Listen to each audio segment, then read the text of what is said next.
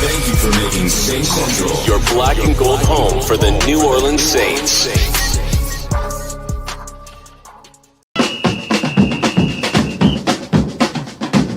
Who that say they gonna beat them Saints? Who that? Who that? Who that say they gonna beat them Saints? Who that? Who that? Who that say they gonna beat them Saints? Who that?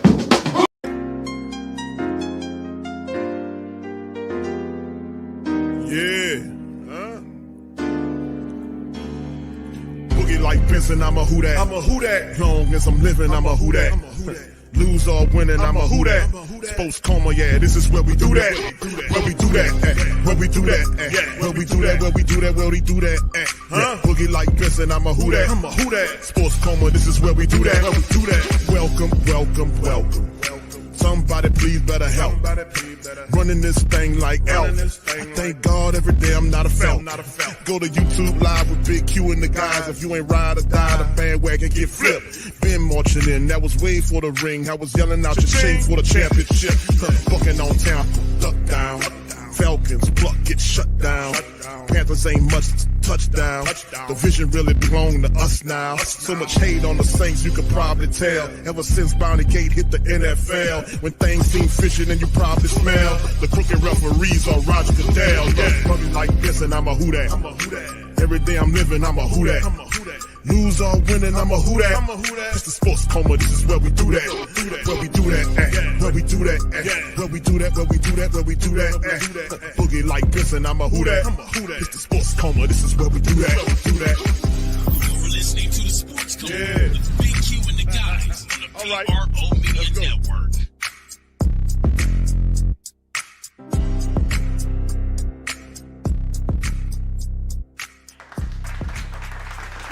All right. Much love. Welcome. And now rocking with the Sports Coma with Big Q and the guys, where we have intense, entertaining, educating, and enlightening sport talk from your favorite sports fam. Shout out to the fam. Appreciate y'all for being in the live. Much love to you guys.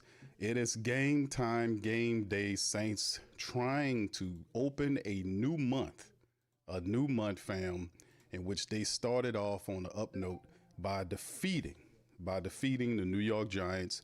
They are favored by a point and a half to take care of business against those Giants. It's a change and things are going very interestingly. And we're going to see what happens here, man. But I think the Saints get the victory. I think they beat the Giants and get on the right side of things. So let's just put September out of our minds, man. If September wasn't a time to remember. It wasn't a September to remember. It was most certainly not. So with that being said, man, let's flip the script and let's make it pop, man. Let's get it. Let's set it up and have a really good day of football. So can the Saints win? I think we get our first one today. All right, so big ups to the fam. Appreciate y'all for being in the live on this one as usual. Much love. Y'all let me know in the section below. How's the sound? Everything's coming through loud and clear. Y'all let me know how I'm sounding out there.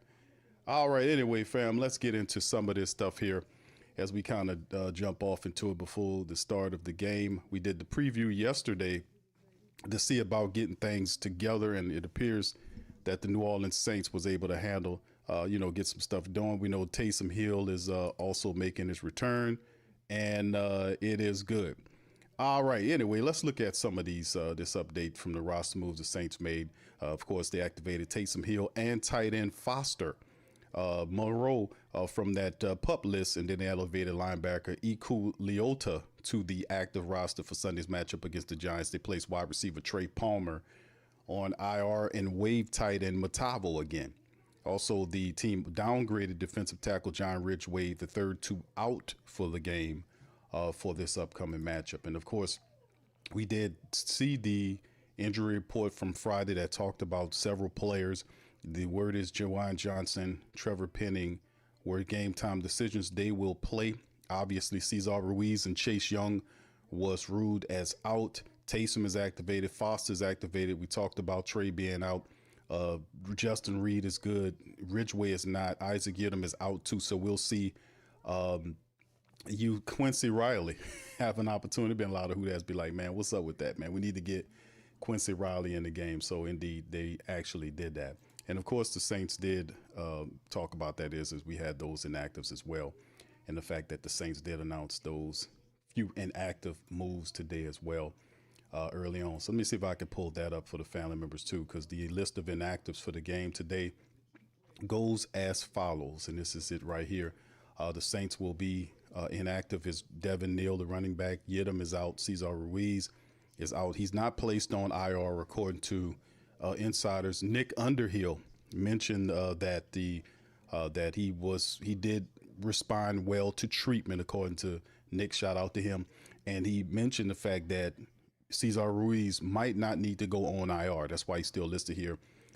Offensive lineman Xavier Truss is also inactive. Christian Boyd, and of course we know Chase Young is inactive. If you look at the Giants side of it, Jameis Winston was designated the third QB, and that's listed in the inactives. Tyrone Tracy Jr., D. Flanagan Fowles, Evan Neal, the offensive lineman, the defensive lineman Elijah Garcia, are all inactive for the team. So there you go with that.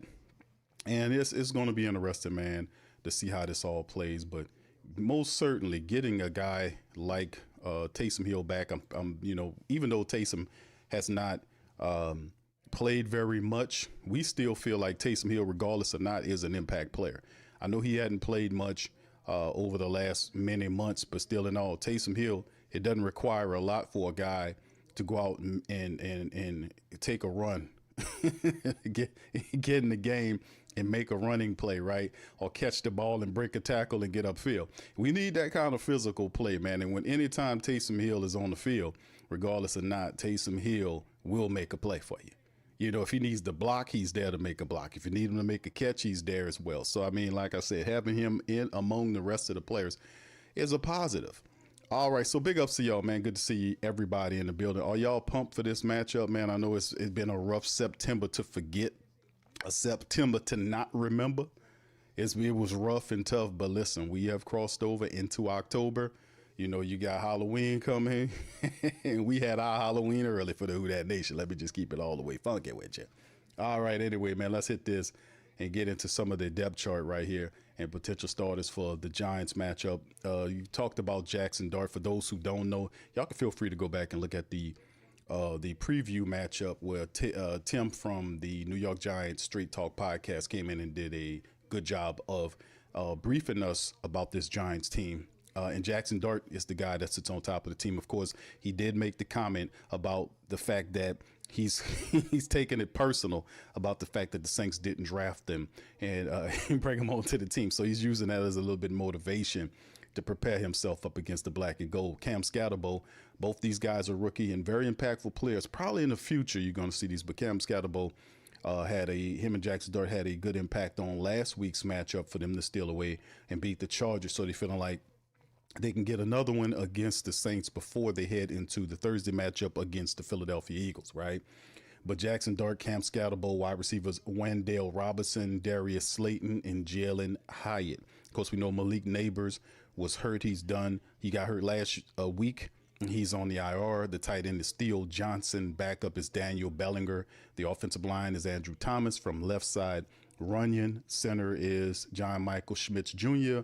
The guard is Greg Van Ruten, and the other tackle is Jermaine Ellen Munor on the right tackle position. Small offensive line, but this team is built for speed. And that's the thing. We have to kind of neutralize that, so to speak. Like I said, Rakeem Nunez Roches, Dexter Lawrence II, who's a fantastic interior defensive force. He also was supposed to be dealing with an injury. He appears to be all right. Roy Robinson Harris. And then, of course, the linebacker sets of Brian Burns and others will be interesting in how they use it. Kayvon Thibodeau, Abdul Carter, who was a high draft pick. They're trying to figure a way to get these fantastic pass rushers in situations where they can run down Spencer. So watch out for Brian Burns, Kayvon Thibodeau, Abdul Carter. These guys are speeds demons, but not so well on in terms of the opposite side when you need to run on them.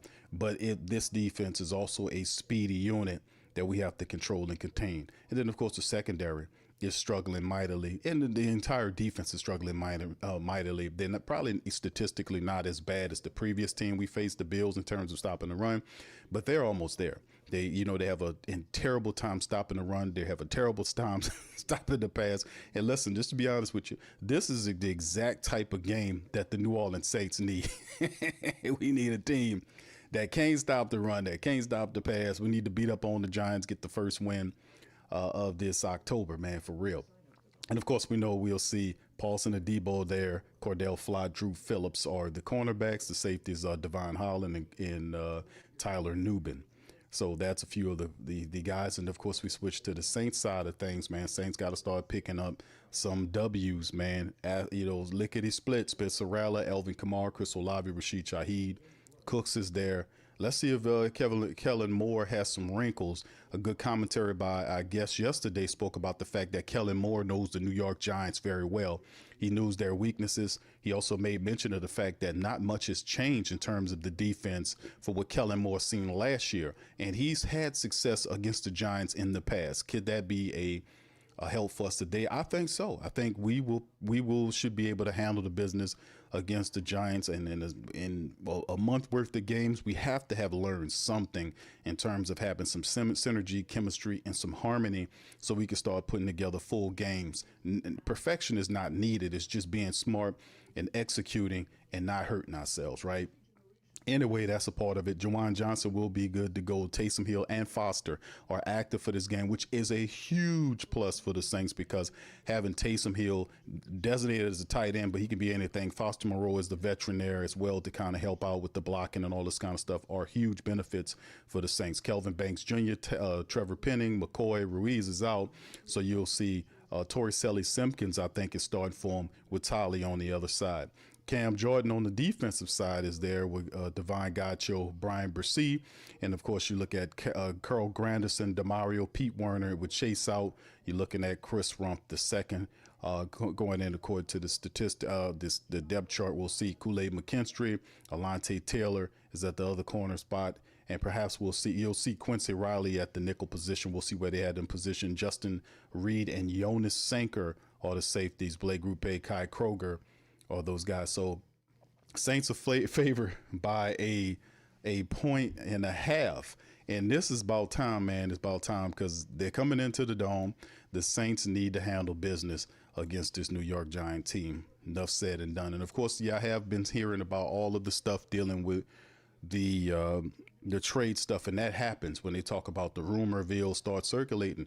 When you're 0-14 and you're not winning any games, and you're out there playing half-ass football, everybody's gonna be in the trade wins. You got to pick up wins, and I think the Saints, if they're serious, man, about really kind of putting some games together, you can basically look at their schedule, man. To be honest with you, and if they play this just right, man, you pay attention one game at a time. When you're in an 0-4 hole, you got the Giants today, which is very winnable. New England is another game that'll be a home game next week. And then, of course, Chicago away, and then Tampa Bay. Those are the next 4 games that the Saints match up. So it'll be a battle to get back to 500. And along the way, we got to fix these issues. We got to get vertical. The explosives got to come back. And I think the Saints are going to show, or should show rather, some positive offense, being that this Giant team is just what the doctor ordered, baby. Straight up. All right, so let me hear from you guys. What do you think happened in this matchup as we about to get ready to kick it off here? Well, let's hear from you guys. What are your thoughts on what happens in the game here? All right, what's up, Backwoods? What's up, Christian? Shout out to you. All right, what's up, John? Can you hear me there, John? John says, can you turn up a little bit? Uncle Freddie, what's up, fam? Jason, what's up, man? Yes, he is playing English. What's up, fam? He said, I feel tapped out on enthusiasm. It's only a few weeks into it's more than a few weeks, bro. We are a month into this, man. It's not enthusiasm anymore, right? It's just we looking at some decent. You only want some decent football to this point, and start stacking some wins. We stacked a bunch of L's. Let's see if we can stack some W's. Dedrick, what's up, fam? 504 says, Q, we have to try these Giants Corner. Yeah, indeed. We this is exactly what the Saints need vertically, right? To test out, to get downfield. The Giants are perfect for us, right? Like I guess yesterday said he wasn't worried about Taysom, he wasn't worried about Spencer, and I'm like, okay, because them the people you need to you need to be kind of concerned about both of them. You may not want to think a lot about it. All right, what's up, brother Randolph? How you doing, my brother? Appreciate you. Willie Cameron, what's up, man? Big ups to you. What's up, Bev? Shout out to Queens out there. Brother Roe, how you doing, sir? Appreciate you as well. T, what's up, my man? Appreciate you as well. What's up, Arthur Nick? Shout out to you, man. Appreciate you. Be Great Josh is in the building. What's up, bro? Michael, how you doing, sir? Appreciate you as well. Pepe Coma, what's up, man? Pepaloma, what's up, my man? Who that to you, man? Appreciate you. Tangeray T, O-line have to take care Burns and that rookie. Yeah, Abdul Carter, my man, is a beast, man. He tore it up last year for Penn State. What's up, Revolt? Big ups to Revolt in the building. Brother Prime is in this thing. What's up, Brother Prime? Brother John as well. SJ, what's popping? OG Jerry, what's up, my brother? Good to see you as well, man. Much love to y'all as we about to get ready to kick this stuff off. Saints with the classic gold helmet, black pants, and shirt as they kick the ball in. They return it. Why would Vellis pick it up from the end zone and doesn't get much out of it? That was a bad idea for him to try to return it out of the end zone. They kind of squib kicked that thing. He got it and should have let it go into the end zone. He tried to return it, and now the Saints will have to pick up from right around the 13-yard line of Spencer. Strolls confidently out to take the field as Elvin, Shaheed, and the rest of the Saints are huddling up to get these first set of scripted plays off and going. So let's see what the Saints got doing here, man. We need to get this together, brother. We need to make it pop, and we need to make it pop ASAP. Saints line up. Under center is Spencer Rattler. Left wide receiver motions further out. Play action throw to the left side. It is thrown highly. Bad throw. I don't know what Spencer was looking at. It looked like he got knocked down on the first throw. Pressure got to him. The pass sailed over the hand of Rashid Shaheed, incomplete, 2nd and 10. As Foster Moreau is out there, he gets out there, seeing him for the first time there. Good to see Foster Moreau back out there, man. One of our guys there, old Foster. All right. All right, here go the Saints, man. In motion, Jawan to the left, two right. Another motioning man from right to left. It's a handoff to AK, dances around and moves forward for a gain of maybe about 4 yards up the middle of the field. That'll bring up maybe 3rd and 6. We'll see where they spotted at for the Saints. So some motioning to try to open up the Giants D. You see Taysom off on the sideline. We ready to go. Taysom jumping up and down and looking good. Good to see Taysom out there, man. I'm not going to tell you no lie, man. We need our playmakers out there to help out. He ain't helping out nothing right now. He's sitting on the sideline. But all right, 3rd and 6, a pick up of 4. 3 to the left, 1 right. Elvin next to Spencer to his right in the shotgun. The big wide receiver Valley motions from left to right. So it's 2 left and right, and then a flag comes out. They're pointing at the Saints. Is it a false start in your own damn building? And week number 5, let's see what the referee is. It is. It's against the Saints, just like that. Unbelievable. You don't have false starts in your own building. It's against Jawan Johnson. Bro, come on, man. Come on, bro. Dude, what's up? This is easy. These are scripted plays. It's easy, bro. Come on. 3rd and 11. Jawan Johnson, false start. He twitches, and they hit him with the flag. That backs the Saints up from 3rd and 6 to now 3rd and 11. Shotgun. 2 to the left and right. That's a snap. Spencer looking center, stands center, throwing center. And the ball is thrown and it is knocked away. It's a curious decision to put the ball there where Holland basically draped around Chris Olave in the Saints' first offensive series against not a good defense team, but they played well on that stop. And thanks to the Saints' stupid penalty, that helped make it a lot more difficult for him. And then the cornerback did a really good job. I mean, the safety did a really good job there of kind of getting around them to make a play. So just like that, 4th and 11, the Saints are out and have to punt the ball off, man. That's just not going to cut it. That's just not going to cut it. You can't struggle against the Giants defense, man. And the Saints, just like that, a false start in your own building in the first, it's just, these guys are just incredibly, man, ridiculous with this stuff. There's the punt by Kai Kroger. It bounces, touches the Saints player, and rolls to a stop near the 40-yard line on the Giants side of the field. So they'll pick up from that. You'll see Jackson Dart, the former Ole Miss quarterback, take the field. And I remember the Saints do have issues with mobile quarterbacks. You know, I don't want to bring up that murky history right now, but hopefully the Saints could be able to contain Jackson Dart, because you want to make him a passer here. You don't want him to take off with you, because the guy has a pair of legs, man.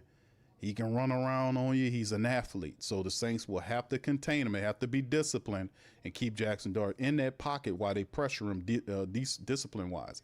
All right, there he is in the shotgun. Scatterable to his left. They have two to the left, one left, two right, and that's a throw. Saints playing 100 feet, 100 yards off the damn wide receiver. I don't know why they playing that far back, like the guy Randy Moss. Then the defensive back had to run way up to make the play, and Jonas Sanker was on the stop right there. So good play there. 2nd and 5, a pickup of 5. My goodness. Why they playing that far off, these guys? My goodness. All right, shotgun Jackson Dart, 2nd and 5. It's 2 left and 1 right. Man motions out Scatterable, the running back further out, ball thrown right up the center of the field, and they get into Saints territory. A fumble. The guy hit the ground. The Saints might have gotten a fumble. Let's see what the call is. Let's see what the call is, because the ball came out and Justin Reed was able to get to it. Bellinger, the tight end, is saying it was down, and it looked like the referees are agreeing with him. You know, did the ball come out before? Looked like it did come out after he hit the ground. So they're going to say it's down. It is. All right, so they pick up at the Saints 40-yard line. Jackson Dart under the center. You got 2 left and right of the formation. Scatterable is in the backfield. That's the play action to him. Jackson Dart looking downfield, has plenty of time. Is going to scramble around and take right up the center of the defense and picks up all but 2 or 3 yards of the first down. So it'll be 2nd and 2 or 3. Totally not paying attention. So I just don't get these guys, man. These guys, man. I mean, that Jawan Johnson, bro. I'm just really stuffed on that dumb penalty he did. Shotgun Jackson Dart from the Saints 34-yard line. They got wide receivers to the left and right of the formation. The handoff is a draw to Scatterable right up the middle, fights his way for the first down. The Giants get it. Giants get the ball, march right down the field on the Saints defense. March right down the field on the Saints defense. I don't see much blitzing going on right now, but Scatterable was able to get the draw. It looked like he might have picked up the first down. They kind of replaying the fumble, and yeah, it looked like he had control and he hit the ground, but it doesn't matter anyway because the play is over. What you playing it for? You're wasting time. All right, first down. They give him the 1st and 10 right there. As the Saints not doing a good job on this defensive series to start away. They're not opening up on no kind of energy, no intelligence, and it's just not good at first. We got to tune it up, man. We need to get more pressure on this quarterback. Can't let him sit back there like that. And you got to have gap discipline. You can't let him scramble through stuff. There you go. Jackson Dart's in the shotgun. You got 3 wide receivers left, 1 right, and the running backs next to Dart in the shotgun. There's a snap. It's a play action. Dart fires it right away to the wide receiver on the left side, and 17 gets it. I think that's Carter. He picks up about 6 yards off to a wide receiver screen. Like it's just an extended run play. Dart just firing it down the line of scrimmage, and the speedy wide receiver was able to gain yardage on that while the Saints is playing 100 yards off the damn wide receivers like they got 3 Randy Mosses out there.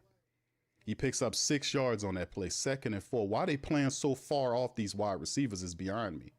Dart under center from the 24 Saints yard, from the 24 of the Saints. He audibles out. They're audible in. They don't see something. The Saints showing blitz. Dart under, there's a handoff to Scatterable to the left side. The Saints were able to, I thought looked like initially they stopped him at the line of scrimmage, but he was still able to fall forward for a gain of maybe 2 or 3. That'll bring up 3rd and 2 at 10:22, clock ticking down. Can the Saints put up a stop right here to force the Giants, that is, rather, to kick a field goal? Remember Mike Kafka? He was trying out for the Saints to be your head coach. He's their offensive coordinator. 3rd and 2, Jackson Dart in the shotgun. Wide receivers on both sides of the set. It appears Jackson now is calling out. He might be audible and out of it. Scatterable to his left back there. Saints showing blitz once again. There's the snap. He's looking left, firing left. Darts knocked the ball out. Good play there by Kool-Aid McKinstry. And they're going to say it's a flag. They're going to give the Saints a flag on the play and say Kool-Aid got there early. Let's see what it was. Kool-Aid say, hold on now, I didn't get that early. The referees are talking about it. They might pull his flag up. Kool-Aid saying he didn't get there. What was the play? What was the flag for? Yeah, they're gonna pick that flag up. That they don't talk about. They're gonna pick that flag up. Nope. They're gonna say no. It's a pass interference against the defense. Against Kool-Aid McKinstry. That go, yeah, of course. And you're gonna, if you're the New Orleans Saints and you're 0-4 and you stink, the referees are gonna punish you. And Kool-Aid McKinstry, they say he got there. He got there. Listen, it does show one of the angles he did get there early. Let's be fair. It does appear like he got there a little early. So that's a penalty for the Saints defense now. And now, with that being said, the Giants are in the power eye from the Saints' 19-yard line. Man in motion from right to left is the wide receiver. He cycles back around the play action, another play action. Plenty of time to throw to the left side, and the catch is made by Cab Scatterbo. But he no, that's number 82, the tight end Beller, who dropped the ball, and the referees are arguing whether or not it's a catch. It looked like it's an incomplete pass. He dropped it around the sideline there. That ball came out. He was trying to stretch it out. It went through the end zone. That looks like it went through the end zone. They say it's a first and goal. Is Kellen going to challenge that or not? What you doing? You going to challenge? Okay, finally, come on now. That guy fumbled. Looked like he fumbled it in the end zone. He was trying to stretch the ball out to the end zone, and the ball came loose because the defender got to it. Looked like he fumbled it out of bounds. Let's see what the call is. Boy, these referees are stupid. These guys look like they got rocks in their head. I can understand why they part-time workers, man. And look at Brian DeBall, better chill out, man. He looked like he done ate a full turkey out there trying to argue. And it looked like to me the ball comes out and it went out. This is an incomplete pass. No, it was right before it. I seen a different angle showing that it came out right before he got there. Before he went to the end zone line. That's an incompletion. But, like I said, you never can tell with the referees, boy. All right, what do y'all think? Is that I say it's an incomplete pass, man. I said it's an incomplete pass. I was like, Kellen, you going to challenge that? He did rip out the challenge flag. It's an incomplete pass. No catch. I'm with you on that. Jason says no catch. All right, what's up, TJ? Much love, bro. Saints Full Circle Podcast say they cheating. Hey, man, listen, man. When you the Saints, bro, when you 0-4 and you're involved in the stinky brand of football, man, anything is possible. Anything will happen to your ass. Any and everything will happen against you. Let's just be honest with you. But, yeah, first and foremost, fam, we've seen the offense and defense, the first series, the defense still on the field trying to stop the Giants' offense from converting on their very first offensive series. The Saints was disastrous. It was awful. They came out. The first pass was a throw that, if you go back and look at the replay, Spencer was rushed on the throw, so the ball sailed over the hand of the wide receiver. They come out. They do a few other things. They're lined up third and manageable, 3rd, 4, 5, whatever it was, 3rd and 6, whatever it was. The Juwan Johnson gets a false start. False start, Juwan Johnson, $10 million a tight end a year. This guy does a lot of crap, man. Is every week is some junk. Can Juwan Johnson just have a decent game without hurting the team, without dropping a pass, without having a false start on the opening drive in your own building? Can we operate without getting false starts? That's the big problem the Saints have been hit with this whole season, is all of these pre-snap penalties that they can control, because these guys are not disciplined and know what they're doing. And then, of course, the defense with, Jackson Dart in there, he's 4 for 4. Dart is darting up the Saints' second defense right now. He's 4 for 4 for 43 yards. So we got to do something about that. They got to make whatever adjustments. They got to tune up the pressure. It's not enough pressure from what's happening with Staley, man. And why are these guys playing so far off these wide receivers, man? Like, it's Jerry Rice, Randy Moss, Deion Sanders playing wide receiver out there. They've been 100 yards off the wide receivers. All right, here go the Giants. They line up in what appears to be a goal line look with Jackson Dart motions the tight end to the left. Play actions the ball thrown over and wide open is number 84 in the back of the end zone for a Giants touchdown. Saints defense just walk off the field like it ain't nothing to it. We got to shake this shit up, man. Justin Reed don't know what he doing. Nobody don't know who they covering. And look, just like that, the Giants walked the field. 7 plays, 58 yards, 4 minutes. They walked the field. Dart was 4 or 5 for 5 on the drive, and it was pitch and damn catch. Pitch and damn catch. And I don't know if that was Justin Reed. Looked like that was Demario Davis. That was Demario Davis's guy. What was he doing? He trying to jump over, I don't know what he was doing. But the tight end goes back there and he scores the touchdown. So he finds Johnson, the tight end, for a 1-yard touchdown and no pressure on him. They playing zone on the red. They playing zone in the red zone on the goal line. I mean, my goodness. Just that fast. The Saints trail 7-0, man. A Dart was 5 of 5 for 44 yards. 5 of 5. And why do we make these people look every damn week? The Saints defense make quarterbacks look great. They make them all look great. Dart was 5 for 5 on that drive. Every week it's the same thing with the Saints rusty, dusty, old ass defense. The same crap. No pressure, soft. What is that? Bend but don't break. Is that what we got going on here? We got a bend but don't break defense. A bend but bend broke defense. Let's put it like that. All right, what's up, Brent? Who that to you, man? Appreciate you, brother. Man. Donations. Donations. Donations. Donations. Donations. Donations. Gifts. Gifts. Gifts. More gifts. More gifts.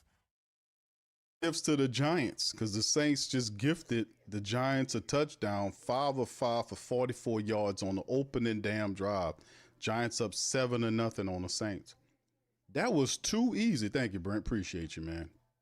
That was really too easy. Boy, was that easy. Christian, thank you, fam. Says Q. Cue up the cue up the clown music, bro. We just started the game. Hey, bro, but you kind of you hit the super chat, bro. So thank you, bro. Yeah, this is terrible, man, but it might be this.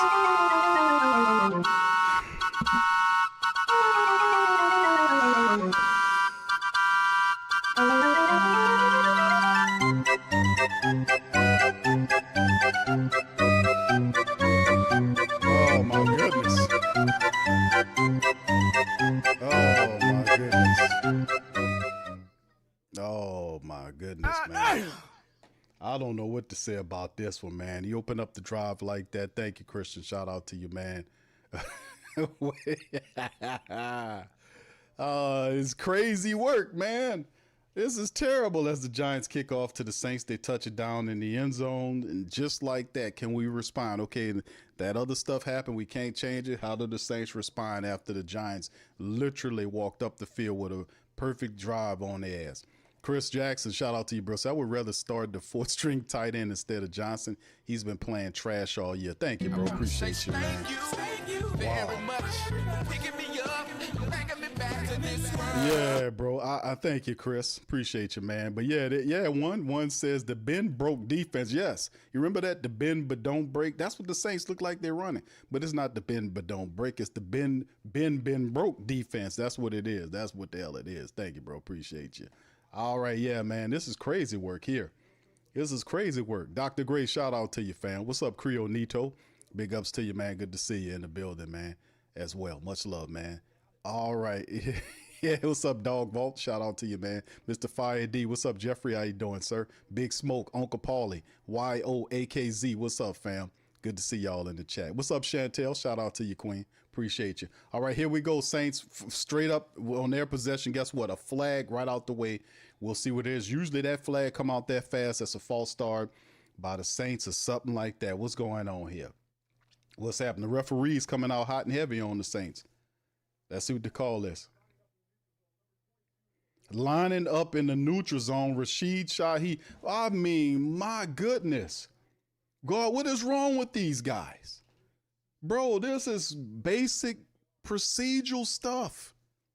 Why we had 5 weeks of NFL action and we are still having problems lining up? We're in the neutral zone now. Power I look for the Saints. Man in motion is Jawan Johnson, and then goes back to his point of origin. 2 tight ends on that left side. There's a toss to Elvin on the right side trying to turn field, gains, breaks a tackle, and gets wrestled down for about a 5 or 6 yard pickup by the Giants. He was trying to get from behind Tali Fuaga. Tali, like, man, Tali, get your ass out the way. Elvin was trying to get he was trying to get away from Tali. Tali got in his way. He was trying to get around Tali, and Tali ain't know what to do. Like, man, what you want me to do here? Get your big ass out the way so I can run. I had to pick up a 6 by the Saints on the play, 2nd and 4. Let's get the running attack going, man. Spencer Rattler under center now. Emotions is his guy from left to right is Rashid. That's a handoff to Elvin, dash around, and just like that, the Giants gain penetration and stop Elvin Kamara in the backfield as Abdul Carter, the fantastic rookie. Using his speed there, he was able to get in there and stop AK-41 before he even got going good. I mean, you had him and the defensive back. I don't know who was blocking who, but I mean, 3 guys met Elvin back there, man, for a loss. It's now 3rd and 5 for the. So this, are we gonna make the defense look like masterminds now? Can we convert here? Come on, Saints. All right, 2 to the. Okay, they got 1 right, 2 left in the motion, and man is Veli to the left side. Spencer's in the shotgun with Kamara to his left. Pressure's coming. Spencer's standing, throwing the ball toward the left side, taking a shot. Ball thrown, and it's picked off. And it should be flags galore. It is a flag galore. Boy, with a delayed flag. These referees are stupid. Dummies. The referee, you should have seen the Saints. It was a pass interference, and Saints cutting up over there for the flag, and they finally threw the flag because they were all bitching. That's what, remember, action provokes these guys to throw the flag, so it's pass interference against the Giants. This got to be the worst staff in the NFL. This got to be the worst officiating staff in the NFL. I mean, noticeable pass interference. Chris Olave right there trying to break away. The guy literally drags Chris down, and the referees didn't call it. They didn't call nothing. They didn't call nothing. They literally waited until the man was like, throw the damn flag. And he threw it. All right, so the Saints got one. 1st and 10. The man literally pulled Chris down at midfield. Now, man in motion is Rashid from right to left. Handoff to Kendre Miller trying to turn, jump cuts, and gains about a yard, maybe 2 yards on a nice little jump cut. A lot of blitz, and Nunez Roches is over there to the left side, gaining penetration. And Kendre Miller with a fierce jump cut, man. What a hell of a jump cut, but he only picked up a minimal gain, wasn't number 1 or 2 yards. But yeah, Kendre Miller's healthy, he's running well, man. We just got to build on this. They got to stop having all these stupid penalties, man. All right. Kendre's in there now. In the shotgun, Spencer, man. In motion is Taysom Hill. There's the snap. There's the throw. It is caught right here by Chris Olave right at the 1st down marker. They're going to give it to him. Look like they will. All right, so it looked like a 1st down. Saints still marching the field. Oh, boy, Simpkins could have got caught for holding on that one. Man, wow. And the guy just a good open field tackle by the DB, man. He wouldn't let him go.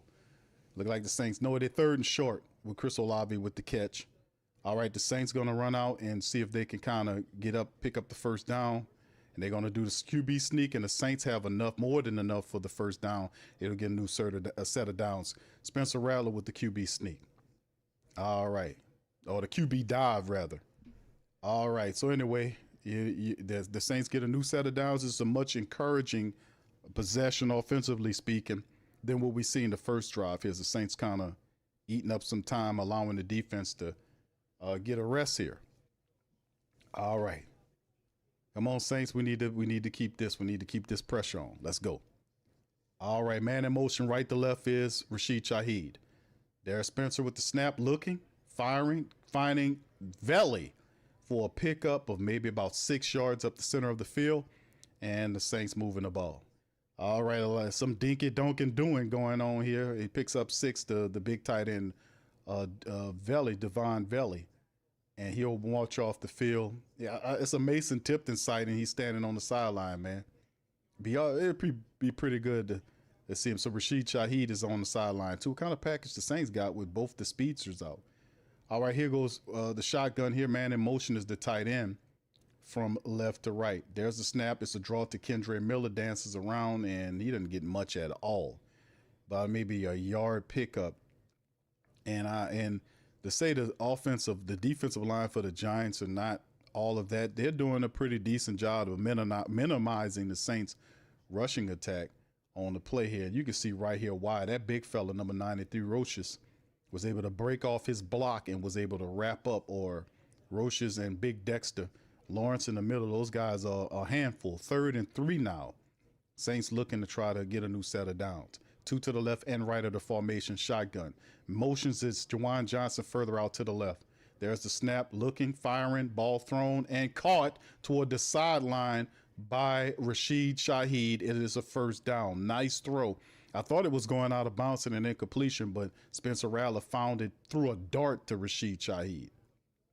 Boy, that was a dart right there. That was a dart that he found Rashid toward the left sideline. Shotgun, Spencer again. He's going to take off, run around, dance around, and he gets rustled. Not too much. Maybe a pickup of 3 yards, and Spencer just kept it. I don't know if that was designed that way, but he called his own number. I don't know if that was designed like that, but he was able to get what, maybe 2 yards on the pickup? Yeah, 2nd and 8 now. Come on, Saints, let's keep it going. We need a touchdown. We got to answer the Giants. Shotgun, Spencer. 2 left and right. Kamara's back in there. Motion and man is Chris Olave from left to right. He sets up Olave with the screen. Olave then moves, picks up the first down, trip down inside of the 15, somewhere around the 13-yard line toward the left sideline. Saints got a little motion here. They pick up a new set of downs on the play. And Spencer was able to find Chris Olave, who motioned out to the opposite side, and there was nobody around there to guard him. They were all backed up. And Chris was able to make a play and make some moves here. All right, Saints moving the personnel packages. The speed package is out. Taysom Hill, the power package is in. All right, there is Spencer. Under center, Taysom's in the game with Alvin Kamara in the backfield. Taysom motions, hand off to Taysom Hill, and he's twist up. The Giants says anytime Taysom in there, he must mean he's going to get the ball. And the defender it's fanning his face like that play stunk. They seen it, and they got through right away. And I mean, Juwan Johnson, I thought he was supposed to block that blitzing player. He ran right past Johnson and went back there and made the stop, and the Saints lose 4 yards on the play. I mean, it would have worked if he would have got some blocking. It probably would have worked. All right, 2 to the left and 1 motioning to the right. So it's 2 right and left shotgun. Spencer, Kamara's to his right side. There's the play, Spencer making the throw, and it's dropped by Alvin Kamara. And I can see why Alvin dropped the ball, because there was a guy right in front of him that would have knocked his ass out if he'd have caught that ball. That is what you call right there, hearing footsteps, because he looked and seen that guy creeping. He said, oh, well, business decision. And it ain't no need for me to catch this ball for 2 yards and then get kiboshed like that. 3rd and 14 now for the Saints. Can they get better? All right, there we go. 3 left and 1 right shotgun. Spencer, Elvin switches sides from behind Spencer to the opposite side. Ball's out quick. Kamara catches it around the 10. They're going to be woefully short of the first down. Saints will have to send out the unit. They'll have to send out the field goal unit. It just didn't look well. It's just they can't complete a good series. There's always somebody blowing blocks. There's always somebody. It's just people not knowing what they're doing at the crucial moments of the game.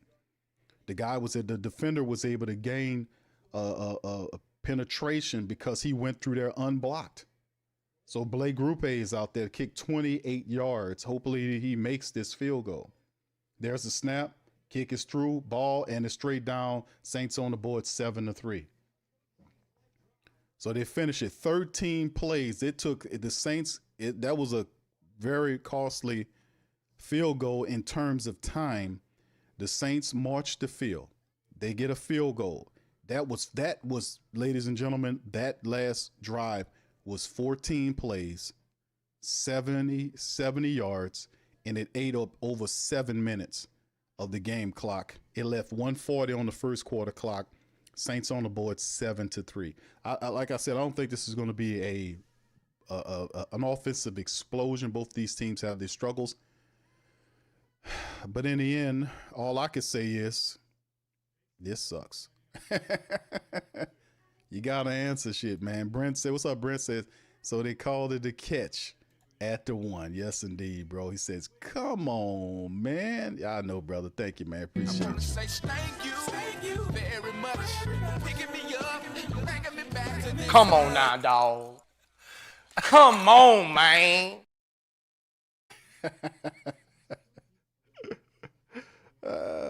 Man, boy, if we didn't have comedy and drama and everything with the Saints, man, we got everything. We got comedy, we got drama, we got horror, and we got it all except for good football. I mean, I don't understand. It's been over a month worth of games. It's not supposed to be false starting going on in your build. It's not supposed to be guys lining up offside. You're supposed to know better, man. Oh my goodness. Let's see what the Saints do. 7-3. All right. So yeah, y'all see how it get. All right. What's up? Dawsoni in 2000 says, got me bringing it back. I just dusted off my old album Places and Spaces by Donald Byrd and played the song Dominoes. Much love to you, Neff. Thank you. Dawsoni, Mr. Mel. Thank you very much. Picking me up, bringing me back to this world. All right, shout out to you, Mr. Mel. Thank you, sir. Appreciate that, man. Yeah, this is crazy work here, man. We still got a lot of time left to go, man, and it's just ridiculous, man. We gotta, I don't know. It just don't make no sense. It doesn't make any sense, fam, for the Saints to be for them to be this discombobulated with a lot of stuff, right? The blocking assignments and stuff. I know certain guys are out, but even when they had some of the starters like Ruiz in there, that didn't guarantee they were going to do anything. He was very inconsistent while he was in there. I don't know, man. This is a game. Like we said that about several games this season that they're supposed to win, but some kind of way these people always show up incomplete. All right, here you go. Let's see if they can flip the script here defensively, get a turnover. Blake Groupie kicking off. The ball lands right at their 1. They'll return it to the 5, 10, 15, 20, 25, finds a crevice, and he gets down to the 29-yard line. The return man, the Saints drop him down there. And here comes Jackson Dart back on the field. 5 of 5 in the touchdown. He had 44 yards on the last drive. Jackson Dart had a pretty good drive. Perfect. You don't get any better than that. Right, and let's see what the Saints can do. They need to turn that pressure up, man. We got to get some pressure on Jackson Dart, man. We can't let them sit back there and find the people. What's wrong with these people, man? Brother Thomas says, just me or more starting the trend of calling gadget or trick plays once they get into the red zone. Their results in negative plays. Thank you, brother. Appreciate you, man. Thank you very much.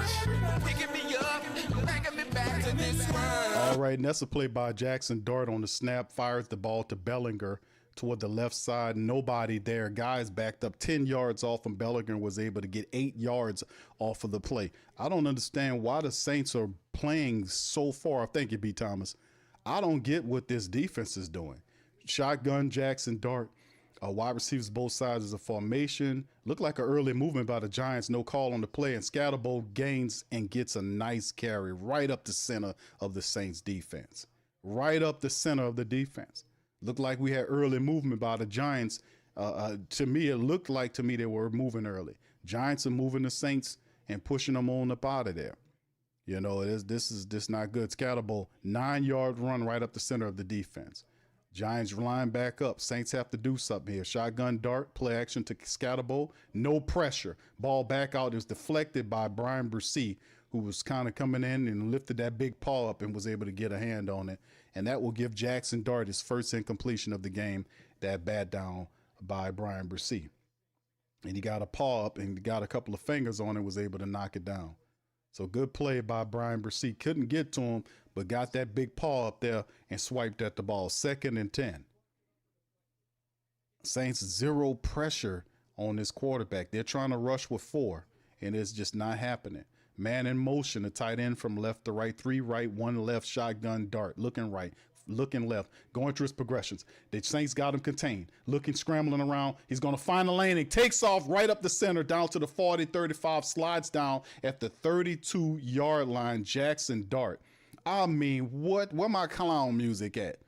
I mean, boy, this dude was looking left, looking right. They had him contained. I said, they got him contained. They got him contained. Now let's keep him contained. And they keep him contained. And guess what he did? And then he broke containment and ran right out on their ass. And went all the way down inside and slid down near the Saints 30-yard line.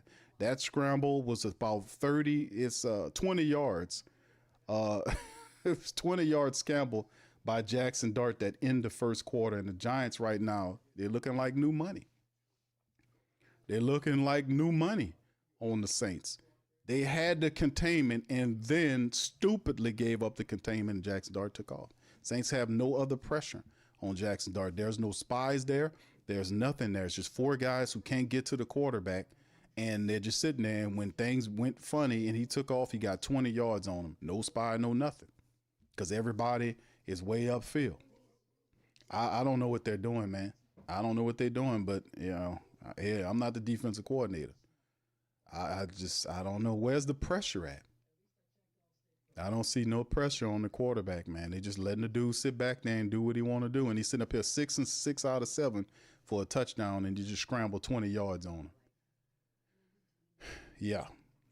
It's not looking good for the home team. Stephanie says, why we playing off and not going deep? I don't know what they doing, Steph. I'm just going to be honest with you. I don't know what's going on with the Saints defense. I do not get why they're playing so far off on some of these plays. This is just the same stuff that I really despise, this play calling that I've seen this guy doing, where he has these cornerbacks like 10 yards off of, and all the Giants are doing on some of these plays, they're not doing nothing incredibly complicated. They see the Saints are playing 10 yards off them, and all they doing is just doing these extended run plays to a speedy wide receiver, or they just throw it to the tight end, and the tight end burrows through and picks up 7 or 8 yards while they sitting 10 yards back. I don't understand why they playing 10 yards back. I don't understand why you 10 yards back and you pretending like their front 4 is getting pressure. Your front 4 is not getting pressure. You can't stand that defense. You can't, if your front 4 is not generating a pass rush, you cannot stay in that defense. Because the front 4 has to rush or hurry the quarterback to force him into a mistake, to force him to throw the ball early or throw it into completion. If the guy didn't have any incentive to hurry up, he's going to just go through his progressions and find somebody. Nobody covers somebody forever. The pass rush has to get there to force the quarterback to make an early decision. If you're allowing him to stay there, then he's going to pick you apart. That's why you're seeing Mac Jones do what he did. That's why you get seeing Sam Darnold, of all people, him doing what he did. You see Jackson Dart with doing what he did. And most of these guys have really good games against the Saints defense because, number one, they don't create any pass rush. They're not getting any pass rush. They're stupid. They'll sit back in the defense with no pass rush and sit back there and rear back like they got it covered. It don't work like that. Here go Jackson Dart in the shotgun, running back to his left. There are 2 wide receivers to the right, 1 left. There's a snap. Pressure finally coming up the middle. It did nothing there. Then he moves out, scrambles around, throws the ball. It's caught by the wide receiver to the 18, picks up the first down, gets all the way to the Saints 17-yard line. So once again, it's the Saints send an extra player there, but the blitz comes, but the containment breaks down. I mean, it's just like the containment breaks down. The guy frees up. The blitz comes, but it has to be intelligent blitz. You can't blitz the guy, then create an opening for him to escape out. Some of these guys have to be benched, man. Some of these guys have to be benched. That's stupid. If you blitzing a guy, it has to work where you don't allow a lane for him to escape out. And then here's the run. Jackson Dart keeps the ball, and he was able to pick up maybe about 3 yards on the run. And the Giants just flowing. The Giants are flowing. They're in the Saints red zone now. That'll bring up second and maybe 7, depending on him. And look at this. Justin Reed is out of the game now with a concussion. It wasn't like he was looking terrific anyway, but Justin Reed is out of the game with a concussion. So you'll see Jordan Howden or somebody like that, or maybe we'll see what the Saints do there as Justin Reed's out of the game. There's a draw play that's Cam Scatterbo, and the Saints get him for maybe a 1-yard pickup. They gang tackle the running back. Pete Werner and several other Saints are there to stop Scatterboy to bring up 3rd down. So Jordan Howden and Jonas Sanker, 2 young Saints safeties, are back there in that room there. So the Saints defense losing Blackman early, and now we got a concussion on Justin Reed. It's been rough in the safety room. So we got to rely on some of these young people. So the Saints going to have to bring the pressure in terms of the front 4. They got to do better. These guys are not creating pressure. 3rd and 7 shotgun, 3 to the right, 1 left. Running back Scatterbo is to Dart's left. There's the snap, looking center with Dart. Throwing center with Dart. Ball's thrown, caught, touchdown Giants. Pitch and catch, Giants on the board with the 2nd touchdown of the game. They're up 14-3 on the Saints. Theo Johnson, pitch and catch on the Saints defense. Pitch and catch. Pitch and catch, man. There is none of this is working. They're not getting any pressure, and it's just ridiculous. The Saints sitting in a weak bullshit zone. Come up out of that bullshit zone, man, and play some goddamn man. You can't let that tight end run like that through there. You got to jam them, and then they sitting in the zone, and the guy find a hole in the zone, and then he catches the ball. Easy, pitch and catch. Come up out of that bullshit zone you're running, because you're not getting any pressure with that. It's up 14-3. Giants convert on back-to-back drives. They come in the Saints building and kick their teeth in because they don't have no brains. These guys are awful, man. This guy is stupid, man. It's terrible brand of football. This is unintelligent and weak. It's not, you don't sit back there in that weak ass zone all the time like that, man, with no pressure being generated. My goodness, man. M. Dot says another week of making mid to bad look. Thank you, bro. Making bad look great. Man, I mean, this is crazy work because the shit ain't complicated. But what's the problem with this guy? I don't understand why he's running this type of defense. You're not generating any pass rush. You're not generating it. If you're not generating any pass rush, that needs to stop. You're not generating. That needs to stop. You need to stop doing that. It's rare back in the 4. You're not getting any pass rush. You're dropping these guys into zone. And when you do that, they're just finding the spots, the holes in the defense. If you're not pressuring him to make an early decision or to think about what he's got going on, it's going to be a problem. And now Jackson Dart sitting up here 8 out of 9 for 2 touchdowns on 2 drives against the Saints. That was 8 plays, 70 yards, 339. The Saints just got up a drive where they had 17. They marched 70 yards on over a dozen plays to kick a field goal. This ain't gonna cut it, man. This is not gonna cut it. This dinky donkey do nonsense is not gonna cut it. This dumb defensive crap is not gonna cut it. The Saints defense is awful, man. They're not doing anything right. They're not generating any pressure to get to the quarterback, and Dart's just sitting back there. Not a guy got a rhythm on him. Every quarterback gains a rhythm on the Saints because they can't pressure anybody. We just spent what we spent on the guy, $50-something million, and the guy's still hurting. We going into the 2nd month of football, and the guy was supposed to be coming soon. Isn't that what the guy said last week? Oh, soon. What's soon for Chase Young? $50 million. We can't even get a pass rush out here, man. I mean, soon he'll be available. Soon. What does soon mean, man? What is soon? Because they need a pass rusher. They're not generating anything, and guess what? They're not bringing anybody in to do anything about it. That's the crazy part about it. They putting holes in their own damn boat about this time. Thank you, M. Dot. Shout out to you, man. It's crazy, man. Crazy work. Jackson Dart running around here like he Joe Montana or somebody on this silly ass Saint team. Rising 24 says, I'm checking in just to make sure I'm not crazy. You're 100% on that. Thank you, bro. Kickoff to the Saints return along the sideline, left sideline. Kendra Miller trying to fight, and he gets to the 15, maybe the 16-yard line on the return. And something has to shake and change here, man. There's something have to change. Where are these where are the veterans at that's making all this money at? To get up off the ass and inspire these guys to play better. I mean, the Saints playing 10 yards off the man in the red zone. Guy just pushes them out of the way and catches the ball. I mean, come on, bro. I mean, come on. They're showing you the replay. I'm like, that's not supposed to happen. Why are you playing out? You should jam that guy. You got to disrupt the timing. All right, here we go with the Saints from their own 16-yard line. Man in motion is Mason tipped it from left to right. And just like that, they get pressure in there and stop them in the backfield for a loss or two. It's Brian Burns. I mean, the Saints can't do anything right, man. They can't do anything. Brian Burns back there with a 2-yard loss on the Saints.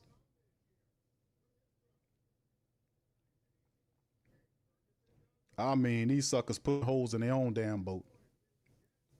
They putting holes in they screwing holes in their own boat.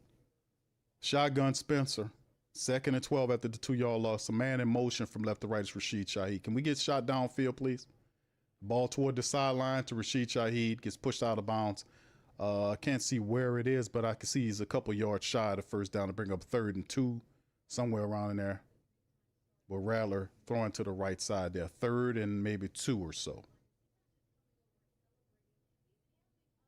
Jackson Dart 8 of 9 with 2 touchdowns, man. He cooking this Saint garbage defense, man. Cooking these dogs.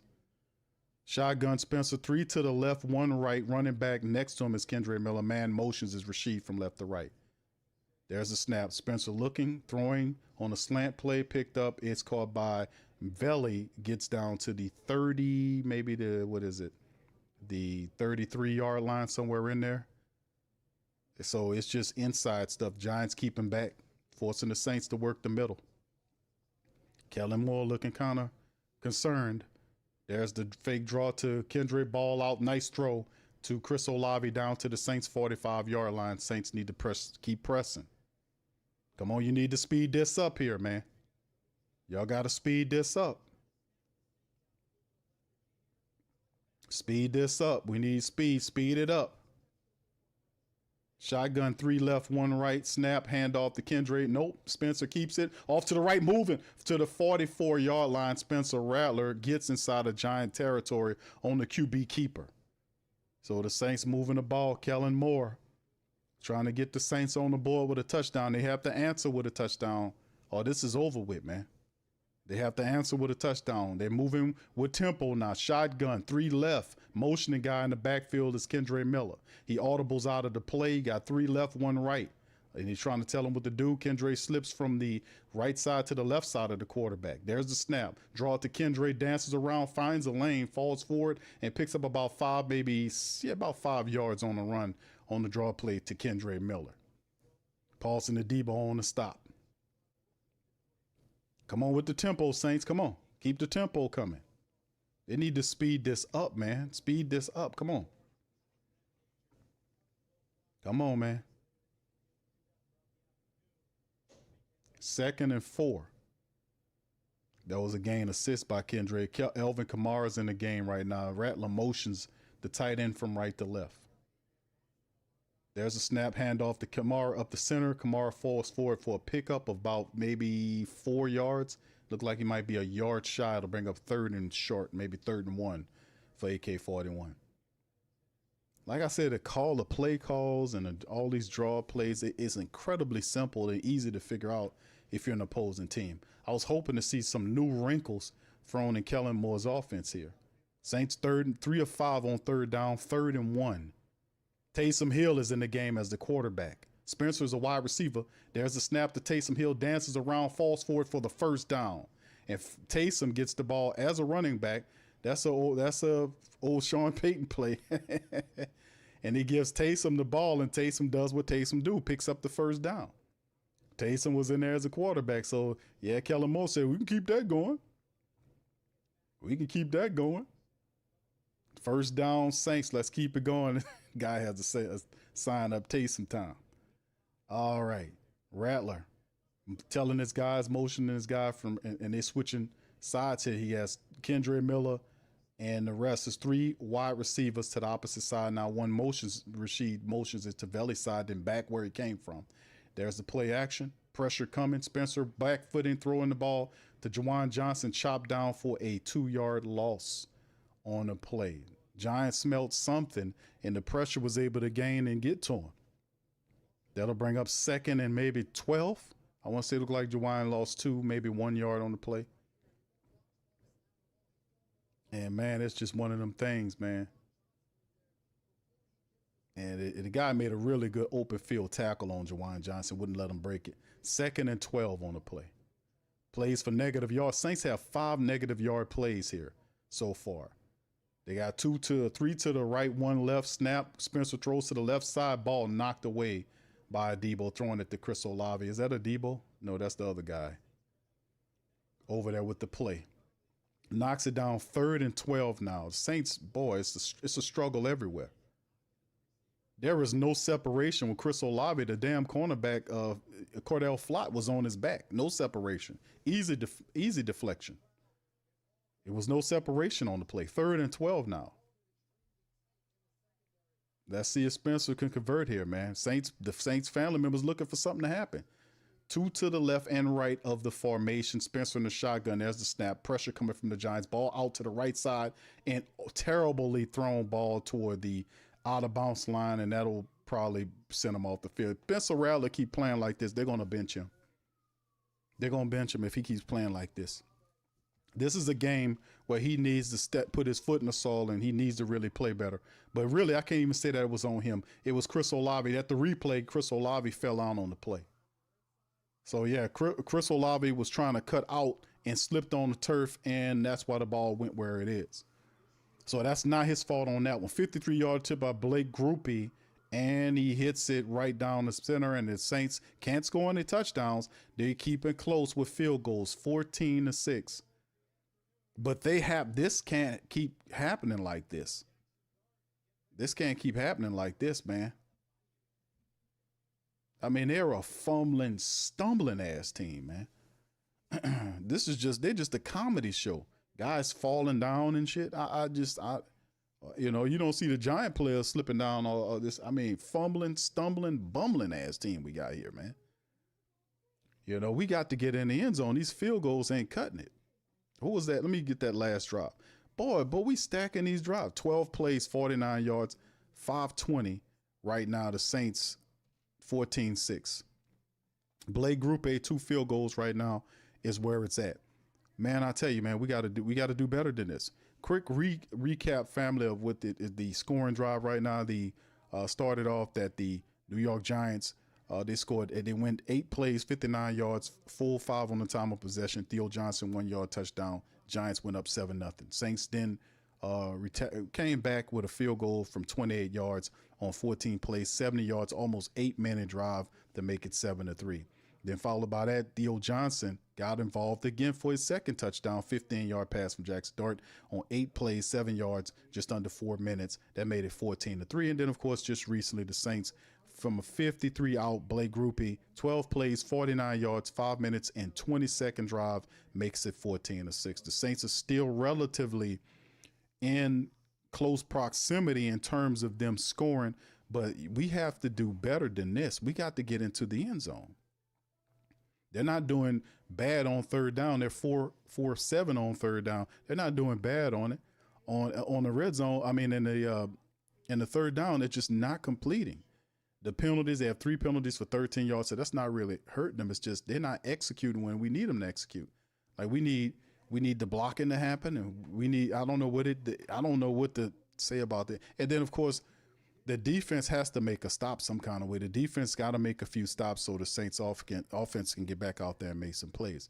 So we'll see. The Saints defense sat on their ass for 7 minutes this last time around, so they're not tired. So we need to see them get pressure, or Staley needs to create some kind of pressure on Jackson Dart. You can't let Jackson Dart, who's 8 of 9 with 2 touchdowns, sit back there and think about it. Yeah, he got him thinking about it on some Gerald Levert type shit. He need to really handle his business right here and find a way to manufacture pressure as soon as possible. That needs to happen ASAP. Saints trail by 8? We'll see, man. We'll see. I just don't understand, man. Rusty, thank you, Rusty, for coming to Limbo. Thank you, man. Appreciate Say you. thank you very much. Picking me up, bringing me back to this world. We gotta do better than this offensively and defensively, man. We have to do better than this. Defense has to create stops. It has to create stops here. We have to have stops here for the offense to get back into the game. We have to stop these guys defensively. DeMario Davis, Cam Jordan, all these expensive ass players need to earn their money and put their foot in the ground and stop the Giants. This inexperienced Giants team. He needs to stop them. Shotgun dart. He got 3 wideouts to the left and the running back to his left side, tight end on the opposite side. There's the snap. Saints, no pressure once again. Ball thrown by Dart way out to far, and it is dropped by the wide receiver, Darius Slayton. And it was I couldn't tell what happened because the camera guy got lost. I don't know what happened with the cameraman. I couldn't even follow the play. The cameraman didn't follow the ball. And Jackson Dart just threw that thing out there. And Slayton, I can't tell. Slayton had it and dropped it. He burnt the Saints. He got behind the Saints safeties and caught the ball and couldn't bring it in. Ball, I mean, wow. Shotgun dart. 2 to the left, 1 right. There's the pressure. Escapes out of the center of the Saints defense again and gets down for a gain of 11 yards. Pete Werner tackles him. And Jackson Dart looked like he got shook up on it. He hit that ground hard. You could tell he hit that ground hard. He bounced on that ground hard. I wonder if he all right. Because he was supposed to slide on that play. But boom, Pete Werner hit him and drove him face first into the turf. He got up kind of woozy. I don't know. Oh, yeah, his head hit that, slammed on that turf. He shook up, man. He planned it off pretty good, though. 2 to the left and right of the formation, Dart in the shotgun. Saints, they're trying to get 4 guys in that bullshit formation, and there's the throw, and it's incomplete toward the left side. The guy just dropped it. He's trying to move without catching the ball. 2nd and 10. Jackson Dart he slammed on that turf. He got up woozy at first, but looked like he's trying to play it off. He trying to gather some sense there. All right, 2nd and 10 for the Saints here. They still doing the same thing. There's no pressure coming in. They still sitting back in the bend but don't break. But the bend but bend broke defense. Shotgun, 2 left, 2 right, 1 left, running back to his left, draw play to the running back, down, draft, kind of moves around. Saints get a hold to him, a pickup of maybe 2 yards on the play as well. So we'll see what it is. It'll be 3rd and maybe, 6 or so, depending on where they get the ball. Nate Shepard is in there on the stop. 3rd and 8. All right, so can the Saints, we need them to stop no pass interference, no none of this type of stuff, no hold, none of this kind of stuff. We need to get these people off the field. Well, this is a good time to stop them. Shotgun dart, 3 to the left, or 2 left, 2 right, and is running back to his left in the shotgun. That's the snap. Dart looking center, pressure coming, throws the ball to the check down running back, pushed out of bounds around the 50-yard line by Jordan Howden, and that will make it a 4th down. And the Saints finally, let's give them a round of applause for that, man. They finally get these people off the field. Thank you. We finally force them to punt. 6:14 into the 2nd quarter. My goodness, thank you. Thank you. All right. Yeah, student, you seen that head bounce off the ground? He played it off well, too. 4th and 5 now. The punter and Australian punter is in the game. Remember, we talked about special team problems. Right now, the Saints need to use this. This defense gave them an opportunity here to kind of flip this game around. There's the punt by the punter right there. Is high, and it'll be filled right around the 12-yard line by Rashid Shaheed. The Saints will open up at the 12. All right, so that last drive by the Giants was 5 plays, 17 yards, 1 minute and 27 seconds. Saints getting the ball back with 5:27 on the clock. 5:27, they'll pick it up right around the, what I said, 12-yard line. So we'll see what they got going on here. This is a supreme opportunity for the Saints offense to take possession and move and get a score there and get closer. Of course, they scored a touchdown that makes it basically 14-13. They ballsy enough to probably try to go for the extra, the 2-point conversion. But we shall see. Uncle Who Dat says Jackson daughter he says Jackson daughter has to at least be top 2 in rushing for the Giants right now if he's not the tough rusher. All right, what's up, Uncle Who Dat? Shout out to you, man. Yeah, King Chosen once said, boy, I got a concussion. Bro, you see how, because Pete Werner, he jumped. Pete grabbed him, and the momentum took him into the ground. You could see his head bounce off the ground. And he got up kind of, but looked like he kind of worked his way out of it, man. But, man, listen, ain't no such thing as no concussion protocol, man. They'd have seen that guy helmet hit that. They should have been pulling that guy off the field, man. Dr. Gray, talk to him about it, Dr. Gray. Yeah, we got medical certified folk up in the chat, man. That ain't no concussion protocol, fam. I seen that man head bounce off that turf, and y'all did too. Didn't it? But he wobbly, got up. Did anybody say, hey, man, come here. Let me come over here. Nah, they let him play. Ain't no concussion protocol. That's just some BS they tell you so they protect it legally. All right. Ain't no concussion protocol. That man head bounced off that turf. I could tell he had a concussion when his head hit that turf and how he got up. It was very noticeable. B. Thomas said Dart looks kind of dazed. Yeah, I know, bro. That's what I'm saying, man. I seen it. You can see it because when he got up, he kind of woozed him. He tried to play it off, but they should have pulled that guy out of there. That would mean Jameis. Jameis is out. That mean Russell Wilson would be the guy that they put in there, and they don't want to do that. All right, Uncle Who Dat said spell check got me. Q, I read that. Jackson's daughter. I was like, okay, his daughter, Jackson's daughter. Okay, I was like, okay, I think I know what you did. Yeah. All right, Jack says Pete weren't always tackling dudes from behind towards out. He's like, yeah, you supposed to do it the opposite way, man. He'd help you. He may help you take you there. No, don't do that. Go the opposite way, brother. Push him away. All right. Jerry says, would have been a penalty if Werner was a brother. You can't hit him too hard. That's why they're not. And you might have something because the way he took him forward, they'd say, hey, man, you drove him into the ground. All right, here the Saints picking up at the 13-yard line. Spencer on the center. It's a play action run right there. Pressure in his face. Ball thrown. Taking a shot. They're taking a shot. Ball caught by Rashid Shaheed. He's on and he's gone. He's gone. Come on, Rashid. And he's gone. The Saints hit on the explosive play that gets them there. The Saints score on the touchdown. Big play. Rashid Shaheed, Saints on the board. Yeah. Boogie like Benson, I'm a Who Dat. I'm a Who Dat. Long as I'm living, I'm a Who Dat. Lose or winning, I'm a Who Dat. Sports Coma, yeah, this is where we do that. Where we do that, where we do that, where we do that, where we do that, where we do that, huh? Boogie like Benson, I'm a Who Dat. I'm a Who Dat. Sports Coma, this is where we do that. Where we do that. Welcome. Somebody please better help. Running this thing like Elf. I thank God every day I'm not a felt. Go to YouTube Live with Big Q and the guys. If you ain't ride or die, the bandwagon get flipped. Been marching in, that was way for the ring. I was yelling out your shame for the championship. Bucking on town, duck down. Falcons, pluck, get shut down. Panthers ain't much touchdown. The vision really belong to us now. So much hate on the Saints, you could probably tell. Ever since Bounty Gate hit the NFL. When things seem fishy and you probably smell the crooked referees on Roger Goodell. Yeah, fucking like this and I'm a Who Dat. Every day I'm living, I'm a Who Dat. Lose or winning, I'm a Who Dat. It's the Sports Coma, this is where we do that. Where we do that, where we do that, where we do that, where we do that, where we do that. Boogie like this and I'm a Who Dat. It's the Sports Coma, this is where we do that. You're listening to the Sports Coma with Big Q and the guys on the PRO Media Network.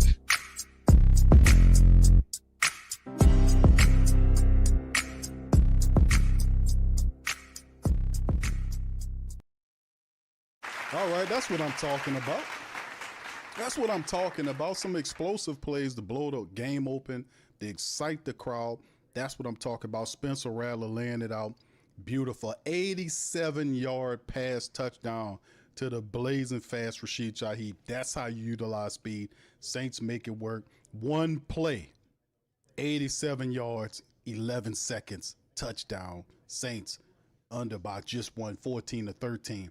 That should help in terms of where the defense come back out. The Saints did a wonderful job. They stopped the Giants offense right there, forced them to punch. Saints punched them in the face on the explosive play, and that should change the complexion, so to speak, of the game. The Saints gained in the momentum here where we can be able to attack downfield, that open up the running attack there, kind of get those safeties back. They kind of scared now.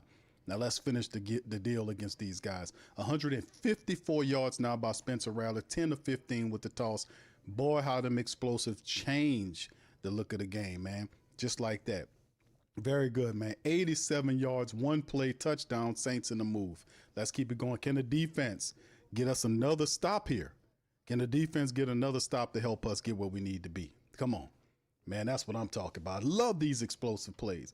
And you can see Rasheed got one-on-one with that safety. And then when he cut out toward that right sideline, it was Spencer seen it the whole way and just threw it there. He hung it out there. Now, Rasheed had to slow down a little bit to get to it. But, boy, when he gotten off the south, there's nobody in the NFL that can catch him.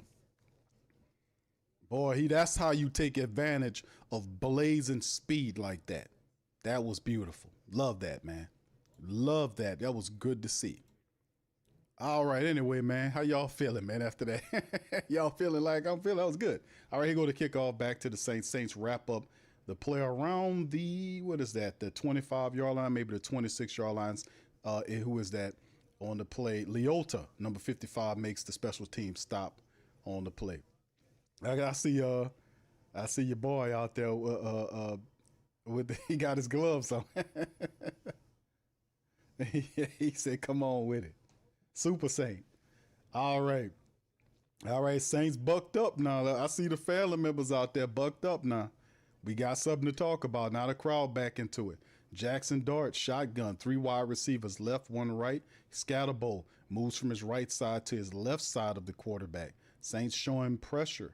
4 guys out. There's a draw play to Scatterbo toward the opposite side, still on his feet. Boy, he's a tough runner. He picks up about 7 or 8 yards on the run. Boy, that little guy is something else, man. That little guy is something else, man. Always falling forward.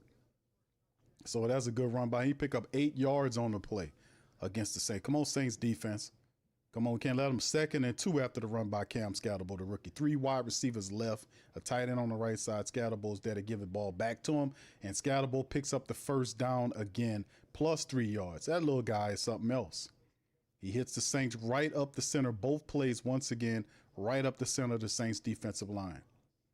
Staley, you going to do something about that? What you going to do? It's up to you to stop these people again. Come on now. We need another stop. They testing the interior line of that defense. Shotgun, once again, it is Jackson Dart, wide receivers on both sides of the line, and almost like a stack look on the right side. Wide receivers close. They got 2 backs in the backfield. Draw play to Scatterbo right up the center of the Saints. Defensive line, again, a gain of 6. The Saints are soft up the middle. They've ran basically draw plays right up the center of the Saints defense and they're getting chunk yardage. That's a pickup of 6. They just bully balling the Saints up the middle of that weak line. The Saints have to adjust. You can't let them run on you like that, bro. It's bully ball stuff now. Same looking play they just ran again. Why not? Let's run it again. This is the same play that they just ran. They repeating it. There's the play right here with a different running back. Guess what he does? He almost picks up the first down. Saints wrestle him down. He gets 1 yard shy of the first down. So it's like 3rd and 1 on the play. Let's see if we can stop him one more time. DeMario gets up happy and throwing his hands and everything. Let's celebrate after you get him off the field, sir. We got one more 3rd down and maybe 1. A 3rd and 2. We'll see where they mark it. Come on, Saints. We need one more stop here. 3rd and 2. 3rd and 2. Giants 1 for 2 on 3rd down conversion. Jackson Dart and the shotgun. Scatterbo's back out there. Power eye look. What do they do? Nope, play action. It gives it back to him. Dart taking his own shot down the field and knocked away by number 26. And the wide receiver was saying, where's the play action?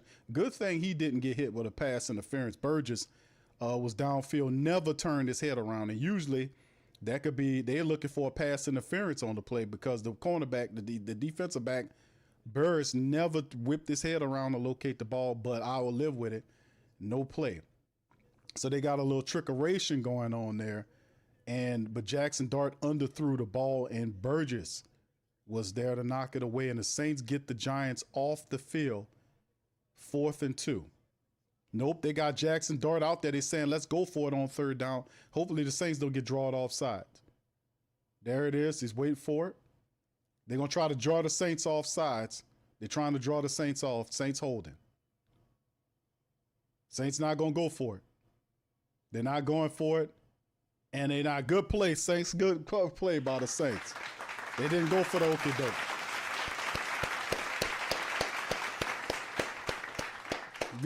Good, smart. The two really solid stops by the Saints defense happened right there. So that's really big for the Saints there. They didn't go for the okie doke.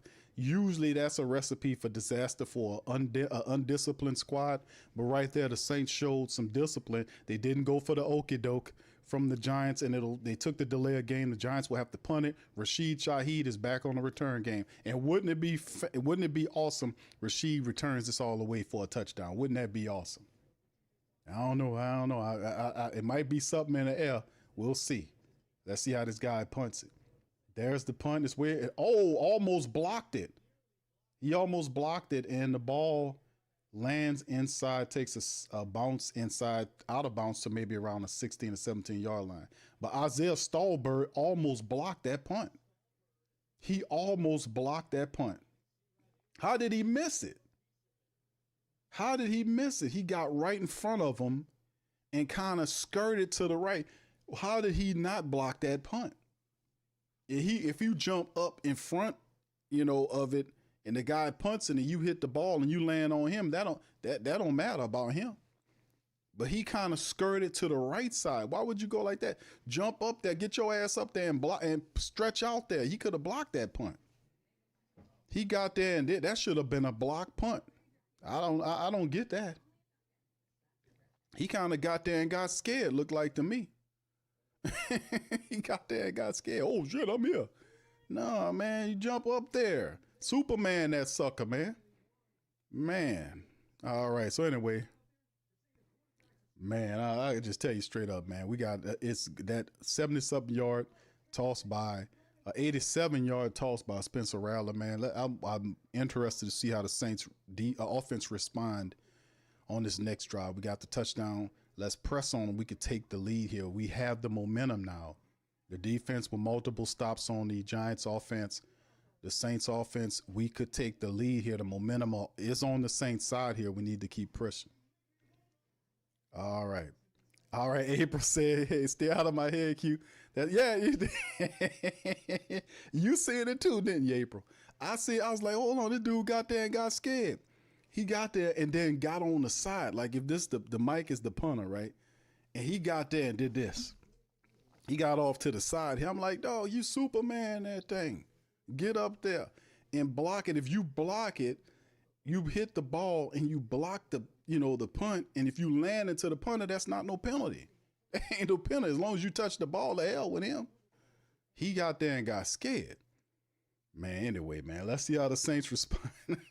He got there and got, oh shit. Oh man. Yeah, we got to do that, man. We got to make sure, man, that we have to capitalize. We have to capitalize on this play, on this drive here. We have to score a touchdown here and take the possession of the lead. We'll take all of the energy away from the Giants if we do that, because the crowd's on the Saints side. The momentum is now on your side. We need to convert this for a touchdown right here. We need a touchdown, man. All right, so here go Taysom Hill is out there, man. Taysom running off to the sideline right here. And the Saints got multiple stops on the Giants offense, man. Can the offense capitalize off these defensive stops? All right, so the Saints open up right around their 16, 17-yard line. Man in motion is Mason Tipton. Handoff to Alvin Kamara, dances around, breaks a tackle, and falls forward. And Kamara maybe a pickup of 3 yards on the play, force forward. Giants doing a pretty good job of stopping the Saints from running the football right now. WK5 carries for 18 yards is the Saints' top rusher right now. Through the first half of football, based on what we've seen from how the Giants have played over the last a couple of weeks, man, they're doing a good job in stopping the Saints from running the football on them, not so much the pass. All right, here we go. And there's a free play right there. It's going to be offsides against the Giants. That's a free free play because he didn't stop the ball, but it does give the Saints 5 yards offside Giant defense. Trying to guess that snap. Neutral zone and fraction against Brian Burns. Kind of burned the Giants defense trying to anticipate that snap, and he got caught up. He trying to anticipate the snap. Saints switched it up on his ass. All right, so anyway, here we go. You got down to the Saints. Is that the 2-minute warning now? I want to say, yeah, it should be right at the 2-minute warning, right?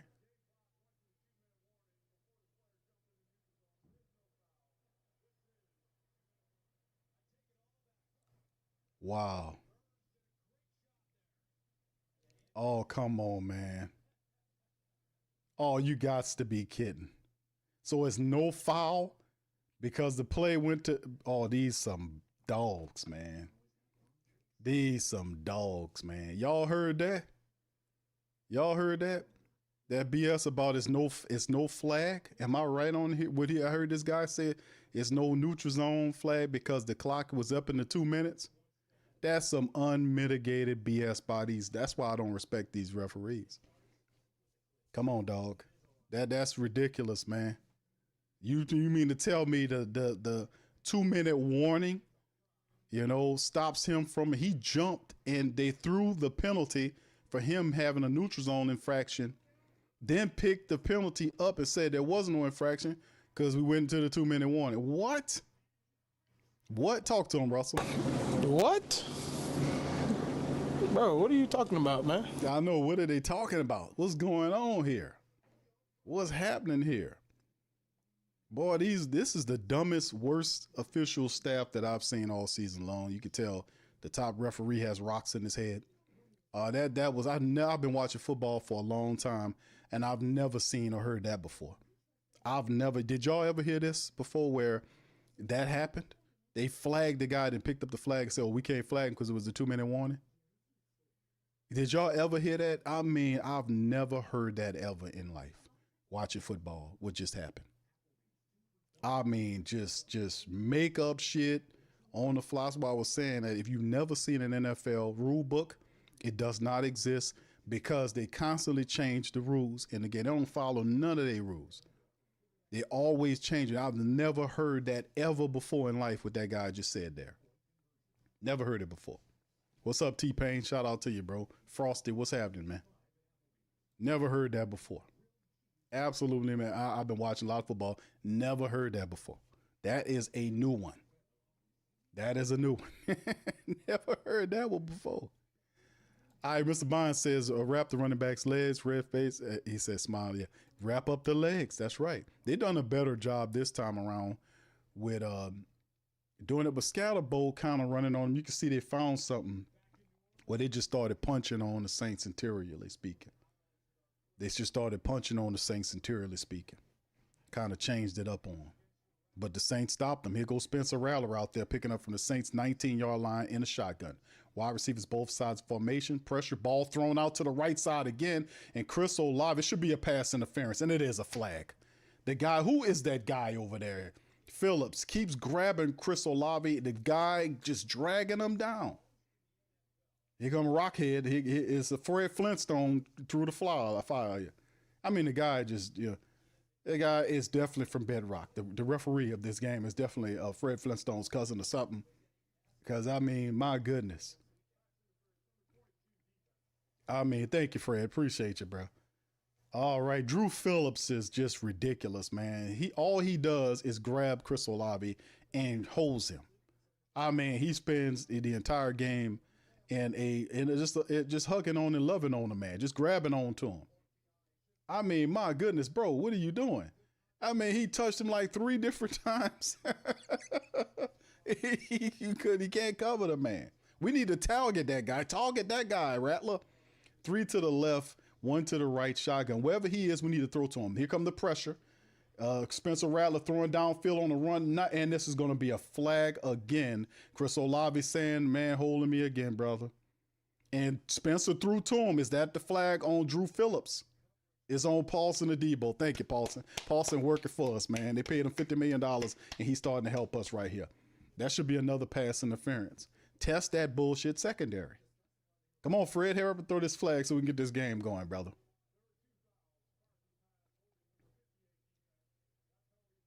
Holding. Yeah. Paulson the Depot. Shout out to Paulson, bro. How you doing, Paulson? Welcome back. Shout out to Paulson the Devo. Still a Saint at heart, baby. All right. So anyway, you can see Rasheed. That's Chris Olave. It just you can't touch him. And Chris like putting his hands up like, dude, come on, man. Just find Chris Olave and throw to him because none of them can cover him. That's what Rattler's doing. He's pinpointing Chris Olave. Just pinpoint Chris and throw to him. They can't cover. All right, here you go, wide receivers, both sides of formation. That's the quick snap. Pressure comes. Spencer checks down the AK-41 to the 41-yard line. And then he moves, and AK gets around the 35-yard line, I want to say. It picks up off the little check down. Spencer Rattler, the pocket collapsed and was present of mind to get the ball to AK-49 on the check, 41 on the check down. Positive yards, AK pushed out of it. It's like a $1:43, I want to say, on the clock right now for the Saints. Saints marching to a score. I like this energy. Let's make it count.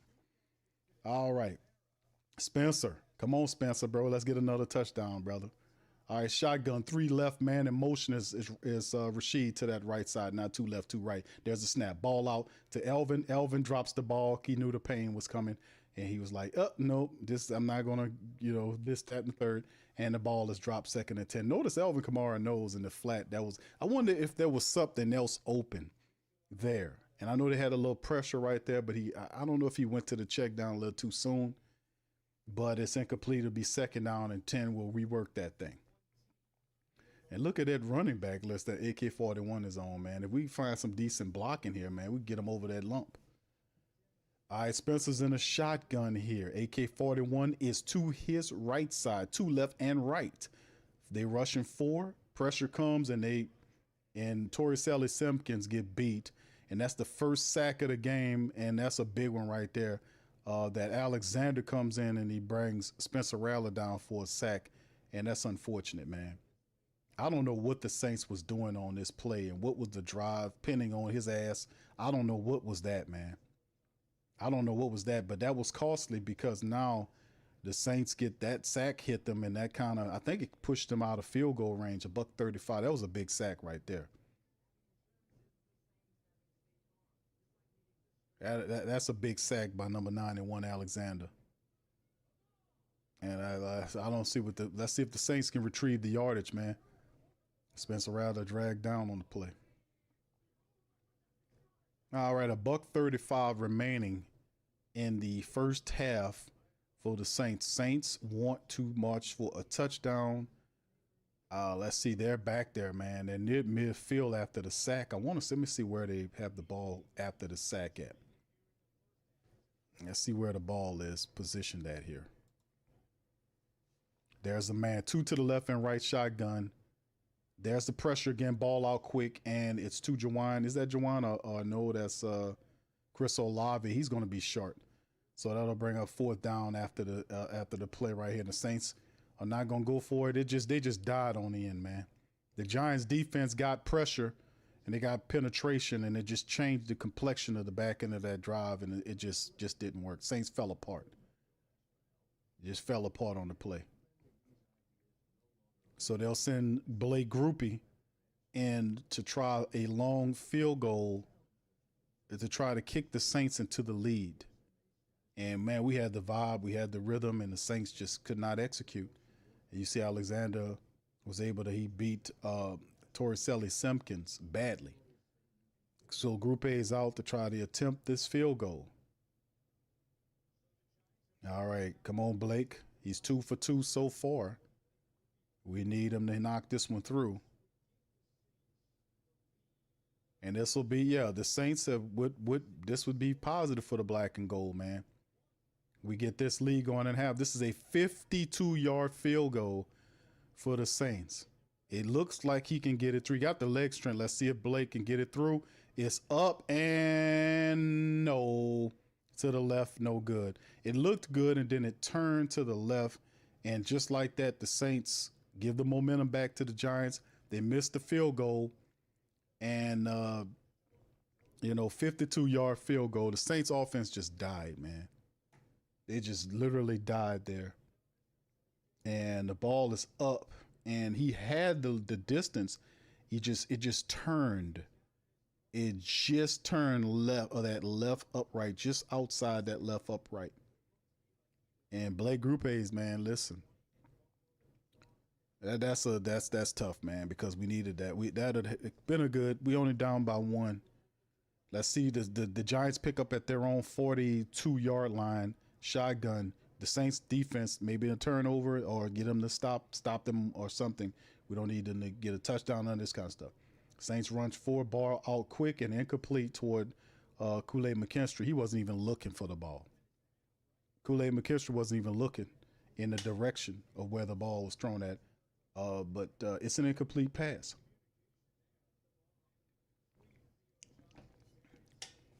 Let's see what happens here. 2nd and 10. Jackson Dart, 9 of 14. Saints defense kind of doing it a little better the last several series. Saints showing blitz up front, showing 5 guys there. Saints sending the house. Might be deception. No, they sending 4 dropping guys in the coverage, ball forced into it, and the tackle missed by Jordan Howden. Jordan Howden missed the goddamn tackle. The guy was able to pick up the first down. My goodness, man. Guys can't tackle. Jordan Howden missed an open field tackle that allowed Scatterbo to pick up the first down. He had him wrapped up and allowed him to get away from him and get extra yardage to pick up and get the first down. I mean, goodness gracious, man. This Cam Scattle, I told you, Scatterbo is a tough runner. So it's in Saint territory after the run. Shotgun. Wide receivers both sides of the formation. Saints sending pressure. Clean pocket, ball thrown, pitch and catch.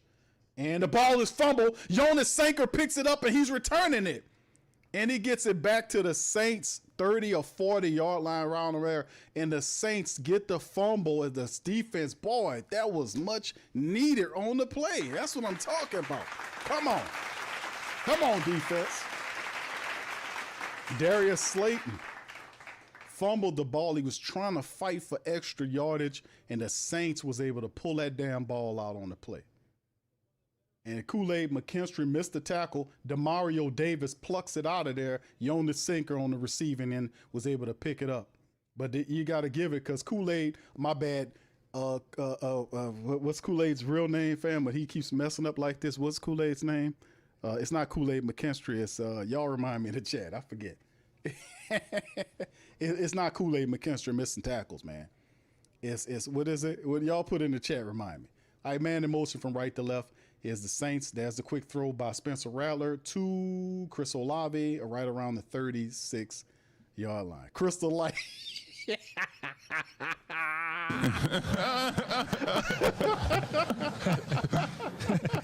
He ain't lying. Kool-Aid is Crystal Light McKinstry. Shotgun. Spencer quick throw right here to Brandon Cooks, a pickup of about 8 yards, 3rd down. Saints slanting you to death. They Saints slanting and come back routing you to death.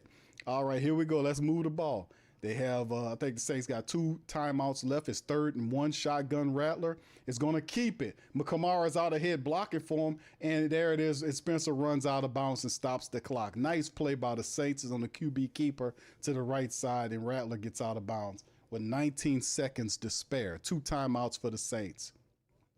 The QB keeper, Rattler kept it, and AK was out front blocking for him, and then Spencer was able to get to the sideline. Nice little play there by the Saints. 1st and 10 with 19 seconds on the clock. Like I said, the Saints have 2 timeouts remaining here. Come on, at the very least, we can get I want a touchdown, man. We got another chance to get a touchdown here off that turnover. 2 to the left and right. Shotgun Rattler, Kamara to his right side. Got a clean pocket. Throw is to, oh my goodness, Jamar Johnson drops the ball. This dude, whoa. I'm getting tired of this guy. He threw the ball to him, and what was he doing? What's wrong with this dude? Dog, what was he doing? He was trying to catch the ball with one hand? Bro, what's wrong with this dude, man? Why did this guy always got to make something more difficult than what it is? Wide receivers, both sides of formation. Chris Olave's in a motion from right to left. Pressure coming, ball out down the center. Elvin gets the first down, gets hit, popped pretty good, right around the 9-yard line. Saints burn a timeout with 10 seconds. Hopefully AKO is all right, man. He took a shot. Elvin took a shot. Looked like he's all right. Man, Elvin took a shot right there, man. He took a shot, man. Yeah, he looked like he kind of slow getting up on. I hope Alvin's all right, man. But he looks all right, man. Boy, I tell you, that Jawan Johnson dude, man, that son of a bitch is always doing something. Just dude, this guy, man. What was he trying to do with that catch? Just catch it. This little dude is so suspect at times, man. All right, 11 seconds for the Saints. Group A warming up for a chip shot. I want a touchdown, man, going into halftime. Saints 3 wide receivers right. We got Jawan bullshit ass up at the top, and then it's a timeout by the Giants. Giants gonna burn the timeout to get it lined up right. Might as well, they got one left. This could go 1st and goal for the Saints. Saints got a timeout, man, with 11 seconds on the clock. We need a touchdown here. That will really kind of help us go into the second half. You know, this whole momentum of the game is kind of here. The Saints still can possess. They forced the turnover. Usually when you get a turnover, the Saints need offensively to turn this into a touchdown. They need to turn this into the touchdown. They got Velli, big Devon Velli, the big, tall wide receiver out there as a red zone force with Jawan Johnson. I don't see Taysom Hill out there. I see Velli out there. I see Chris. I see Rashid out there. Is that Cooks out there? Shotgun Saints. Chris goes into motion, circles around him. Spencer throws it, and Telvin to the right side, check down. Not good at all. A check down there, and Kellen Moore has to burn. It's a loss of maybe 2 yards. He got to burn the timeout to stop the clock because he didn't even get out of bounds. I mean, I don't know what kind of dumbass call was that by Kellen Moore. I don't know if it's Kellen Moore, the fact that he telling Spencer, listen, bro, it was better options, bro. Bro, you got to throw it in the right. You got to throw that toward the end zone, bro. You don't check that shit down around there. You got 5 seconds left.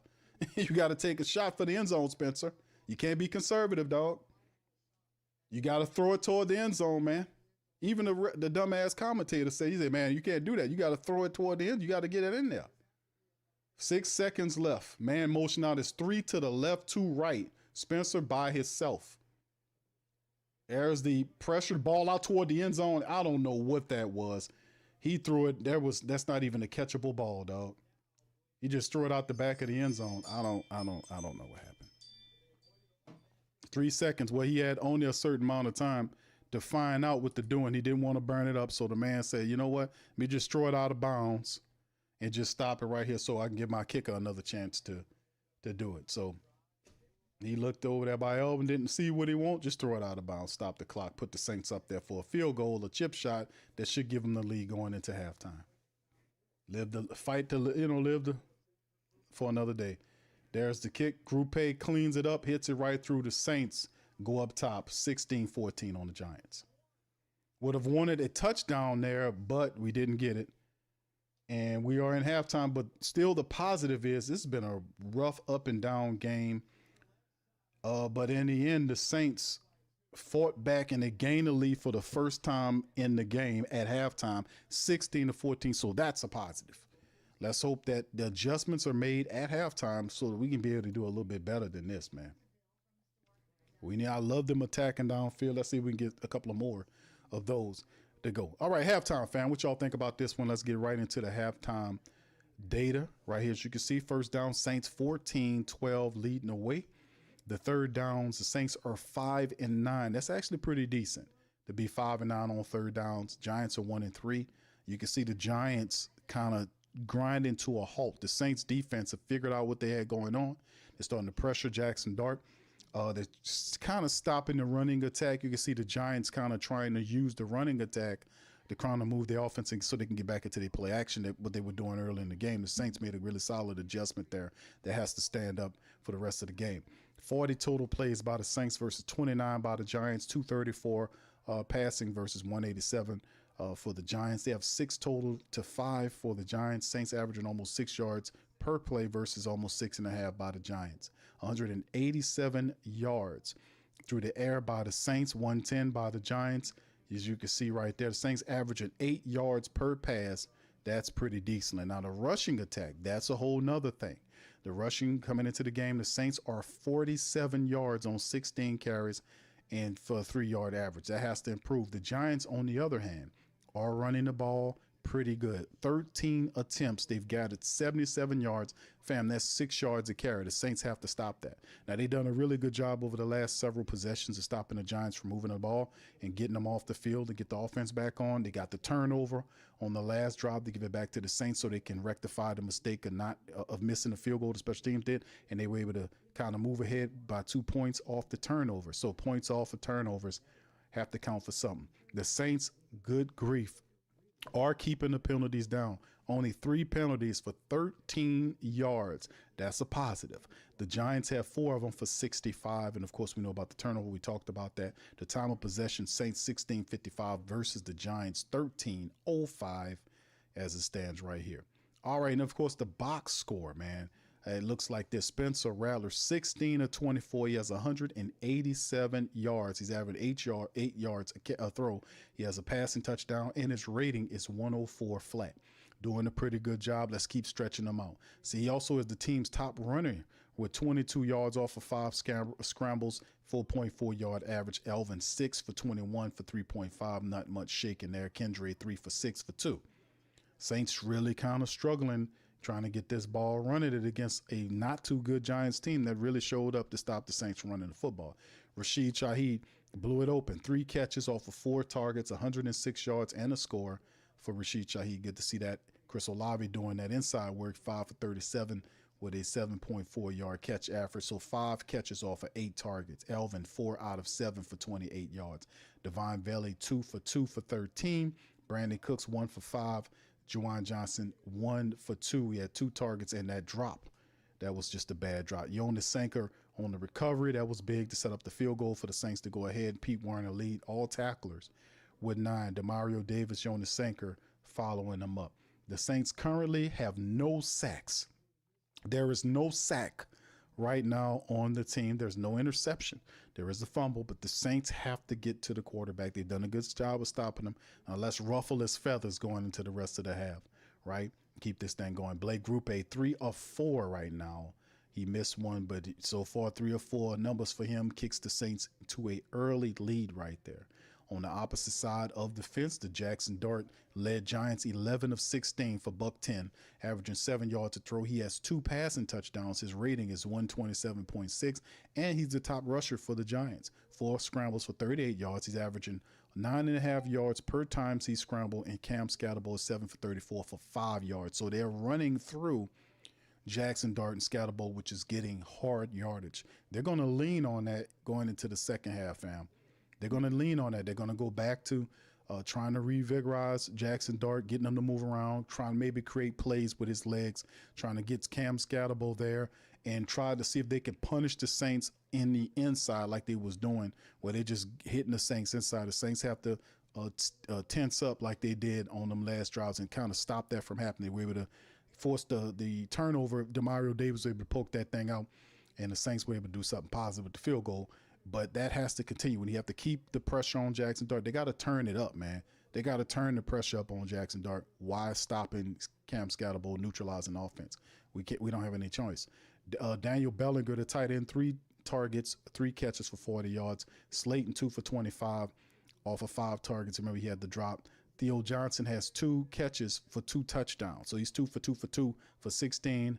And it's all working for Theo Johnson in this game. If you have him as a fantasy player, you're getting some good points off of him. And if you can see, Bobby O is the top tackler for the Giants, led by Tyler Nubin. Outside of that, Tyler Nubin and Paulson Adebo bring up the rest of what's going on with the team. And of course, they said that the Saints the Giants didn't have a sack. I want to say they sacked Spencer Rattler. Maybe they just didn't update it here, but I remember seeing them sack Spencer Rattler for a loss. I don't know if they did put it up here, but I thought they got him for one. Anyway, don't matter. The Saints are up ahead 16-14, fam, as it stands. And to kind of go over the, I guess you could say the scoring summary that we've seen happen with the Saints. Both teams going into it at halftime, the scoring summary shows you that Theo Johnson started the game off with a touchdown, 7 their way. Blake Group A then comes through with a 28-yard field goal in the first quarter, makes it 7-3. The touchdown the next quarter, Theo Johnson gets his second touchdown catch, and from 15-yard pass from Jackson Dart goes 14-3. Saints come back with a 53-yard field goal by Blake Group A to make it 14-6. Then the touchdown by Rashid Shaheed, 87-yarder, blew the game over, makes it 14-13.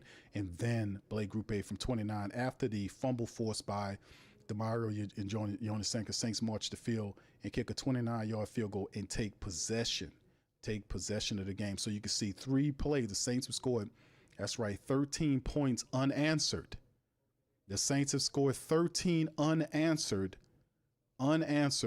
since that touchdown by Theo Johnson at the start of the second quarter. They've scored 13 unanswered, 2 field goals, and the touchdown by Rashid Shaheed to take possession of the lead 16-14. Can this trend continue going into the rest of the game?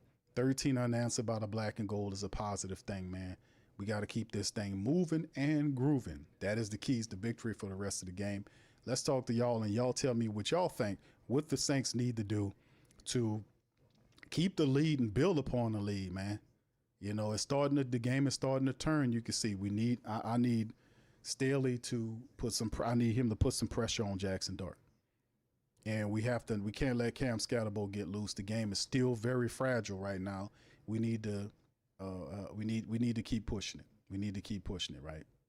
And I think the Giants got the ball back coming up after halftime, man. So yeah, the Giants will receive the ball at second half. So for the Saints to get a field goal or a score to flip the game in their favor was big, you know, getting that happening. So, all right, anyway. All right, Big Earth says cut Group A. Hemisphere says it's like Olavi passing the red zone last week.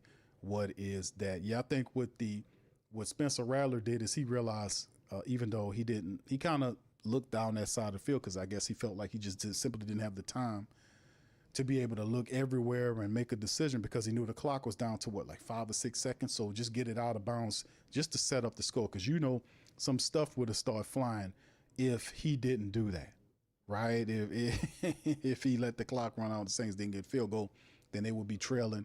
And then the Giants get the ball. You know, there'd have been some stuff flying about that. So he made a smart move, throwing the ball out, you know, out of bounds, stopping the clock, giving the field goal unit opportunity to do that. That's smart. That's smart. All right. Jeff says, I'm proud of the boys thus far. We need to keep it on. All right. Slitchild 17 says, finding identity is important for the Saints. Great adjustment, offensive play calls. We starting to see the momentum change. 13 unanswered, man. That definitely tells you that a light bulb has went on and the Saints have found out a way because remember, they were just walking the ball down. It took them a while to make the adjustments, and now all of a sudden the Giants can't seem to do anything. The Saints are starting. They got the turnover on the last time around. Saints didn't turn into a touchdown. They turned into field goals, which kind of put us ahead. But like I said, 13 unanswered, that's positive. So that means something, a light has went off somewhere. We just need the defense to do it again, to get the ball back from the Giants and the Saints offense to score a touchdown and kind of lead this game in the right direction. Then the crowd gets involved and we should be fine. A-Camp says we got to win this game. This is our game to win. We are a better team than them. I feel that same way, bro. We had the guest on, and my guest said I felt like his team was more talented to my team, and I'm saying, no, you're probably looking at just the record. The Saints have talent. The problem is, like with any team, every team has talent, right? But it's what you get out of those guys. You got to be able to put these guys in the right position so they can be able to execute and feel comfortable. Rashid Shaheed's a deep weapon. Getting him vertical is the key to it. Getting downfield. There's at least 2 more of those vertical strikes that we can go with if you're Spencer Rattler.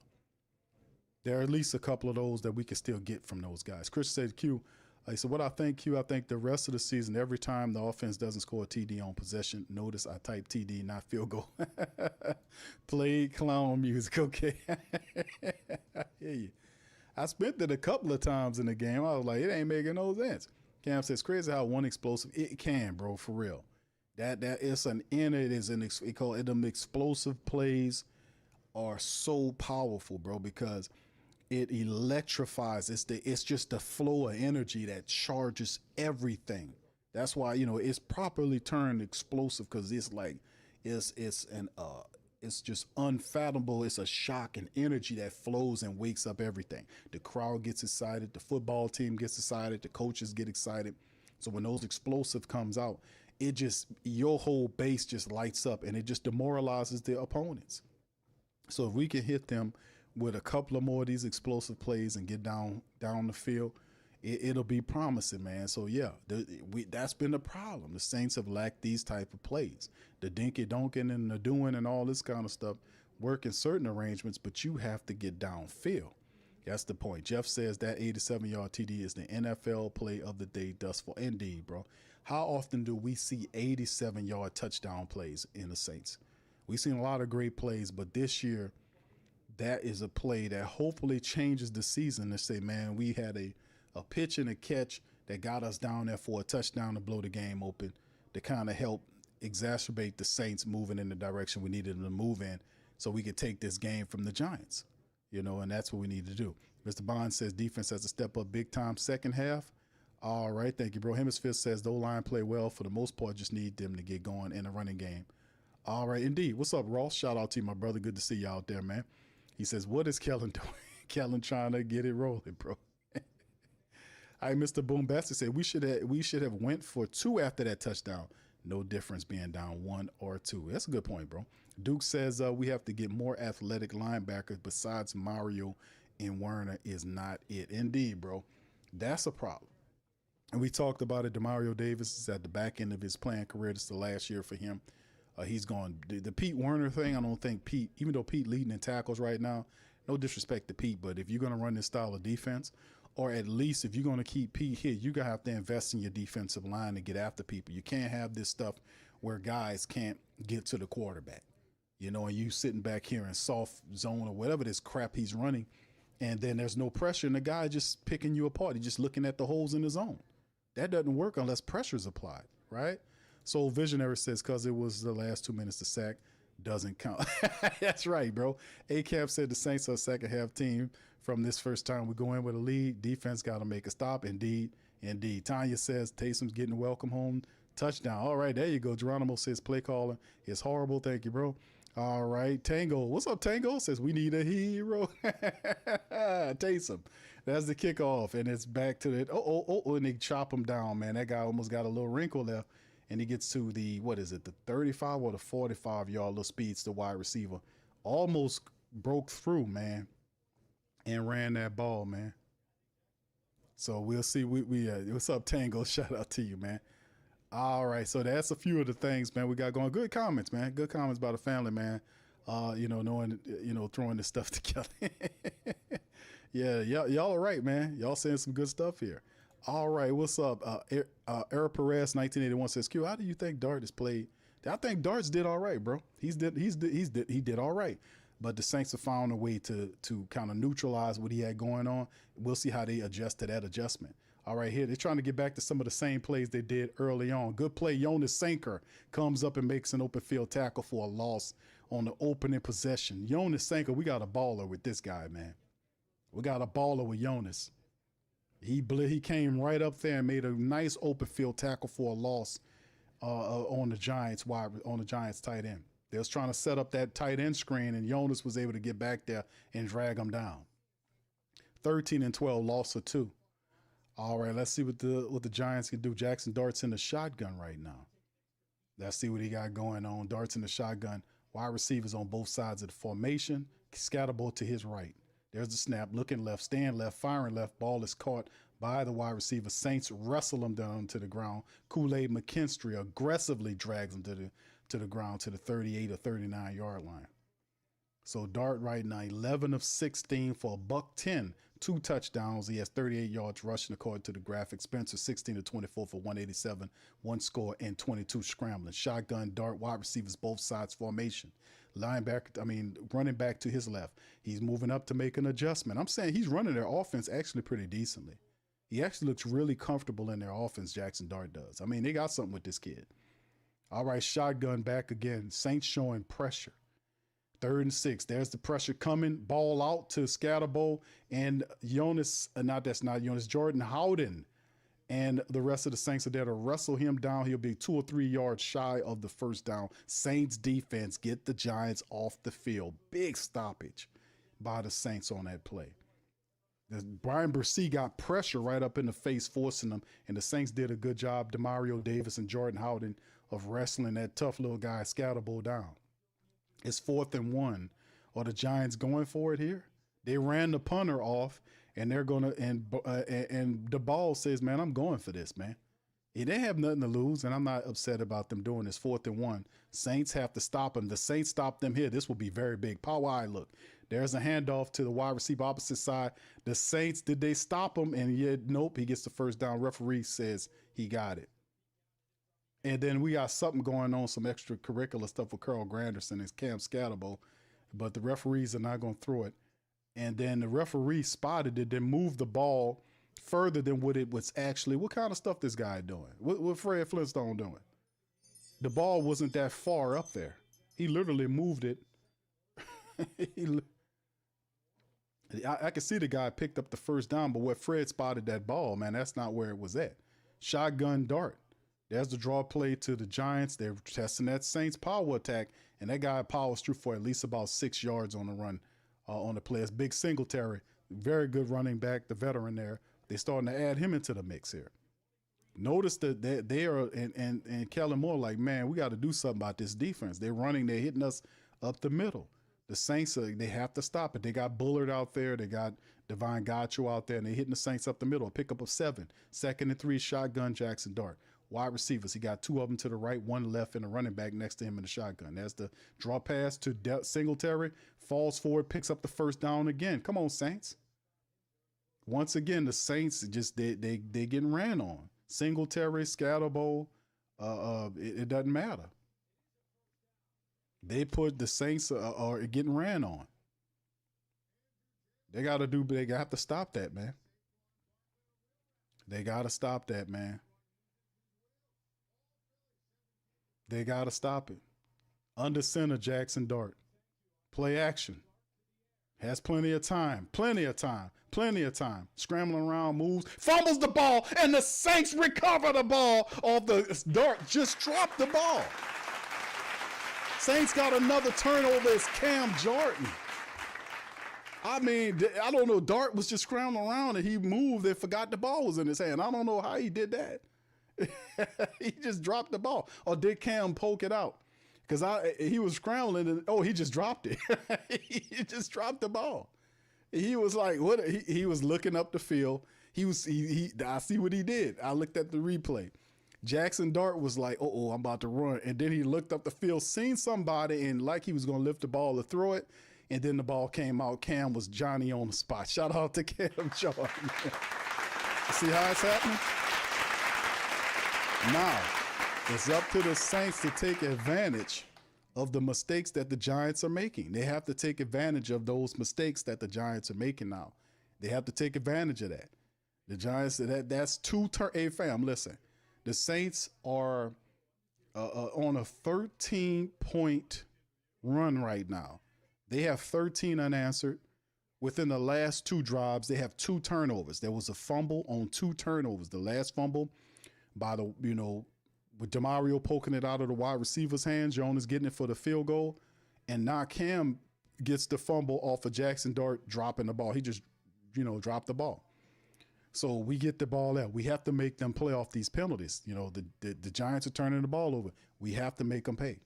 We have to make them pay. We got to get a touchdown. If we get a touchdown here, man, that will be huge. That will be huge. That will blow the dome open, and the crowd will get involved. That'll electrify a lot, man. That'll be headed in the right direction. We have to do that. We have to do that. All right. All right, Brittany says, I will take it. Please do something with all. Yes, indeed, Brittany. You're absolutely right. Yes, sir. What's up, Jet Black? Shout out to you, man. Yeah, he says, that man has a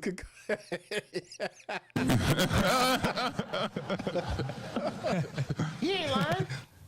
Talk, boy. You might be, hey, man. Hey, bro, listen. They had an opportunity to go through halftime. If something going on with the man, they might have looked at him in the locker room. you know. But for a guy, since he got slammed, hey fam, wasn't I'm just saying when he got slammed on the ground, wasn't it around the time the game changed for Jackson Dart? Am I right in that assessment? Huh? Y'all know because his game, the Saints made the adjustments, but remember when we talked about him, he was rolling and his head got slammed on that ground, and oh, he just dropped the ball. Sean Jackson just dropped the ball. But wasn't it around that time when the game changed for Jackson Dart that you know, that might be something. All right, here go the Saints play action. All right, Spencer Rattler, and it gets batted down in the face of the official, and yeah, Rattler got batted back in Rattler's face, and he threw it again. That was kind of a weird play. There's a flag down. Well, let's see what the flag down is against Brian Burns for roughing.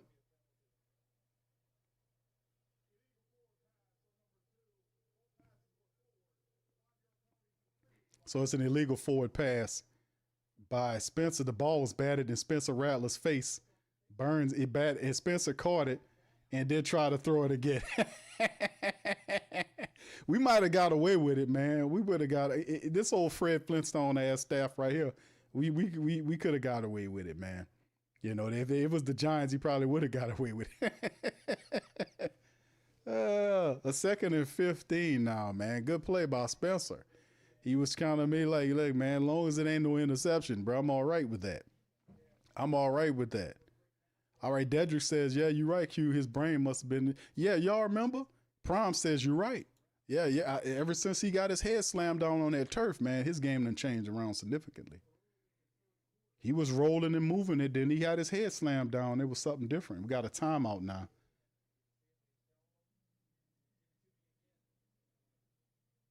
The Saints burned the timeout early. They want to get this. This is interesting. The Saints take a timeout with 10:47 on the third quarter clock. That's interesting. I guess Kellen Moore trying to dial up something to get deep. Yeah, I don't know what's going on. That's interesting. You take a clock. You burn the timeout at where we are. You know, hold on, let me reset this here thing. I'm still stuck on halftime. All right, where are we? Yeah, with what is it, illegal forward pass? Okay, we got 10:52 on the clock. 10:52 on the clock, and they burn a timeout right there. It's very interesting now. Interesting, man. All right, this is something else. We got to get this together, man. This is because it's Kellen Moore's probably saying, hey, man, listen, we get this touchdown. This will blow the game open. You know, they really kind of really want this victory. We've had a month of losing games that we should have won. And Kellen Moore's like, man, we have this game. We got multiple turnovers. We have to win this game against the Giants. We have to beat the Giants. Then they have the Patriots next week. The Saints take this one game at a time approach. They cut out all the penalties, and right now we talked about the penalties. The penalties are very low for the Saints. Outside of the illegal forward pass penalty, the Saints have like 4 penalties for less than 30 yards. So in terms of that, they've been doing a decent job of keeping the penalties low, and they've done a better job of executing over the last several series, which will, like I said, indicates the 13-0 run that they're currently on. But field goals is not going to cut it, especially when you get in turnovers. You getting turnovers, you're getting fumbles. You have to take that and put it in the end zone. We need touchdowns here. Ain't no damn old field goals kicking all this kind of old stuff. We have to get in the end zone with one of these turnovers, man. We got to get in there. All right, Duke says we have to get points. Yeah, indeed, bro. We have to get into that end zone. We got to get in the end zone. That's the only way this is going to work. Ross, you're right, bro. We got to get a touchdown. We have to get in the end zone to open this game up and demoralize the Giants. We got to get in the end zone. No more excuses. That's right. No more excuses. All right. Shout out to y'all, man. What's up, Snakebite? All right, here we go. Shotgun Saints from their own 39-yard line. 2 to the left, 1 right. We got Elvin. No, that's Kendre back there. And there's a pressure coming. And that Spencer shakes it off and was able to get his stuff, and Kendre Miller to the right side picks up, about 5 yards. Spencer Rattler got pushed outside of the pocket. by Masal, who came in there, and Spencer shook him out of his shoes, then scrambled further right and threw the ball up the field to Kendre Miller for a pickup of about what was it? He got the 5 yards back for the illegal forward pass +3. So an 8-yard pickup on that throw to Kendre Miller. And now the Saints are at 3rd and 7 now. We have to convert here. This is very important. We have to get this 7 yards, man. We got to make this work. Shotgun Saints, they got 4 guys on the left-hand side. There's the pressure coming. Spencer scrambling out the right, firing upfield, and the catch is made and by Chris Olave in the Giant territory as he's pushed out of bounds around the 35, 40-yard line, somewhere over there. So that was a nice nice scrambling play by Spencer Rattler, throwing on the run, made a really nice throw to Chris Olave, who was darting toward that right sideline. Good pickup. You can see Spencer using his legs, getting out of harm's way, finding Chris Olave. The Saints get all the way down to the Giants' 34-yard line. Hand off to Kendre Miller, breaks a tackle, moves forward, fighting his way through for a pickup of about 6 or 7 yards by Kendre Miller. Saints bully ball time. Saints in field goal position. We want a touchdown. Spencer Rattler, that was big on that 3rd down throw. And they put Kendre Miller in there, who gets that's ready to do some rough running. So, yeah, let's see the Saints. We need to punch it in. 2nd and 2, a pickup of 8 yards on that run, they say. Pickup of 8. Saints have neutralized what the Giants had going on. 3 wide receivers, left, 1 right. It's a handoff to the Kendre Miller, and he can't get off the south. The Giants stand him up, and it will be a minimal gain. Bobby O on the stop. He leads the team in tackles. 16-14 Saints. It's now 3rd down and 2. It's 4-down territory no matter how you slice it. 3rd and 2. Can we put Taysom in there? Put Taysom in there. He'll get it for you. All right, let's see what they got going on. Shotgun. No, Taysom's in the game now. Motion man, the tight end number 88. Taysom in the game. He gonna throw the ball. Taysom's throwing the football, and it's caught by Juwan Johnson inside of the 10-yard line, down to the 6-yard line. Taysom threw the ball. Go ahead, Taysom. Taysom threw the ball. Taysom threw the pass.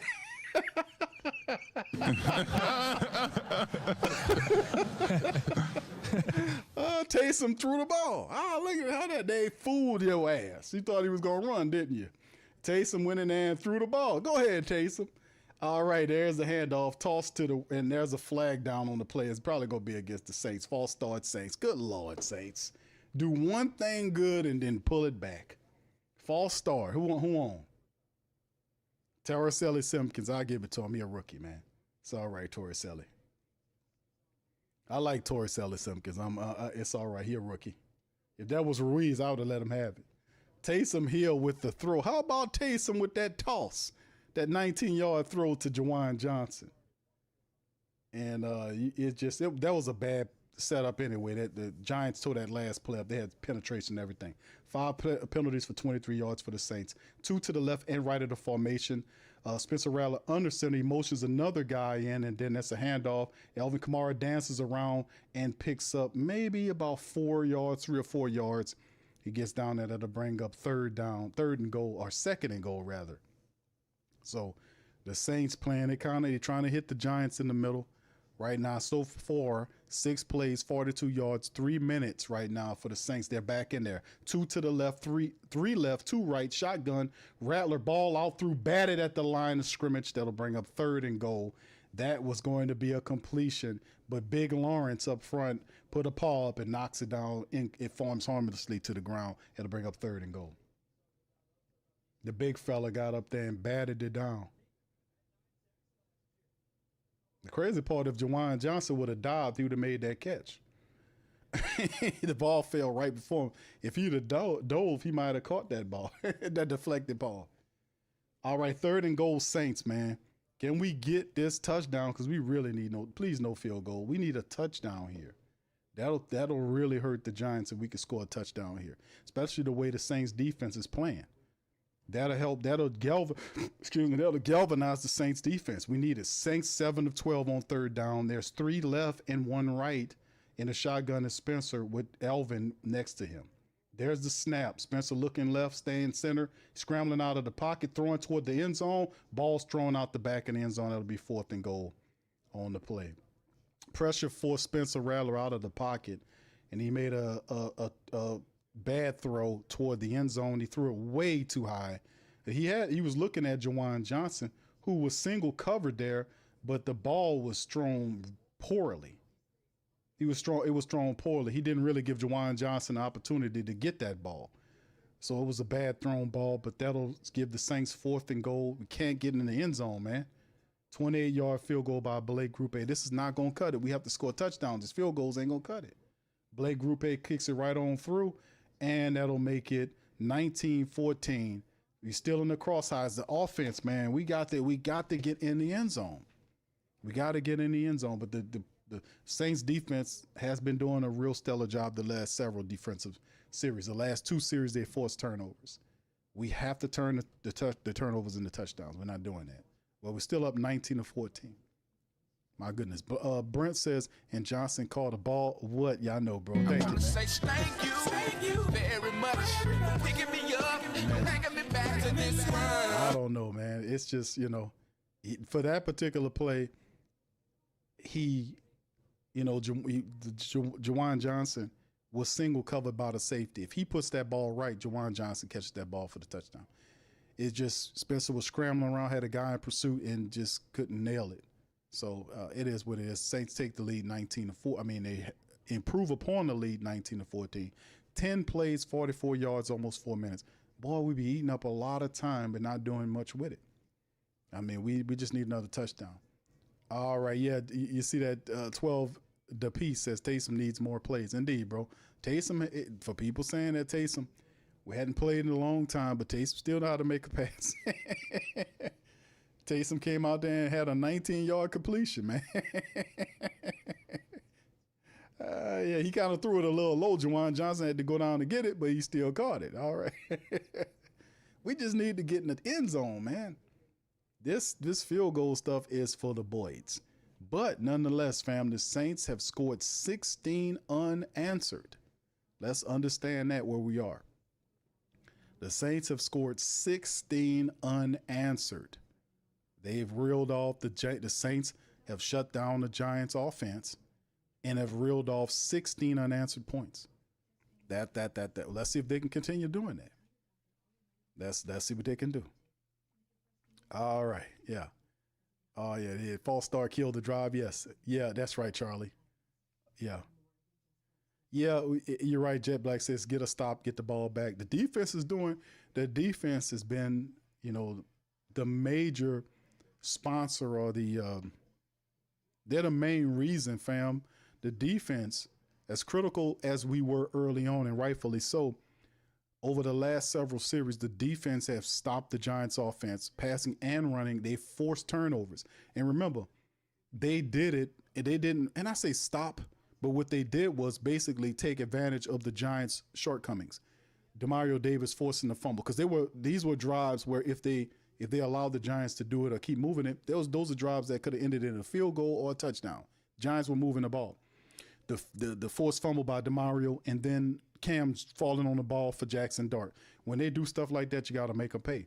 This the kickoff. He returns inside the 5 to the 15, 20, 25, drag down, right around the 31-yard line on the return by the Giants. So the Giants open up there, and they've been having problems, man. The Saints are getting the turnovers, but the offenses are not turning a lot of these plays into touchdowns. If they had, man, this game would be, and this game would be over. But the ball is bounced well for the Saints. I mean, they're fumbling, and the Saints are getting the fumbles. We're just not doing nothing with them. They got the possession chart. Since then, the Saints have stopped them 4 times. Punt, fumble. 2 back-to-back fumbles. 16 points unanswered by the Saints. Shotgun Jackson Dart, wide receivers both sides of the field. It's a handoff to Scatterbo. Scatterbo finding a lane, and he gets another 7 yards right up the Saints. They're not doing anything particularly complicated. They are hitting the Saints up the center, up the defense, and the Saints continually don't have an answer for Scatterbo. And the Giants are and Brian DeBall is just he's going to lean on that. Just give it to Cam Scatterbo. Shotgun Jackson Dart. Another play to Scatterable. Guess what he does? Gets a first down. He can't stop him. Right now, Cam has 43 yards rushing on 8 carries. And you give him the ball, the young guy getting it. You know, this young guy, they just give Scatterable the ball. He picks up tough yardage right up the center of the Saints defensive line. I wonder what we got to do something about that, because that's what Divine Gacho was brought here for, to stop that type of shit. Do we have to get Nate Shepard out of here? I've been advocating for him to go. Here's the next play by Darts play action. He got all kind of time in the world. He's gonna try to scramble around. Saints get him and wrestle him down, but he does fall forward about 2 yards beyond the line of scrimmage. Maybe 2 or 3 yards for Jackson Dart. He tried to take off. He didn't see what he liked. Took off right up the center. He thought he was Scatterable. Didn't get the same amount, but a positive for 2 or 3 yards. Man, they showing Mike Kafka. I'm glad we didn't get that guy, man. The Saints was talking to him. 2nd and 8. 2-yard pickup. 3 wide outs to the left, 1 right. Jackson Dart in the shotgun, running back to his left. There's a snap. Hands the ball to Scatterable. Scatterable wrapped up for a gain of 2 right away. I think that was Cam. No, it was number 98 right there on the play. Bullard. I looked like that was Bullard. Grabbed the big arm out and grabbed Scatterable and kind of bear hugged him. He couldn't get going. He couldn't get loose. Good play by Bullard. We're 3rd down and 7 now. Saints defense. We got to get them off the field. 3 to the left, 1 right. Shotgun.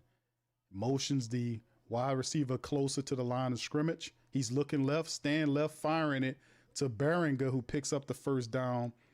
And boy, he was basically wide open, cutting across the field. Uncovered. Pitch and catch on the play. Uncovered. Saints playing dumb zone. And they're just watching. And then the guy just running. And I don't know what Demario Davis was doing, because the guy flashed in front of his face. Should have picked him up. But he let him run. Then the guy catches it and gets the first down and picks up an additional 3 or 4 yards. So they convert. They're on the Saints side of the field. Dart in the shotgun now. 2 to the right. Looked like a running play. Got multiple people in the backfield. Handoff to Scatterable. Gets loose. Missed tackle. Falls forward for a pickup of 4. You had a defender in the backfield for the Saints. Missed the tackle. Cam Scatterable falls forward for about 3 or 4 yards. So that'll make it, 2nd and 6 or something. Giants marching like they got it on their mind. Giants got it on their mind to get it in the end zone. Saints need another turnover or something big to happen. Wide receivers both sides of formation. I think it might be another draw package, another draw play. Jackson shotgun. Scatterable to his left. There's a snap. Draw to Scatterable. Gets met there. Drags the Saints' entire defensive line forward for an additional 4 yards, maybe 5. I mean, it's a tough little dude, man. And some pushing going on right there with the Van Rooten, the offensive lineman for the Giants, protecting his running back. 3rd and 3. That was a pickup, and that they have 3 yards. Yeah, that little Scatterable guy is just running. 3rd and 3. Wide receivers both sides. They got 3 to the right, 2 left. Naked backfield with Jackson Dart back there by himself, trying to test that Saints secondary. Saints sends forward. No, Dart keeps it, picks it up, and gets the first down easily. Jackson Dart calls his own number and easily gets it. And the Saints, if they're not forcing no turnovers, and Jackson Dart, they lose containment, and he just runs right on through. And I mean, nobody touches him until he gets to the DBs. I don't see no linebackers nowhere. Totally, entire center of the field completely open for a scrambling quarterback. Shotgun Dart, 2 to the left, 1 right, or 2 right. Might be another handoff. Just give him a handball to Singletary. Singletary missed tackle in the backfield. Demario Davis missed the damn tackle. He breaks free to the left side, picks up 4. Demario could have had him for a loss of 2. And once again, as I remember, I was watching tape last week of Demario Davis missing tackles. All he does now is miss tackles. That was a big missed tackle by Demario Davis. He got back there and missed it, and the guy picks up 3 after the miss. So far, the Giants are marching at 9 plays, 47 yards, 5 minutes. Dart under center. This is a running situation. Look like a running play the Giants are setting up in. And it looked broken, but it's a setting up for Cam Scatterbo. Another missed tackle by the Saints again, and Scatterbo falls forward for another first down. Saints had him again, missed another tackle. When they become such a bullshit tackling team? When did they be this? Why are they so terrible tackling? I mean, wasn't that Yidam? That guy got $9 million. He can't even make a tackle. Okay, the Saints got a little man-on-man action down here with Kool-Aid McKinstry, shotgun dart. There's the play to throw it to the tight end. Tight end is wrapped up. He picks up about 3 or 4 yards before Demario Davis and another get a hold to him. Giants trying to move the ball. They're moving the ball, marching on them. Alante, stop talking mess to these people, bro, until you stop them, man. Come on, man. Focus. Get your head in the game. We got about a minute and some change on the clock, but the Jackson Dart-led Giants, this is a big drive right here for them if they can get it. 2nd and 7 right here, and that'll be the end of the third quarter. So the clock will tick out, and that'll complete the end of the third quarter. So the Giants will open up the fourth quarter in the Saints red zone, and we'll see what happens on the other side, man, when the game get back. Very interesting, man. We got to do a better job here. I don't like no missed tackles, man. I despise missed tackles. Despise these missed tackles. Yeah, Booth says, yeah, the D got to. It's too many missed tackles here, man. Too many. I mean, if Staley calls a play, the defensive coordinator, he calls a play and gets you in a position to make a play, and you get there and don't make the tackle in the backfield once you get the penetration and you get 2 or 3 yards into the backfield. Make the damn tackle. On this drive here, you've seen the Saints miss several tackles. Demario Davis, supposed to be the leader of the defense, missing tackles. You've seen Isaac Yiadom get out there, had an open field guy and missed the tackle. And like I said, you can't afford to miss these tackles for the Saints because the Giants are just mano-a-mano defense. They're offense. They're just like, okay, let's line up and see who can stop each other. They're just lining up, hitting the Saints. They ain't doing nothing extravagantly genius. They just running the ball right up the center of the offensive line at the Saints and daring the Saints to stop them. And this drive, the Giants have their mindset on getting a touchdown. So we gotta fix that, man. And then of course on the other side, the Saints have to get rolling offensively when we finally get the ball back, because them not getting that touchdown at the end of the half and kicking a field goal, it didn't keep the game is not safe at all. They can score a touchdown and take the lead back. So I mean, in the end, we'll see what happens. But man, I don't like how the defense has to take care of. They have to. When you get back there, you have to make the tackle. You're getting paid too much money not to make no goddamn tackles, missed tackles. DJ Field Goal, shout out to you. S-Set23, big ups to you, fam. Good to see y'all there. Well, see what happened, man. We need both offense. If they want the game is in reach. This is the part of the game we talk about all the time on the show. When the Saints get to this moment of time when the game is in their grasp. It happened with the Buffalo Bills last week. The Saints were only down by 2 points and did not seize the game. They could have won that game last week. They were within 2. It's taking advantage of the moment when opportunity presents itself. Shotgun dart. It's a handoff to Scatterbo right up the center, and the Saints do it, and it's a fumble! And he's going the opposite way. Is that Quincy Riley? No, it's Jordan Howden picks it up, and he's running all the way to the opposite end. It's a fumble by the Saints, a recovery, and a touchdown. Jordan Howden. No flags down on the play, and he takes it the complete opposite way. The defense, 3 fumble recoveries, and they shut it down. How about yeah, huh? Boogie like like Benson, I'm a who that. I'm a who that. Long as I'm living, I'm a who that. Lose or winning, I'm a who that. Sports Coma, yeah, this is where we do that. Where we do that, where we do that, where we do that, where we do that, where we do that, huh? Boogie like Benson, I'm a who that. I'm a who that. Sports Coma, this is where we do that. Where we do that. Welcome, welcome, welcome. Somebody please better help. Running this thing like elf. Thank God every day I'm not a felt. Go to YouTube Live with Big Q and the guys. If you ain't ride or die, the bandwagon get flipped. Been marching in, that was way for the ring. I was yelling out your shame for the championship. Bucking on town, duck down.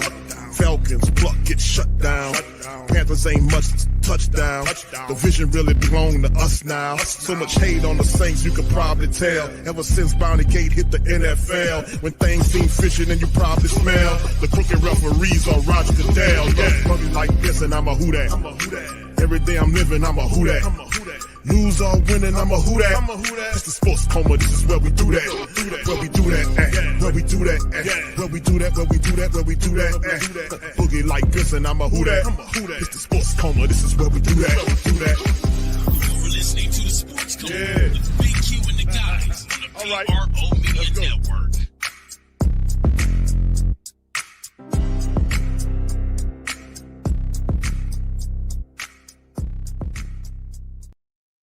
Oh, man.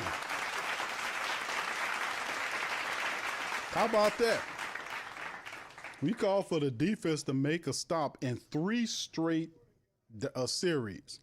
The Saints forced fumbles, and they said, you know what? Since the offense can't score a touchdown to blow the game open, let us do it. 3 straight fumble recoveries, the last one for a touchdown to put the game where it stands, man. So big ups to the Saints defense, man, doing the business. How about that? Man. Boy, I tell you, boy, it's the cardiac Saints, but in the end, you know you love it. You know you love it, baby. 26-14 on that play.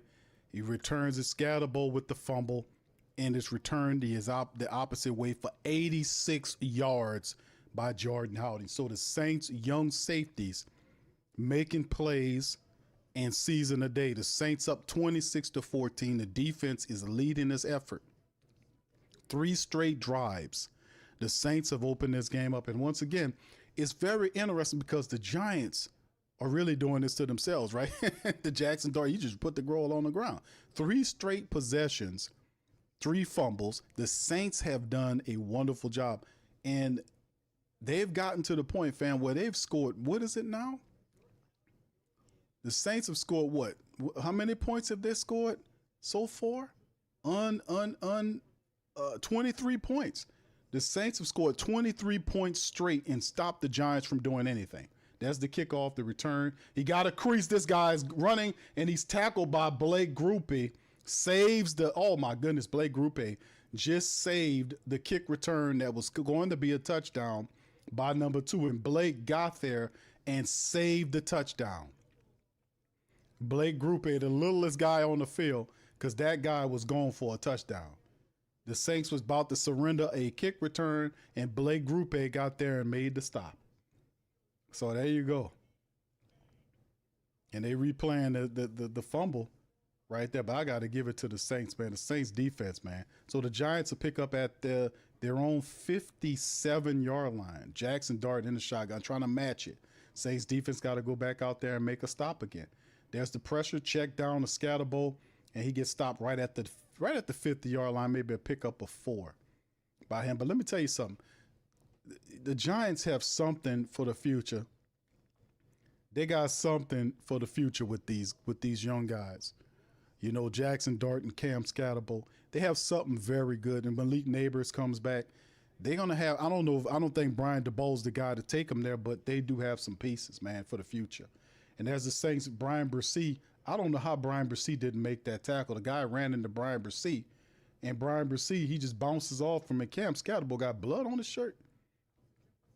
They don't want to tackle a little guy. The littlest guy out there, but he's a muscle. He's like he's like an alligator running out there.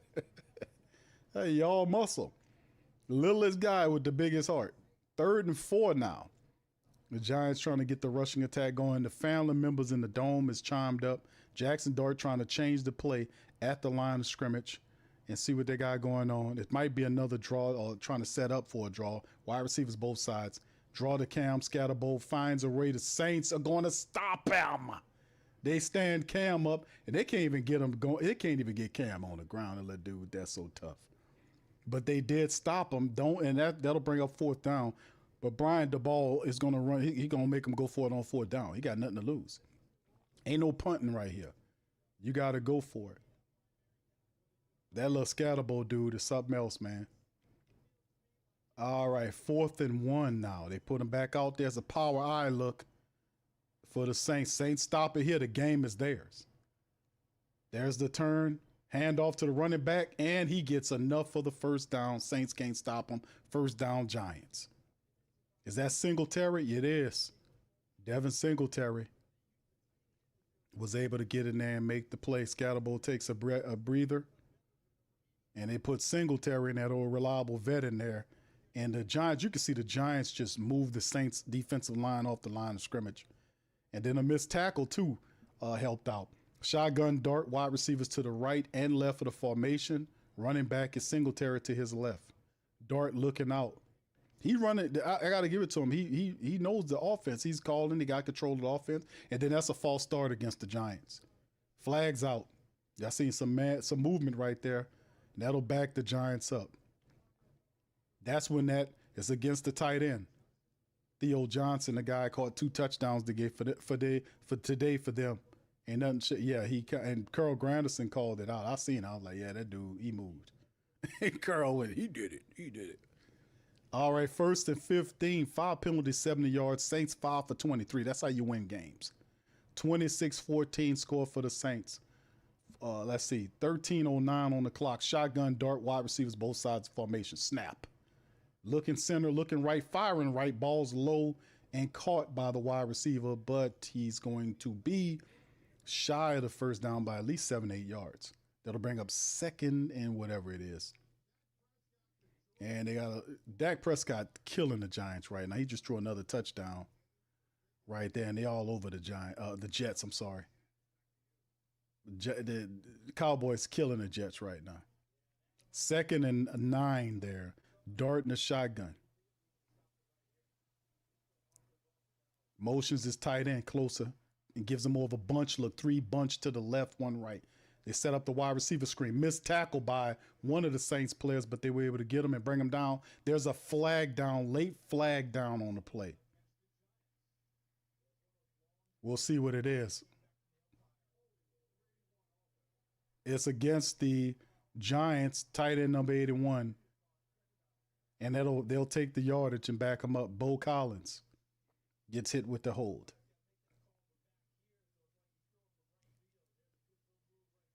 Looked like the guy got blocked in the back there. It looked like he pushed him in the back. Number 84. You can see the Saints player was going for the tackle. Looked like the guy blocked 84, pushed him in his back. That's why he missed the tackle. All right, so 2nd down now for the Saints. It's working for them. The Giants killing themselves with penalties and turnovers. Chris Rumph is out there. Jordan Howden and Jonas Sanker stepping in, the young safety stepping in, making plays. And we'll see something going on the field. The referees situating something. They talking about something. Won't y'all get out the way and continue the game, please?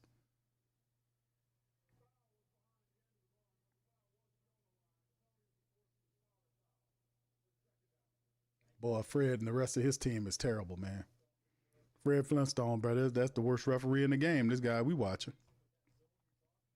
Boy, Fred, something else. 2nd and 18 now. 2nd and 18 for the Giants.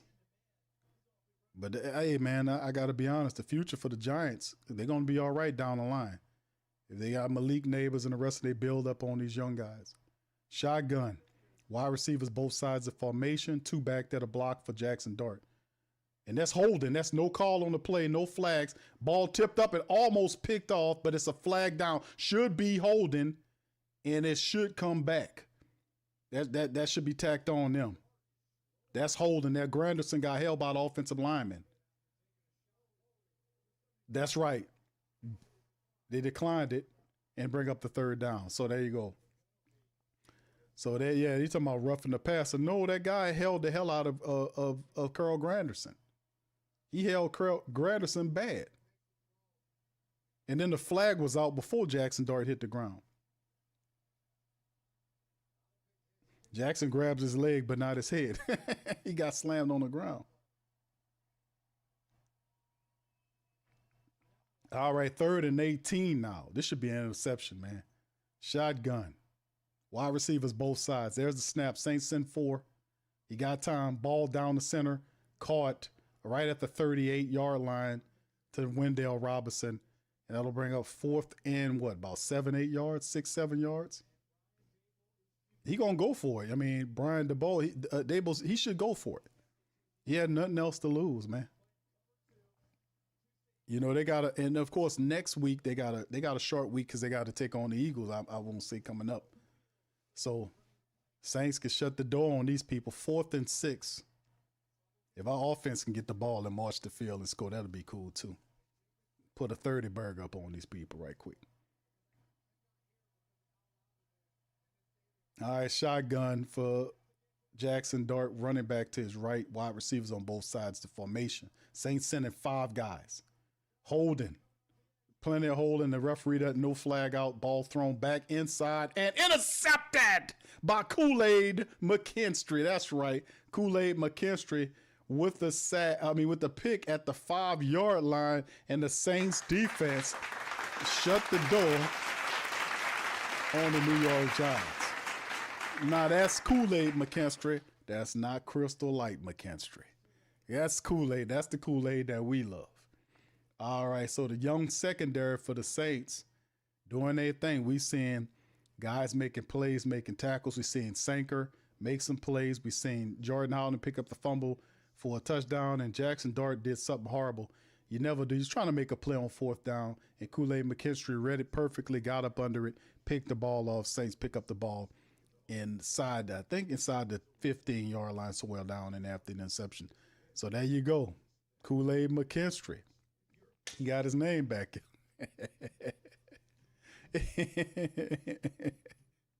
That's Kool-Aid. That ain't Crystal Light McKinstry on that one. That's Kool-Aid.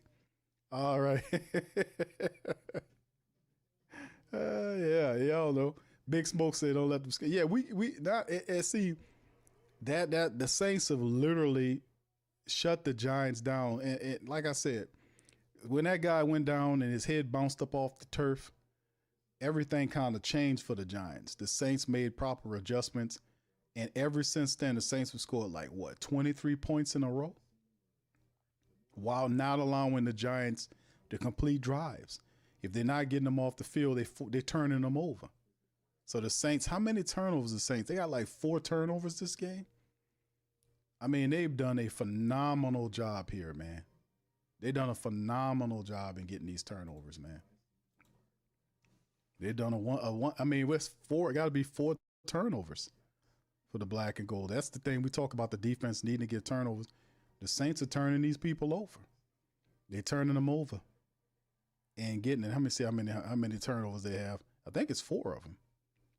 Yeah, the Saints have 4 turnovers. Yep, they have 4 turnovers right here. So big. There's an interception and 3 fumbles, and one of the fumbles was returned for a touchdown.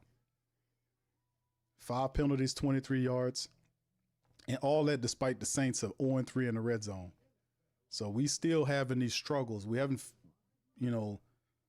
gotten radically better in certain areas. Now you've seen the explosive play here, but we have not been able to manufacture enough in terms of offense to kind of push ahead. Now, of course, they get the ball back here. If the offense marches the field and puts it, that'll put the ultimate flag in this day for the Saints. They're 30 burger the team, and and start the month of October off with a win against the Giants. And hopefully the Saints, this was a well-fought game. The defense really woke up. Saints inside of their 5. Man in motion, Jawan Johnson. It's a toss to the right side to Kendre Miller. Turns, gets north-south, still on his feet, fighting through, and gets about 6 yards on the pickup. Tough running by Kendre Miller. Tough running. Tough running by Kendra. A game of 5 or 6 yards on the run. So we'll see. All right, they replaying it. The Saints had the action right there. And Kool-Aid tracks the ball. He tracked the ball really well and undercut it because Jackson didn't even see him. Yeah, that. So Kool-Aid McKinstry gets that. I think that's the first interception of the season for Kool-Aid McKinstry. Under center, as a handoff to Kendre Miller again. Forces still on his feet. Kendre rushing, and he gets to the 23-yard line. Tough running by Kendre Miller. Kendre Miller says, "Scatterboy ain't the only runner that can run tough." Let me show you how this go here. He broke a tackle, stayed on his feet, and he carried the day. Gets the new set of downs for the Saints. Big ups to Kendre, doing his running hard for the Saints. Good run. 11-yard pickup by Kendre Miller. Let's keep it moving. He's a top rusher or leader of 32 yards off of 7 carries. Power eye look for the Saints. Handoff again to Kendre. Breaks several tackles. Twists and turns himself into a 6-yard pickup. So the Saints are going to run. They're going to get that north-south barrel runner and say, you're going to hit that that defense up. And here come Elvin coming back into the game. A pick up a 6 on the play by Kendre Miller as he gets some arrest. That Giant defense is demoralized. You can see how they're standing up there looking. Saints just have to punish them with the run. All right, it's going to be another running play, 2nd and 4. Under center is Spencer Rattler. Handoff to Elvin Kamara. Dances around Kamara. Twists and turns just shy of the first down. That'll bring up 3rd and 1 for the Saints. Very interesting.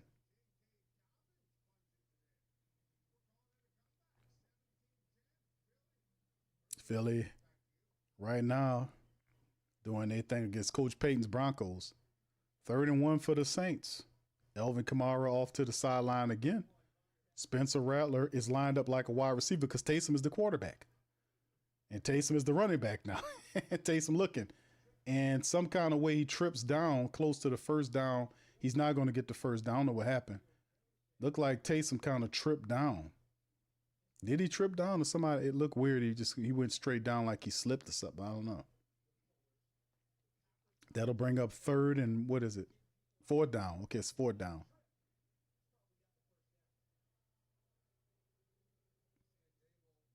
It looks short. 4th down. If you're the Saints, do you go for it here? Kellen Moore says, man, you better, that's inches, man. You go and get that, man. Man, go get that, bro. Put Taysom in there on that dive. On that QB dive. Go get them inches, bro.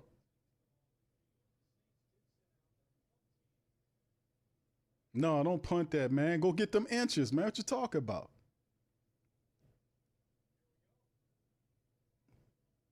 See, I don't trust this virtual measurement garbage, man. I don't trust this virtual measurement. That's just another way for them to cheat you. I don't trust them at all. I don't trust them. Virtual measurement. They put up a CG file like this is what it is. I don't trust these people. Break out the chains, man. I don't trust these people like that to be going virtual. No, man. Bring the chains back. This bullshit here. Saints going to punt it away. They're not going to take any chances, man. So once again, the offense, man, we got to, if the defense did what it's got to do, the Saints got one offensive explosion play. They're on their way to a win, but I still need to see more from this offense, man. We need more. We need the offense to do more than what it's been doing here. Saints working that clock.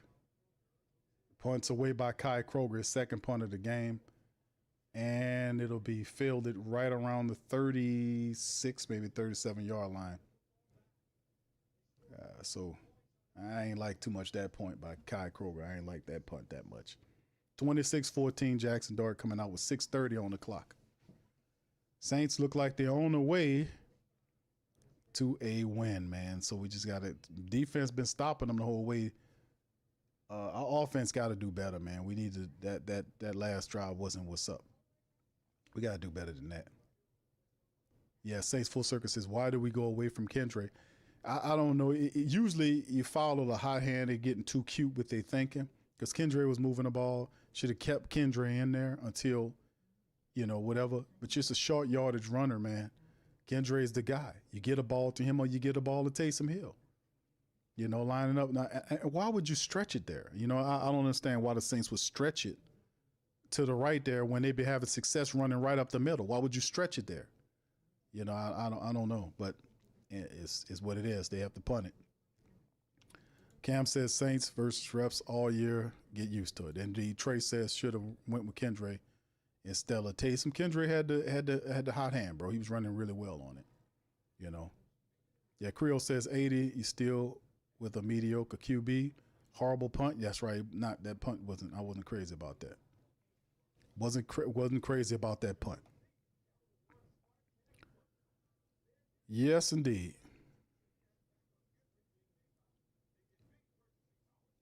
Man, I don't know. I don't know what to say about that, man. But like I said, we got the lead. I just want to see more from my offense. The offense is, I don't know. I need to see more from that offense. I need to see more. I need to see some more.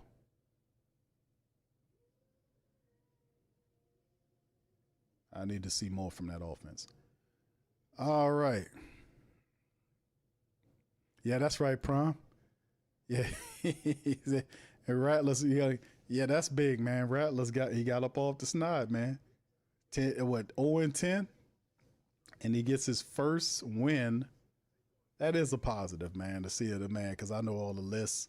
And it's been thoroughly written about him being on the list. They had Warren Moon and other people, Jack Trudeau and all.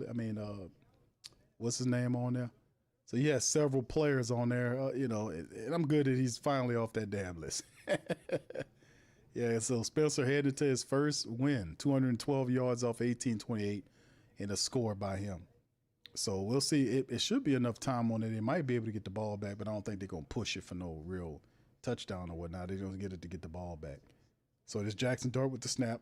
Giants firing the ball, deep shot down the field, and it is incomplete. Good play by Jonas Sanker on the wide receiver. He was looking for the ball to make a play.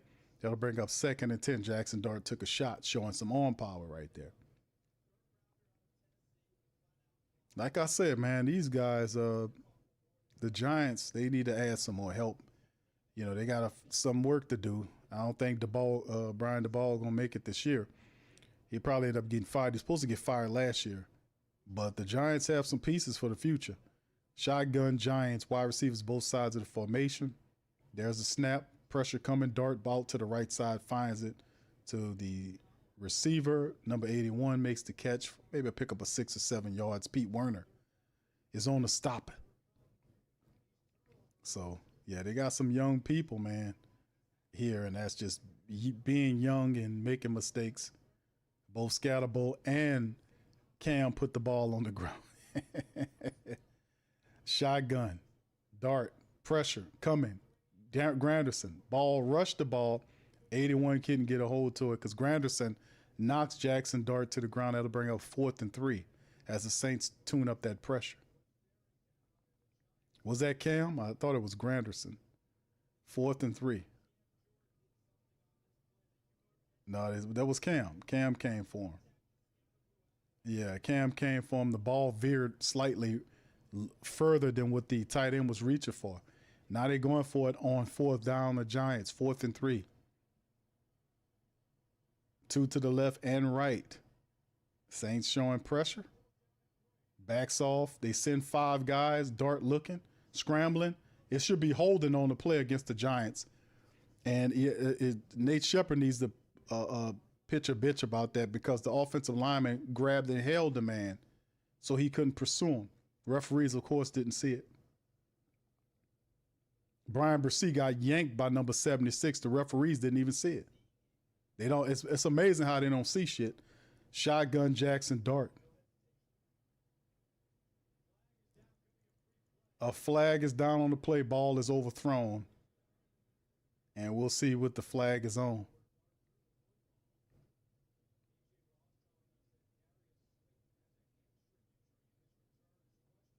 They're saying Slayton's out for the rest of the game with a hamstring.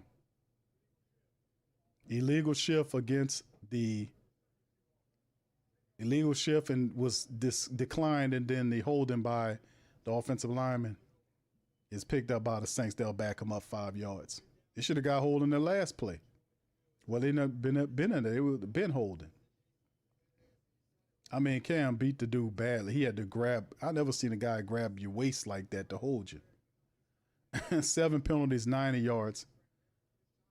And they've been holding on the last several plays, to be honest with you. 1st and 20, shotgun, 2 back by the quarterback. Man in motion from right to left. 2 left, 1 right. Ready for the snap. There it is. Dart looking. Another hold. The guy held him again. And the ball thrown. And Quincy, is that Quincy Riley there?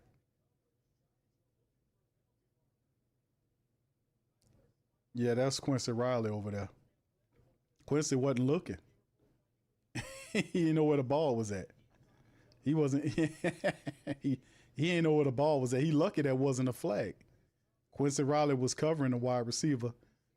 He didn't know where the ball was at. He got away with one on that one. He got away with one on that one. All right, Jackson Dart shotgun, running back to his left, 2 left and right. Saints showing pressure. 5 guys coming for Dart. Ball's out toward the right. Intercepted. Who is it again? It's Kool-Aid McKinstry. How about that? Kool-Aid. Boy, I'll tell you that Kool-Aid McKinstry with his 2nd pick of the game. Kool-Aid McKinstry got it. He doing some kind of dance. I don't know what he doing, but stop doing that. But that's the pick by Kool-Aid McKinstry coming on strong. Look at that. Just snapped. That was great catch by Kool-Aid. He didn't hit the ball. He just snaps the ball out of the air and secure it. And just like that, man, the Saints get another turnover. That's 5 turnovers. Jackson Dart implodes. The Saints have scored, 23 unanswered? They've ended almost all of the Giants' drives in turnovers, whether they're fumbles, that's the or interceptions. The Saints get it. They get the ball at the 45. Taysom Hill gets it, dragged down slightly behind the line of scrimmage on a keeper. All right, so they got Taysom in there trying to run let's please. I wanted to see the Taysom stuff, but I don't want to see the Taysom stuff, him, maybe doing them as a running back or something, but you don't want it to interrupt the rhythm of your quarterback. You know what I'm saying? Let it be in unison with what you got going on, So yeah, it's, we don't need the discontinuity stuff. We already having issues just trying to keep our rhythm together. But we need to see if we can get a couple of shots right here would be really good. It's still 5:02 on the clock. Saints defense has played big in this one, man, coming up with multiple turnovers. Kool-Aid McKinstry earned his nickname back. He's no longer Crystal Light McKinstry, how he been playing over these last couple of weeks. This is a Kool-Aid-like performance, man. This is Kool-Aid McKinstry. All right, here we go with the Saints 2nd and 11. They got a power eye look, Juwan Johnson. Motions and end and back outs to his point of origin. It's a toss to Kendre Miller. Saints trying to get north to south, and Kendre breaks a couple of tackles and falls forward for a gain of maybe 2 or 3. That'll bring up 3rd down for the Saints. I mean, we find it incredibly difficult to run the football against this Giants team, man. The Saints offense, I don't know what Kellen Moore doing the last several drives for the Saints offense. The defense is kicking ass. The offense is barely present over the last several drives. They're not running the ball specifically well. The play calling, to me, it's kind of suspect. I don't like some of this play calling. There's still appears to be communication issues going on. We already have Spencer Rattler trying to learn the position. We don't need them throwing Taysom in there too much to disrupt that. Add Taysom to what they got going on, whether you're going to use him as a tight end or a running back. This sort of thing, where we don't need all of the confusion. This guy need to learn the jam job. 3rd and 10. Spencer in the shotgun. 2 to the left and right with the running back. There's the snap. Pressure coming, ball out quick. It's a little low into Chris Olave, who's then stopped. The Saints will be at least 5 or 6 yards shy. I don't know what Chris Olave's doing there. I mean, the offense is just ridiculous, man. I don't know what they're doing offensively speaking.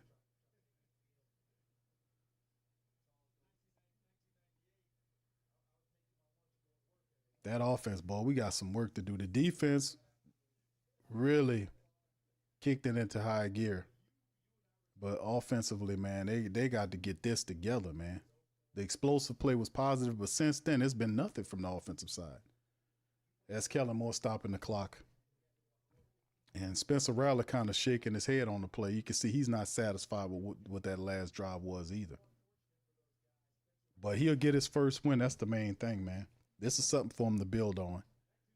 As long as you win and learn, you know, you there's such a thing as learning and winning, and the Saints did that today.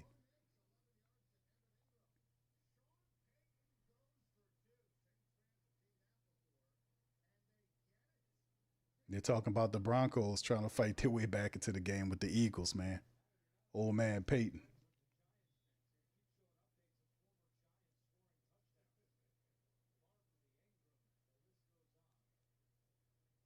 The Giants. Well, the thing is with the Giants, man, we knew the Giants was going to come into this game. This is Saints game. We knew the Saints they had to win this game. All right, here we go. Shotgun for the Saints on 4th and 5. Saints are going to try to go for it. There's a snap, pressure coming from the Giants. Spencer with the ball out and pitch and catch. First down, Rashid Shaheed to the Saints 31-yard line. They get a new stock of downs. So here we go. Hopefully, Kellen Moore gets them to get in the end zone. We need to get in the end zone. Nice play by Rashid Shaheed right there. Kind of shaking loose and getting a little separation there for the first down. Nice throw by Spencer Rattler. Good anticipatory throw. Great anticipation throw by Spencer. Spunt that ball out perfectly, and Rashid got right up under it. Good anticipation throw by Spencer on that one.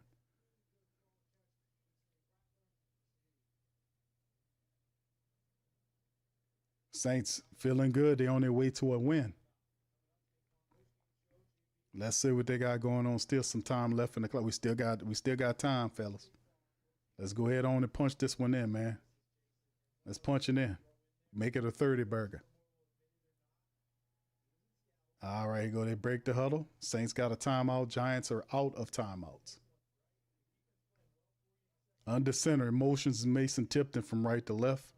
Handoff to Kendre Miller and gets tackled.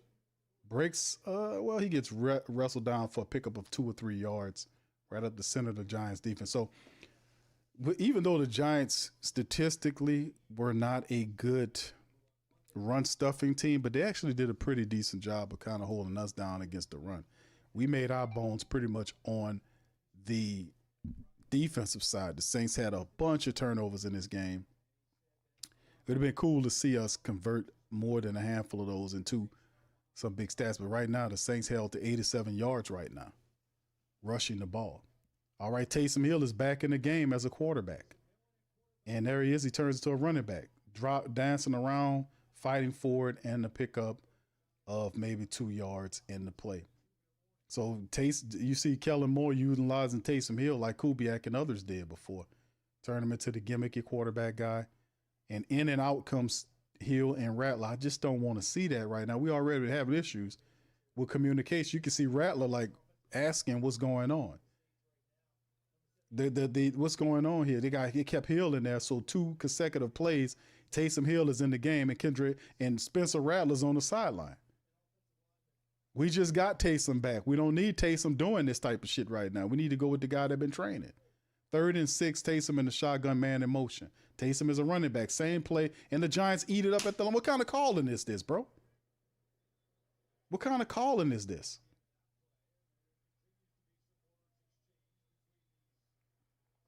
And some pushing back and forth between the Saints players and the Giants defensive linemen.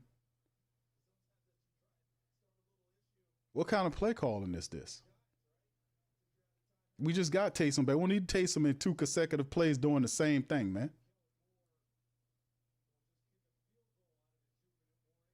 He ain't trying to run it up on him.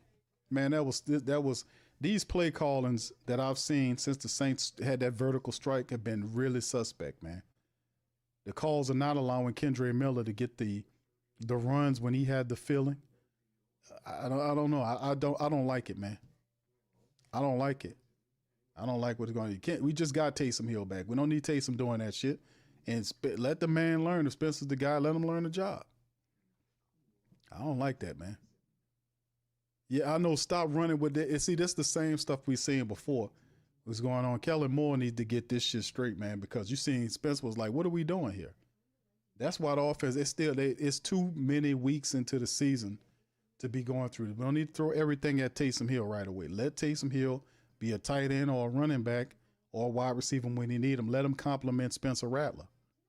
He doesn't need to be in there commanding the offense and one-dimensionalizing your team, because they know when he come in there, he's just going to be, he threw the ball today to shock everybody, include myself. But still in the day, he needs to complement the starting quarterback. He needs to be a weapon for the guy, not him coming out.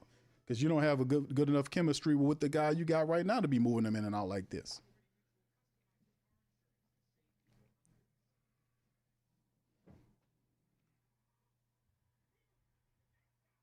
So it's all good. They said win. I know, Mr. Patterson. Yeah, he said, yeah. He said, put win in the check. I see the win. God damn it, I see it. I'm enjoying the win. I'm with y'all on that. We're gonna enjoy the win. But at the same time, you know how I look. I be looking at shit down the line. I be like, man, listen. Every game we ain't gonna get 4 turnovers like this. I still see some issues, but y'all right. We're gonna enjoy the win. We're gonna win. I'm with you on that. We're gonna win. All right. But don't y'all say shit to me next week if these problems prop up here again. Don't y'all say shit to me next week if this shit pops up again. All right. So anyway, man, listen, we good. We good. The chat has spoken. The chat has spoken. A bunch of W's in the chat. All right, what's up, Boot? Boot Camp says, Q, I'm sitting here watching the game. I said the same thing, bro. Taysom just came back. Why we running them like that? Peace and blessing about to you, bro. I know, I'm just saying, man. It's a game observation.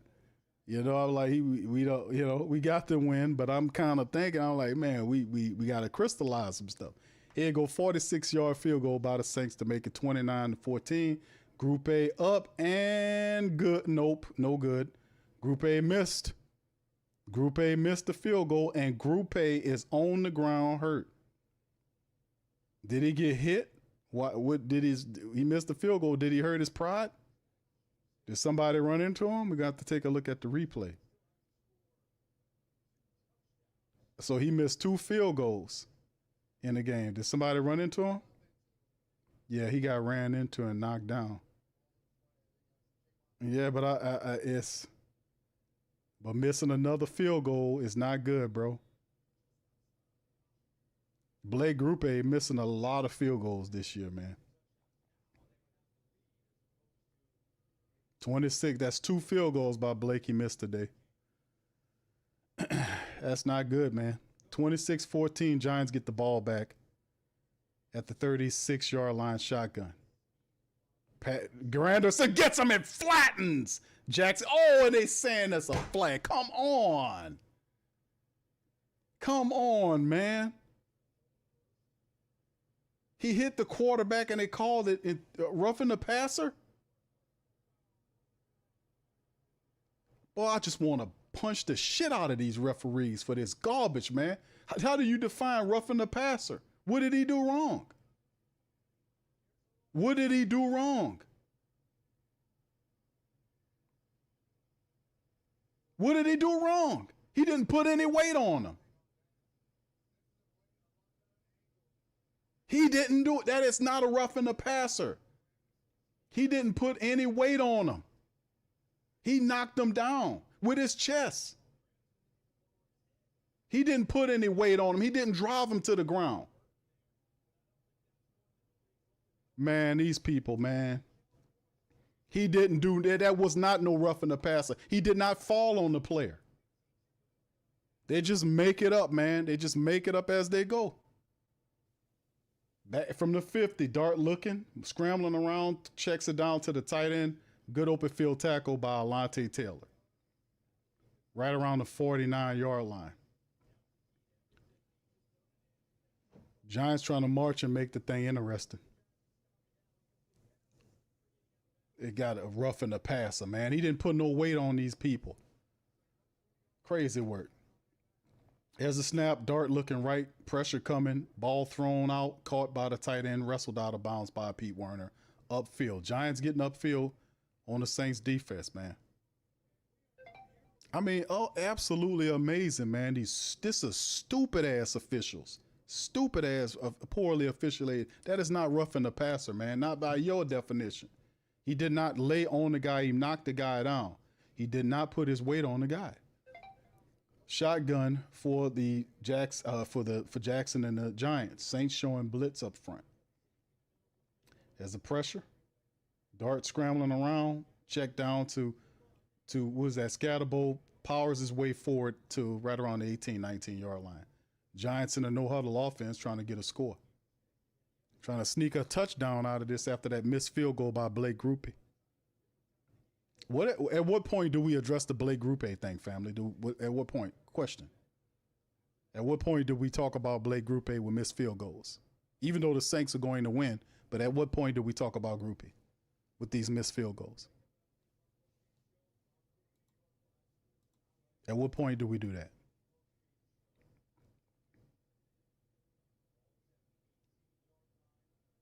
I mean, this guy here, man, that's 2 missed field goals today. 4 of 6. At what point? Shotgun. Jackson looking. Cam running for him. Ball checked down to Cam. Scatterbo pushed out of bounds. Around the 18, 19-yard line left side. So here we go. 3rd down Saints. Of course, this is 4th down territory. The Giants going to go for it.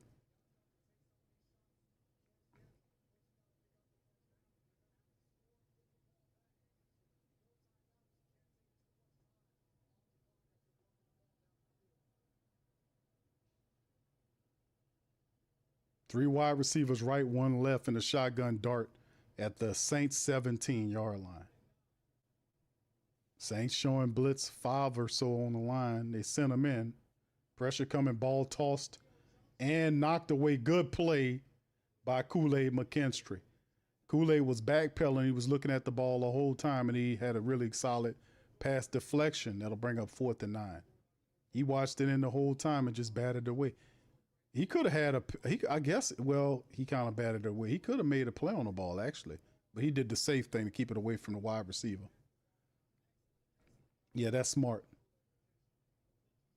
He could actually try to make a play on it by catching it, but he batted it away. Shotgun Jackson dart, Saints 17-yard line. And the Giants gonna burn their final timeout right here. No, I think that's the Saints. Saints called the timeout.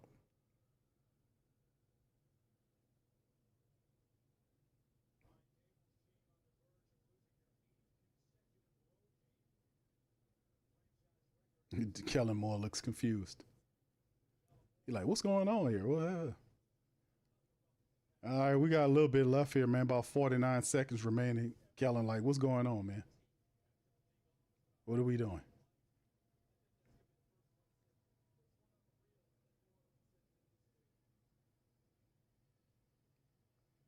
At least we get a win, man. We get in the win category for the first time in 5 weeks here. This something we got a win here. We got a dub, fam. 49 seconds remaining. 4th and 9, Saints defense. Final stop. They can make the stop right here and secure the game. The Saints look like they sending the house, the kitchen sink, the fence, and everything at dart. 2 wide, and then there's going to be a false start against the Giants. That'll back them up again.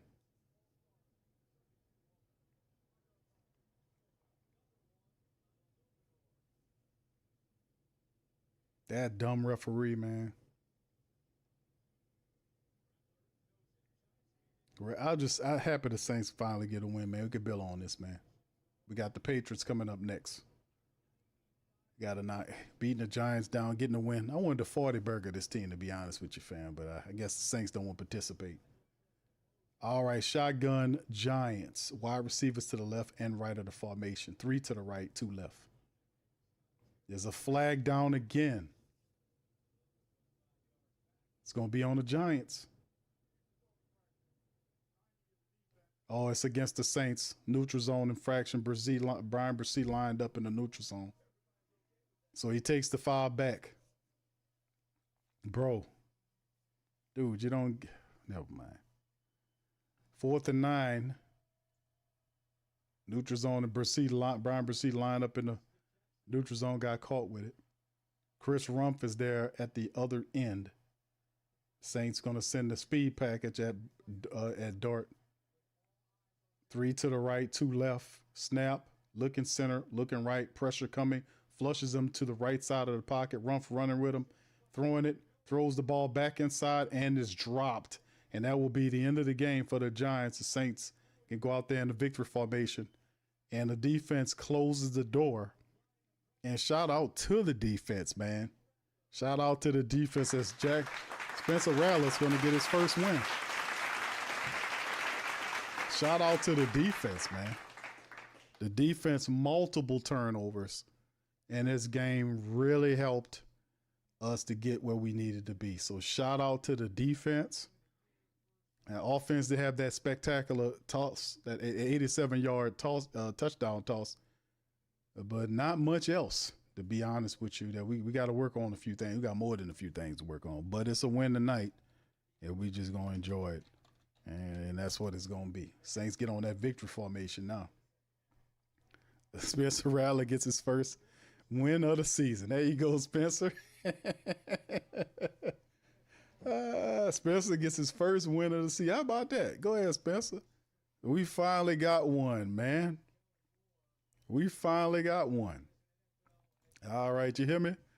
He got one. All right, so that's the final, man. Saints get the victory, man. And we handle business. We get the victory here, man. 26-14. The Saints are 1-4. Thank goodness, man. Thank goodness, man. Thank you, Saints. This is the first win of the 2025 season. We had to wait a whole month, but we got one, baby. We got one. All right, anyway, man, let's hit the halftime report. We'll bring in Pops Q in a little bit to hear from y'all. Stay close, man. We're going to bring in the post press conference from Kellen Moore, a happy Kellen Moore, and also we'll bring in, we'll bring in Pops after that, and you probably hear from Spencer Rattler too, him getting his very first win. And 10 and 11 tries, the man. I'm so happy he got a win, man. I was tired of hearing all that stuff about Spencer being 0-4, and if I was tired of it, I know that man was sick and tired of that stuff. You know, I keep hearing all that kind of crap, but nonetheless, man, we get it, man. We handle that business, man. All right, anyway, let's jump right into them now stats there, fam. Y'all hit the like button, fam, for a win. Hit the like button for a win. All right, so anyway, first down, Saints kind of lost that battle 23-18. The third downs was 7 of 15 for the Saints. Actually respectable. 3 of 10 by the Giants. They were 1 for 1 on the fourth. Saints 61 total plays versus 70 by the Giants. 335 yards of total offense versus 332 advantage Giants. 10 all on the drives. Yards per play, Saints 5.4. Giants were over 6, but dropped to less than 5 in the second half. The Saints went on a 23 unanswered point scoring drive that helped move the game along, while literally as they piled up points, 23, whether it's defensive, special teams, whatever the case may be, they added 23 on top while the defense took away the Giants' opportunities, did not allow them to do anything. And I thought that was really solid toward the back end. They made the proper adjustments. Yards per play, 5.4 versus 4.8. Advantage, Saints, 244 yards, 199. Saints win that battle. 8 yards passing per play by Spencer Rattler. Saints didn't get that big mark of running that we wanted to see. They only finished with 88 yards on 30 carries for 3 yards a run, 136 rushing yards, 29-yard attempt, almost 5 yards per run by the Giants. Would have worked if they wouldn't have had all the turnovers the Saints forced them into, fumbles, interceptions, this sort of thing. Was very positive. Despite that, the Saints were 0-3 in the red zone. Defense just really did a wonderful job. 2 of 4 by the Giants. They kept the penalty down to a degree, 7-43. Penalties really didn't impact us like that at a certain point. 8 for 95 by the Giants. They really kind of hurt themselves. 8 penalties, almost 100 yards, 5 turnovers will not work for you to get a win. Saints also took one of the turnovers and turned them into a touchdown. That helped break the game open. Saints didn't control the clock.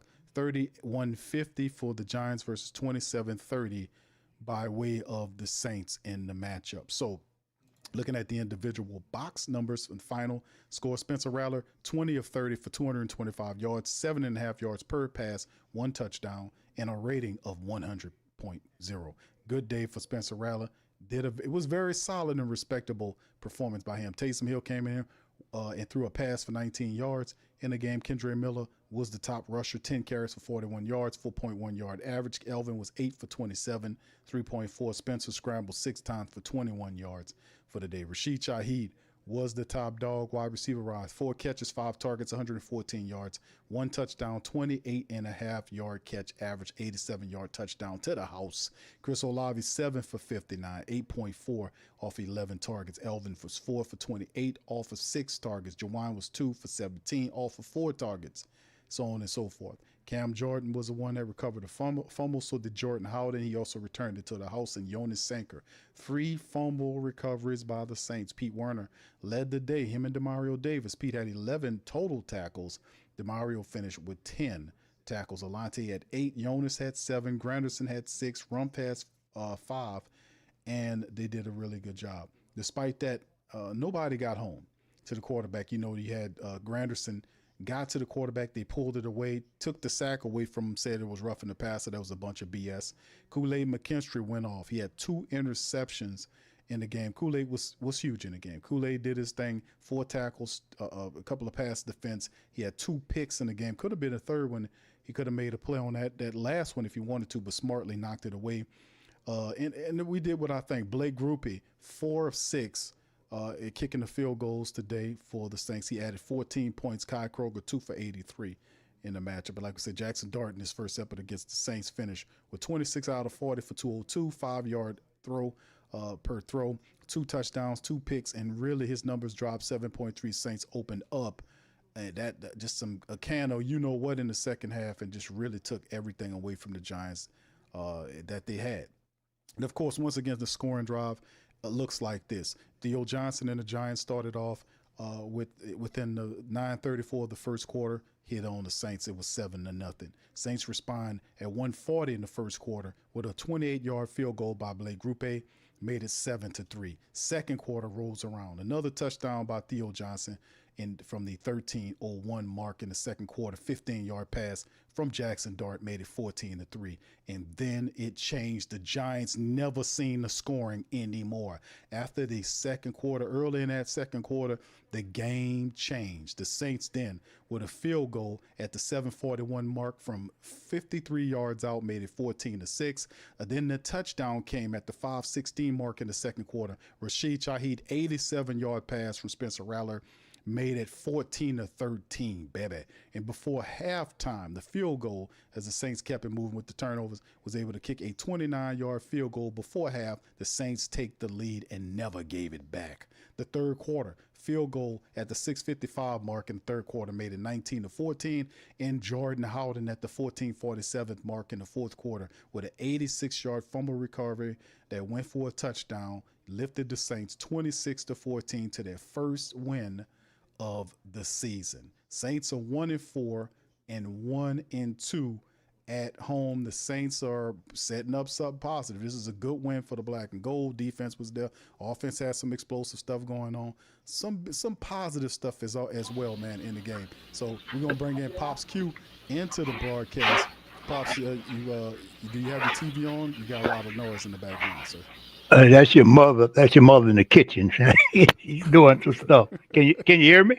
Yeah, I can hear you good now, Pops. You just keep I Yeah, just turned the TV off because I knew yeah. Mom in there frying up a storm. I hear. she I can get no, smell she it through the mic.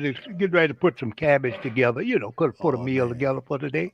Oh yeah. Your Yeah, mother, yeah. yeah. I'm in the wrong place over here, Yes, pops. sir, you are. Hey, pops. Listen, the Saints won today, 26-14. They went. What was it? Unanswered 23 points.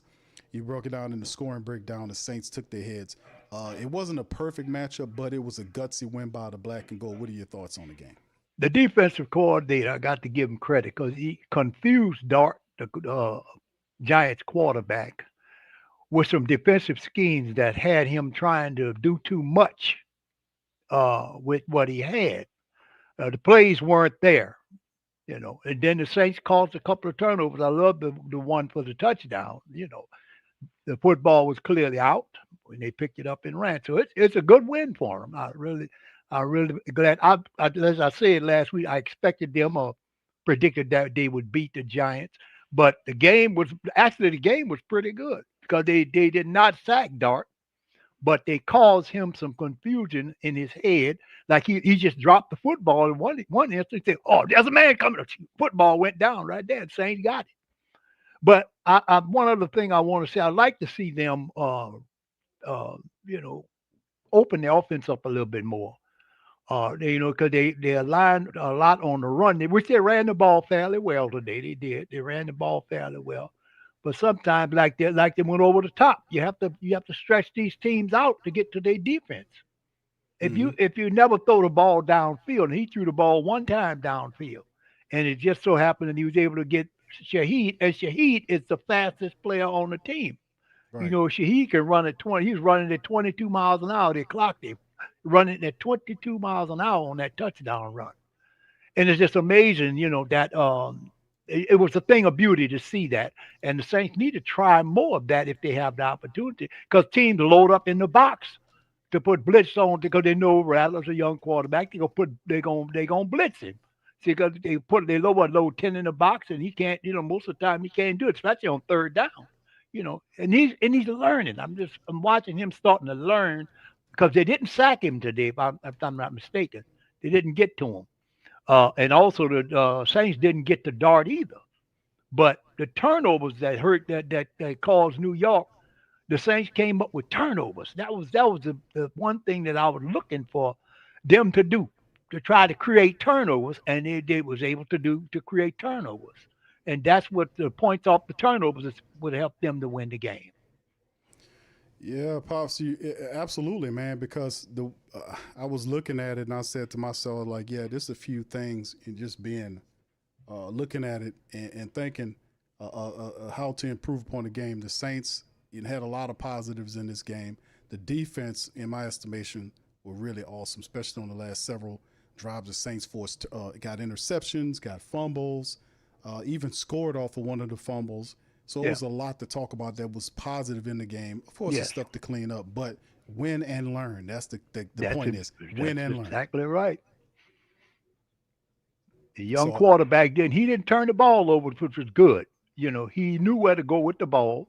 He took his time, read his reads, and I could see some growing in Rattler. I see some maturation. He's starting to mature a little bit as a quarterback, and he's starting to settle down like a lot of quarterbacks with experience. They learn to settle down and then let the offense. They control the offense. Just execute your plays, which is what they did, and also the outstanding running get the Saints running backs Kamara and the other kid. They did some good running. Miller did some good power running, and that helped. That helped to secure it. That helped. That was one of the among the things that helped secure the victory for us today. yeah, very positive for the Saints, man. And we needed a win, pops. We had a month worth of losses. We sit up here 0-4. The Saints turned the tide, man. Get a win against a Giant team. We supposed to win this game, and they did. So Right. I'm happy for that. Mhm. Up next, we got the Patriots here, but we're gonna enjoy this win and build on this, some stuff to work on. But man, we one game at a time. We can march That's this it. thing and get back out of this damn hole, pops. That's it. That's exactly right. I don't know if New England won today or not. The Patriots won today. I don't know, but they're a beatable team also.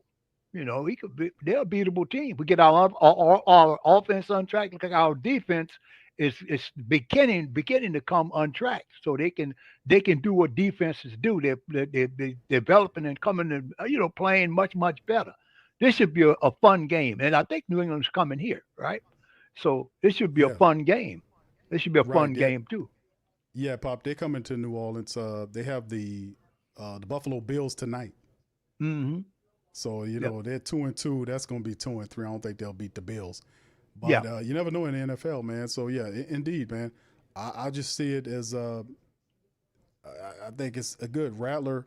It was wonderful, man. He did what he was supposed to do. He Like I did said, what he was exactly what right. do you think about that? When Taysom comes back, pops, the way they use Taysom Hill in contrast to what Spencer Rattler. What you think about how Kellen Moore used him today? Did you kind of like what he did today? Yeah, I like the way he put him at quarterback to surprise the Giants because they normally when you put Taysom in here, he usually runs it, which he did run it the first time they put him in, but they kind of stopped him. But that pass, he got a quarterback mentality also. So you put him in there at quarterback to spell Rattler, and he made a pretty good pass. He did a nice pass downfield for a first down conversion, and he was right on the money. So he's a quarterback, but he's also a running back, and he's what you call a Swiss Army knife. So you use him in that capacity, and now uh, this is another weapon that our coach has to use to help get these victories for us. Yeah, shout out to P Mac. He says, I'm agreeing with Pops Q. Kellen Moore needs to open up the offense. His play calling is weak. I Yeah, think he's doing this on purpose because he wants to get this guy Tyler Shuck, and then he'll open up the offense. Sabotage. I see what you said, bro. All right. Thank you, P Mac. Shout out to you, man. All right, yeah, the Saints. Y'all throw it in the chat, man. How y'all feel about the win today? The Saints on the winning side. Hey, man, we got to win the start yep, of October, Pops. We got to hmm win, man. So yep, I think that's pretty cool, man. hmm Kool-Aid McKinstry. Now, we gave Kool-Aid a little tough love the last couple of weeks because he's been struggling. But, Pops, Kool-Aid really had a stellar game. He had a couple of interceptions in this game. He was fantastic. At first he had a little difficulty, but later on the game kind of opened up for him, and the hmm Saints made the adjustments and literally took away whatever That's the exactly right. They with made you Buff. said the I key. mean, yeah, well, whatever they with the New York Giants were trying to do. So kind of talk Yep. about the Kool-Aid effect. Man, Kool-Aid took the heart out of the Giants quarterback. He threw the ball down the field, and Kool-Aid made a great play. One of the pass, actually, the one I think was the second one, actually was underthrown, and Kool-Aid made the pick. They put pressure on Jackson, and he underthrew the pass. And that flea flicker, just like in that flea flicker, that was a great play too. They broke that pass up. A Dart underthrew the ball, but that allowed the defensive back to get there and knock the ball down. That's just great defensive secondary play today. Yeah. Hey, Yep. I really was impressed how the defense just took the opportunities away from the Giants. Pops, they were looking so confident in the fact that they were trying to think about scoring, and then there would be a fumble, then there'll be another fumble, then there'll be an interception, then there'll be a fumble return for a touchdown, and then another interception. The Saints just had that confidence, man. But yeah, you're absolutely right. I love what Kool-Aid McKinstry did today. We were kind of Hmm. picking at him, calling him a Crystal Light McKinstry, but he Yep. damn sure played like Kool-Aid today. Yes, That is he what we did. expect from Kool-Aid McKinstry to put Yes, on he a did. performance like he did today, Hmm. Pops. Yes, he did. Yeah, he did. He made some great plays, and that helped to seal it. The last one was one that really helped seal the game. But I'm still not impressive with the run stopping ability of the New Orleans Saints. New York was basically able to run up and down the field on them. You got to be able to stop them runs, especially them third and short plays. Uh, uh, Scatterboo had several power runs. I call Yeah. them power runs. Just bulldozing through the defensive line, and then before he hardly get touched, he done ran for 4, 5, 6 yards before he can even get put down. So we got to work on that power game. I don't know where New England stands with that, but Scatterboo showed me something. He ran that ball. He really ran that ball. Yeah, he was like that guy Uzbek. He used to play for the 49ers. Just a big bruising fullback type runner. Man, it's hard to bring him down. But the Saints had problems with him, and but for the most part, what they were stopping the run because they very seldom got New York off the field, so the defense could rest. We have to work on that running game. That Yeah, run, their run, the tackling also is really bad. That they got to improve the tackling. yeah. I was talking about that during the broadcast, looking at it, saying, "Man, wow." Uh, like I said, some things like from a coaching standpoint, you're gonna look at it, and I know Coach Moore is gonna, when he breaks down the tape for Monday, he'll look at it and say all the positives and some of the stuff they have to just crystallize and get together for Right. the upcoming week to improve upon. Yeah, we're still not there yet offensively speaking. I do appreciate the Rashid Shaheed 87-yard touchdown strike. After that, we really kind of went somewhere else. The play calling kind of changed. I think Kellen Moore might have been kind of trying to jolt the offense some kind of way. With Taysom coming there, a little bit of experimentation there. But in the end, yeah, we definitely have to be more stable offensively speaking to be able to score because we still were 0 for 4, I think it was. We were 0 for 3 or 0 for 4 in the red zone. So there's some stuff to work on, man, moving forward. But win and learn. Yep. Pops, winning and learning is something that I love to do, and it's very possible. Yep. So when you think about what other players in the game impressed you, Pops, outside of Kool-Aid? We talked about Kool-Aid McKinstry. We talked about Rashid Shaheed. Any other players out there? We mentioned Spencer Rattler. Anybody else you want to mention about offense, defense, or special teams? Well, I mean, the special teams almost gave up a big run. New York got all the way to almost to the Saints 50-yard line. I'm concerned. I'm still concerned about them special teams. They played a lot better than they did when they played Seattle, but they're still giving up these big punt returns. And then our kicker, our punter, he's not punting the ball out of the end zone or punting or when you're kicking this ball back to the team, instead of him trying to angle kick the ball where it can go out of if they punt, put it out maybe 2 or 3 yard line. Maybe we don't have that kind of guy no more. That could put the ball out at the 5-yard line or something like 3-yard line inside the 10-yard line. Back these offensive these teams up and let them march them into the field. Yes, Kelly. And a lot of positives coming out of this thing.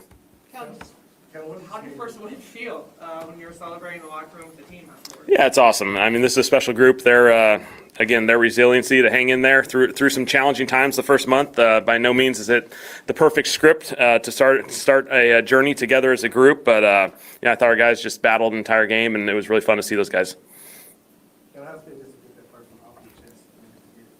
Yeah. Obviously, you got to get in the win column first, and then obviously you can carry momentum. Hopefully, moving forward, and we can feel it. We know what it looks like. We know what it feels like, and so now we got to keep getting better. This is what an NFL season's about. You got to keep getting better, and more opportunities will come ahead of us. How would you describe what the mood was like in the locker room? Yes, it's fairly happy. Yeah, it's an awesome group. We have an awesome group. I love the energy. I love the joy that these guys bring each and every day, and certainly, for a lot of our guys, it's not just obviously me. It's a lot of this group is coming together for the first time. For Spence, for him battling through a lot of things through the last year and a half for him, and so I was fired up for him as well. Colin, could you talk a little bit more about the defense? You got down 14-3 before the turnovers just started. Yeah, turnovers, resilient group, and, the play style, you never know which play is going to make a difference in a game through all 4 quarters. And I thought, our defense just did an incredible job of attacking the football. To create 5 turnovers in a game is really, really special. What did you see in the one from Brian Brzee that Jordan hadn't returned? What did you see about what Brian was able to do? Yeah, just excellent job attacking the football. And I haven't seen the perfect look yet, but I've seen one. He's attacking the football, and I think that's the special thing. We've seen it throughout the NFL the last couple days, through the NFL. Certainly Thursday night was an example again by the Niners. And so, these defense linemen, they just keep attacking the football, and eventually it's going to pop out. If you don't mind, would you describe your personal Like, what you're thinking as you're watching that play, like that emotional that you can say. Yeah, I mean they were grinding it out, and so they were grinding out a long drive, and so for our guys to make that play immediately, as soon as Jordan scoops up the ball, I think he immediately looked to what's ahead of him, and there was a whole lot of green grass, and I thought our guys did an excellent job getting out in front of him, creating a couple blocks, just securing it, and so allowing him to go score. It was a game-changing play. You see anything different you liked about what the defense did today, because it wasn't going all that easy early in the game before they were able to kind of. Yeah, I thought just continue to attack the football, and so I thought our defense line continued to rush, continue to find plays. Jackson's going to be a really good quarterback in this league. He's a really good player. He's going to buy time. Plays are going to last longer. It's going to be challenging for our defense line, and they just got to keep going for it. What did you see from Khalil McKinstry throughout the week leading up to what was a big game for him? Yeah, just so happy for him. He is a phenomenal player. We think the world of him. He's played some hard downs the first few weeks of the season, and for him to come up with 2 big-time interceptions and made a bunch of plays throughout this entire game, I was so fired up for Kool-Aid. He deserved everything that's coming his way this week, and so we're really excited for him. Same question for Sanker, especially with Justin going out early. Yeah, obviously Justin going out early, challenging situation. Jonas hopped in there and obviously continued to play, and then Jordan hopped in there, and so big time job by both of those guys. Get like a lift from Taysom being active today. Did that just like kind of spark you guys at all? Yeah, it was fun. It was awesome to see Taysom, to see Foster out there competing, playing. They've been through a lot. Taysom had some hard downs in the run game, and I thought, the play action pass, the opportunity to throw it in that short yard situation was obviously awesome, and thought he made an excellent decision. Really good throw because the corner's playing over the top, and so it was a big time play. We needed that in that situation. He had like a snap count today, Yeah, his role obviously will evolve. He's just coming back, and so I thought, he did punt protection, and then he did some, obviously snaps in some offensive situations, and as he goes, he'll just keep growing that as we go. When was that decision made for the two of them to lead the pregame chant, and did you know it was going to get that kind of? We talked about it earlier in the week. Yeah, once we kind of felt like those two were trending and they were going to be ready to play, it was kind of a no-brainer. At what point was that decision made to have them available for this game? Felt really good about it going into this week. We had to obviously see the evidence on the field. Both guys hopped into Wednesday's practice, did an excellent job, really reconfirmed what everyone believed. And, again, credit to those guys, their work, credit to our training staff, all the long journey that all those guys have been on, Ben, Sean, the rest of the crew in there. We got some of the best in the business in there, and they work a lot. What these guys have gone through the whole offseason, through the summer, being there at training camp and not being able to participate and all the things they've had to wait through. For them to be ready when the opportunity presents itself, I think credit to all those guys. Were you sitting on the one with Taysom for a while, the one that he threw to Juwan Johnson? Were you sitting on that play for a while, like you knew that they had played him early, that was going to work later? Yeah, it was in our pocket based off the look, and so we had a couple plays in those short yard situations designed for Taysom. Obviously, based off their look, we felt like there's a chance to be aggressive there. We're probably going to go for it on 4th down anyway, so we can be aggressive and see if it happens. For an offensive mind, is that exciting? He's got a guy that you can. Yeah, it's going to be a lot of fun as we build this. Taysom hopped in there. He had a handful of roles in this game. Obviously, some of them weren't really utilized yet, and so there'll be more coming, more expanding, and obviously his ability to just play all these different positions will be a huge advantage for us. Was that the emotions on the long scoop and score? Whenever you called action earlier in the game, that 87-yard touchdown of Rashid Shaheed, what were you thinking when you saw the ball in the air? Yeah, as soon as I saw the leverage by the safety in the corner took Juwan, we knew we had an excellent opportunity. Beautiful route, beautiful throw by Spence. It was just it was a really cool play. We needed that. An explosive play. We've been trying to chase these explosives. They haven't happened. It's been frustrating for the whole group, but they're hanging in there, and when that opportunity presented itself, those guys execute at a really high level. You mentioned how it was a really tough month. Was that play set up by all that heavy you guys ran last week, you think? I think only a two-man route. Yeah, our numbers obviously have been really heavy run with those bigger packages, and so certainly we had some pass game opportunities in the plan, and that one was able to be successful, and we were able to utilize it. You mentioned how it was a tough month for your guys, and you talked about the first win, but did it make it, that much sweeter, the fact that, for a couple of those first few games, you guys were so close to getting that win and just weren't able to get over the hump, the fact that you were able to do so now, do you think it made it, a little sweeter? I think our guys have grown a lot through this journey. We know we've played some good football. We haven't earned the wins that we certainly is the ultimate goal, but I think our guys have battled each and every week. Seattle got away from us. That was the one that was frustrating. The other ones were right in it. we're close. We got to make a couple more plays. We got to find those margins to close a little bit more. And I felt like our guys went out there and played really well this week. Cooley got matched up against Theo Johnson on a couple of important plays. One that worked out really well at the end. Was there any design to that, or those were just circumstances? Yeah, there's some circumstance. Yeah, there's some circumstance there based off the call. Sometimes you're matched up against whoever the number one receiver is, based off the presentation and look. And so Kool-Aid responded really well in a bunch of these situations. Do you like the way, though, that early in the game, obviously Johnson got the size matchup? Yeah. But then Kool-Aid handled it the same way. Yeah. He responded really well. I thought Kool-Aid made a bunch of plays as that game progressed. I thought our guys responded really well. There's times you're going to have advantageous situations. There's times you're going to have hard downs and hard situations. Our guys understand that, and our guys' ability to respond to that is critical. What's going through your head when you see the lead flicker developing, and then what did you think of Burgess's? Yeah, obviously, as soon as you see it, oh man, here we go. And awesome play. Burgess, the ability to recognize it, the ability not to panic in that situation, because so many times there's clips all over where guys just go and run into the guy, and okay, we stopped the play, but it's a 50-yard gain in that situation. For him just to still compete, have some patience to himself as far as some calmness, I thought it was a big time play, it was a critical play for us. Spencer is that bugaboo of being 0-10 as a starter so far. What does it mean to you to be able to help him and guide him to his first victory as a starter? I thought I did a lot of good. I'm really happy for Spence. He's battled through a lot, through certainly a year and a half of football, here. And so thought he's played a lot of good football this year with us. He's competed each and every week. We've been really close. We haven't gotten it done collectively. For him to get this one, he's earned it. He's earned it, and I thought he had a huge impact on this game in a positive way. How did you guys were down on the Carl Granderson sack that was called? Yeah. I saw a sack.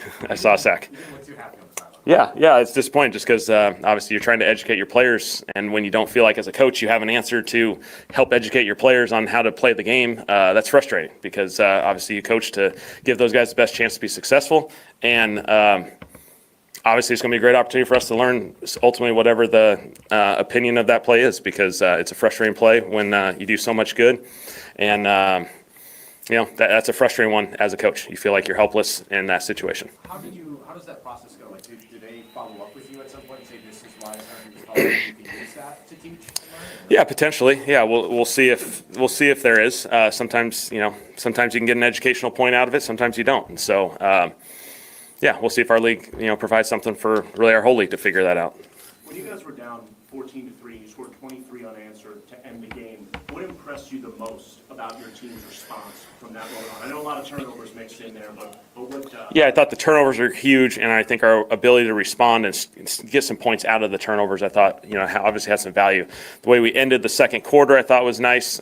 We'd missed our opportunity. Defense makes a play. We get another opportunity to at least get some points there and take the lead before half. I thought that was a critical moment for us to, we haven't led a game this year, and so to go in the halftime finally with a lead, feeling the confidence, and then for our guys to come out and play really good football in the second half, I thought spoke to our guys' resiliency. Does anything stand out about the adjustments Brandon Staley made? Obviously, you guys had a lot more success against our offense in the second half. Anything you could say that he did that helped? Yeah, I thought our guys, just the communication and just the subtle adjustments throughout a game, I think are really, really critical, and that's what makes Brandon special. His ability to make those adjustments in the moment, make a different call, make an adjustment. I thought our guys communicated at a really high level on defense.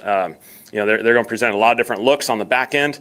I thought our secondary just did an excellent job communicating, being on the same page, being all tied together. Our rush was resilient. Jackson's going to get out and make some plays out in space, and so you got to be able to respond after that. He's going to make a play, and you got to respond, and so credit to all those guys. How do you evaluate the special teams as a whole?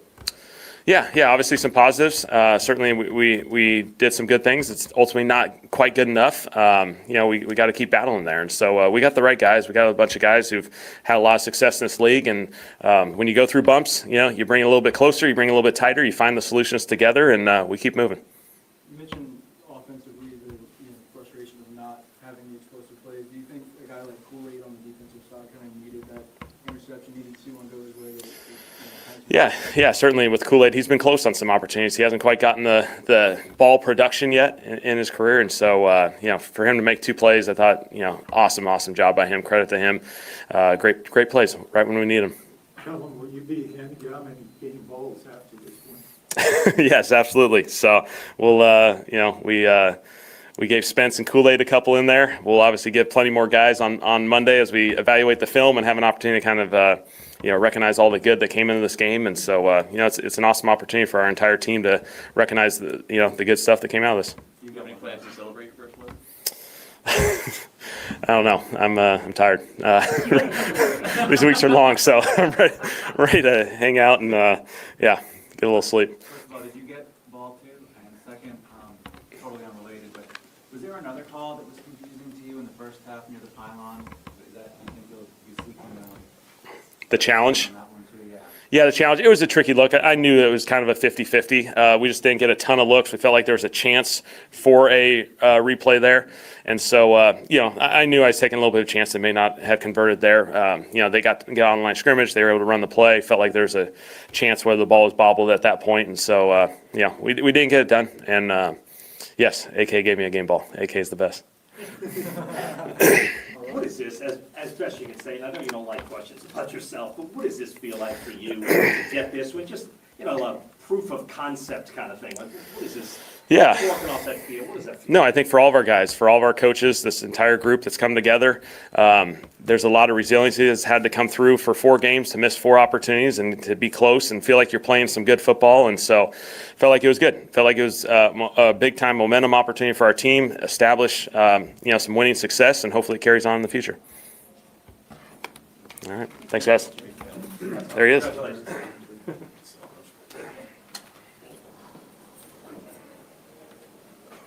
All right, that's Kellen. Here's Spencer. All right, how we doing? Not as good as you. Oh, feels good, man. Feels good to get that first win. It was a team win. Defense played great. O-line played elite today. I believe we had 0 sacks versus that front. So, that's a great building point, and, catch that momentum, go on a run, just keep working, keep progressing, and keep doing what we're doing. Can you walk us through what you saw on the 87-yard touchdown with Rashid? Yeah, we had that play dialed up, knew what we were going to call going into that series. I told She, just make that safety turn, and he had him spin. That corner bit down, and just great protection, put the ball up, and he took it to the house. It was a good feeling. When you let go of that, is the biggest mission to, not overthrow it? You know what I mean? Because you see him coming free, it seems like you drop kind of a soft pass to him. Is that the biggest obstacle to not overthrow it? Yeah, you just put it to a spot. It's hard to overthrow him. I put it towards that sideline so we can run under it, and connected really well. Repped it throughout practice, since training camp. So it's good for it to come to life, and was a play we needed in the game to bring some momentum, and that definitely turned some things around. You guys have been chasing that explosive play the last 4 weeks. What does it feel like to finally have one to be back? Yeah, that was, again, a defense that presented an opportunity for those shots. So we had it dialed up this game. Could have connected on a few more, I think, but it was good to get that one. You could see what one big play can do for a game. There was a few others, but overall, pleased with it. We got to finish in the red zone. Thought we were really good on third down today, and but still got to finish in the red zone a little better. Is that the first time you've kind of gotten exactly what you wanted? Look, play, opportunity, coverage, like all that kind of comes together, and on one of those shots. Yeah, this year I would say so. It was the perfect look. It was a great route, great protection, great call.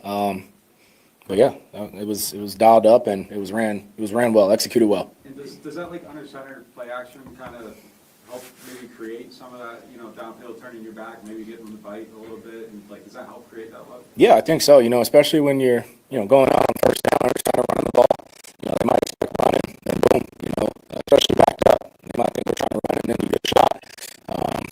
Run play drive, that's always very fun. Could you feel the difference in the crowd in the Superdome after that one play? It's like that's maybe the most awake they've been in a year. Yeah, that was it was nice to look around and see everybody dancing and turning up, and that was our message today. Let's put on for the home crowd. Let's go out there, make a statement and get a big win. And we needed a win. We needed those vibes, and it's definitely a much better feeling for sure. What was it like for you to see your defense come up with those 5 points? It was huge. It was great to see. They played their tails off. Credit to them. They kept us in that game as well. And we could do better. We could do a better job offensively, taking advantage of those turnovers, especially in plus territory. We gotta, we're getting down there to the red zone. Now, credit to the Giants; they did a great job with their coverage down there. Kind of eliminating some shots towards the red zone, end zone area. But we got to find a way, to score those points. And we had opportunities and we left them out there, so that's room for improvement. But we'll clean that up going into this next week and try to hit those. Like kind of an emotional lift getting Taysom back in the lineup today, and kind of what was that process like for you guys this week, only having a couple days of him working with y'all? Yeah, Taysom and Foster, having those guys back just brings great energy, great vibes. I mean, you heard the Who Dat chant. I mean, that got us rolling from the jump. Those guys, they're the heartbeat of our team, two of our top guys, and just having them on the field, on the sideline, dressed out, playing, it's a good feeling for all of us. Spencer, you had the motive we were being, 0-10 as an NFL starter, but you get your first win. What does that mean for us? It's big, you got to weather the storm. Just keep going, keep having the same process. The outcome will take care of itself. The past is the past. Now we're just looking towards the future. Keep stacking wins, keep some momentum going, and try to get W's every week. Looking towards that future, what can a win like today kind of do for y'all momentum-wise moving forward? Yeah, just seeing who we are, what we can be, and knowing we left stuff out there as well. I think that's a good thing. We left points out there. We could have scored way more. So there's definitely room for improvement, but it's good to get a win. It's an NFL game. It's not easy. Hard to come across wins in this league, and it's good to get one. Spencer, Coma said that you got a game ball. What did that mean to you? What will you do with it? Yeah, I mean, it's a great feeling. He got a game ball as well. Obviously, first win for him, first win for me. So it's a good feeling. Keep that ball at home, and keep it for a long time, Your message to the fans after the game included something like, gotta make the streak. Mm-hmm. How do you go about doing that? Yeah, just keep doing our process, week to week, day to day. Keep focusing on our attack mode in practice and walkthroughs, whatever. We had a great week of practice, probably had our best walkthroughs pregame.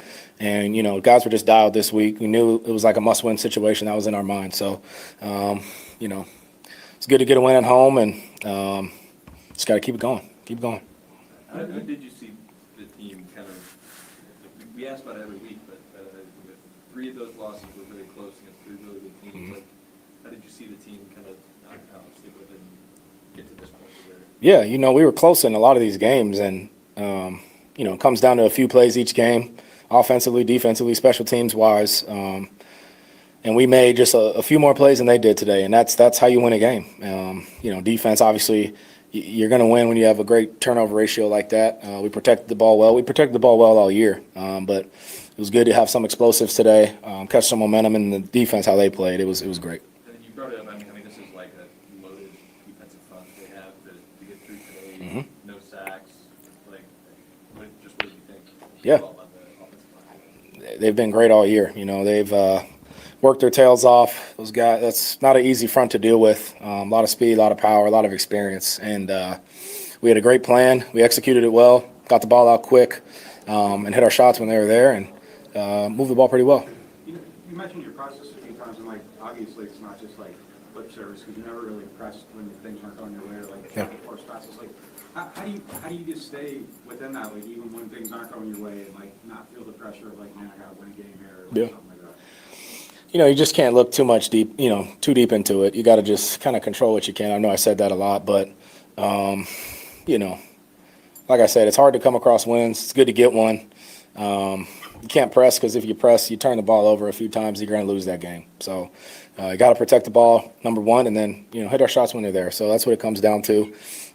Those check downs that go for 10, 12 yards, those are huge plays in the game, just like an 87-yard touchdown, So got to have a balanced attack, and feel like we did well today. Not everyone can do that, though. Are you ever fighting that, the urge to maybe go out and throw a hero ball or something like that? Yeah, there's always an urge, especially if you have the right look. We took a few today that we got 4 PIs today, which was great. We knew they were a grabby man, defense, and knew we had those opportunities. So count those as explosives as well. You got to give your guys opportunities, because it's either 50-50 or in stride or a PI.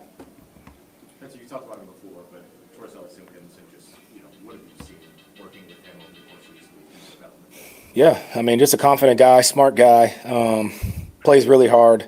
You could rely on him. So he's another great part of our offense. And, Caesar's been like a good big bro to him. And that O-line room, obviously he's a younger guy, but he's playing his tail off. So, he's going to keep doing his thing.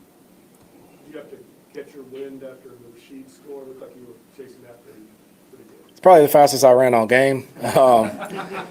But yeah, you get excited, man. You get turned up, and you want to have that energy throughout the whole game. Those plays create energy for the whole team, the whole crowd, and we definitely want to have more of those going forward. All good. Thank you. Congratulations. All right, shout out to Spencer, man. Hey, how you guys doing? Doing good. How are you doing after I'm doing all right. Doing all right. You gonna try to play both ways after that second one, showing those hands on them to go up and get it? Yeah, I'm gonna play a little offense. I'm just playing. How good did it feel to get those 2 interceptions in the fourth? I mean, it's just such a crucial time to help your team slam the door shut and get that first win. Oh man, I just want to thank my teammates and coaches first off, trusting me and believing in me. That's number one, man. But it definitely felt good to be able to help them guys because that's my job, that's my role. So I want to thank them, and yeah. What was your week of prep like leading up to this week? I feel like I was a little more locked in this week. I did a little extra of everything. I put in more work this week. I trained hard. I ran on my own a little bit after practice, and I'm sticking to that definitely. Definitely found me a new routine, and I'm gonna stick to it. Was that a big part of that second interception? Because it looked like you kind of knew where that was going off the snap. Was that a film study? Film study thing, but more in the game. They kept kind of running that same little play, so I just finally decided to go and press it and jump it. That first interception, you went sideline to sideline. What was the assignment there, and kind of what you see on that play? I kind of felt them run 1 under 2, so I kind of knew the quarterback was going to I didn't know this, but I knew everybody was kind of running back this way. So I kind of just played over the top of everything and caught me one. It was only Dart's second game as a starter. Do you think that y'all were able to kind of take advantage of the fact that he had, such little NFL experience as a rookie? Well, we knew when we watched him on film all week that he's an energetic guy, that he liked to make the big plays, that he can use his legs, that he can make the throws, and he came out and he definitely played like we expected. So, just watching him, we know that it is a possibility that he can have a good game, and you have to kind of contain him. Did Brandon Staley change a lot, and were there a couple of little things that he changed that you could say, because obviously Dart had a lot of success early and then didn't have success after that? Well, we kind of knew just watching them in the first half. We knew kind of what they was going to do and what they wanted to do. We kind of got familiar with the plays that they was running.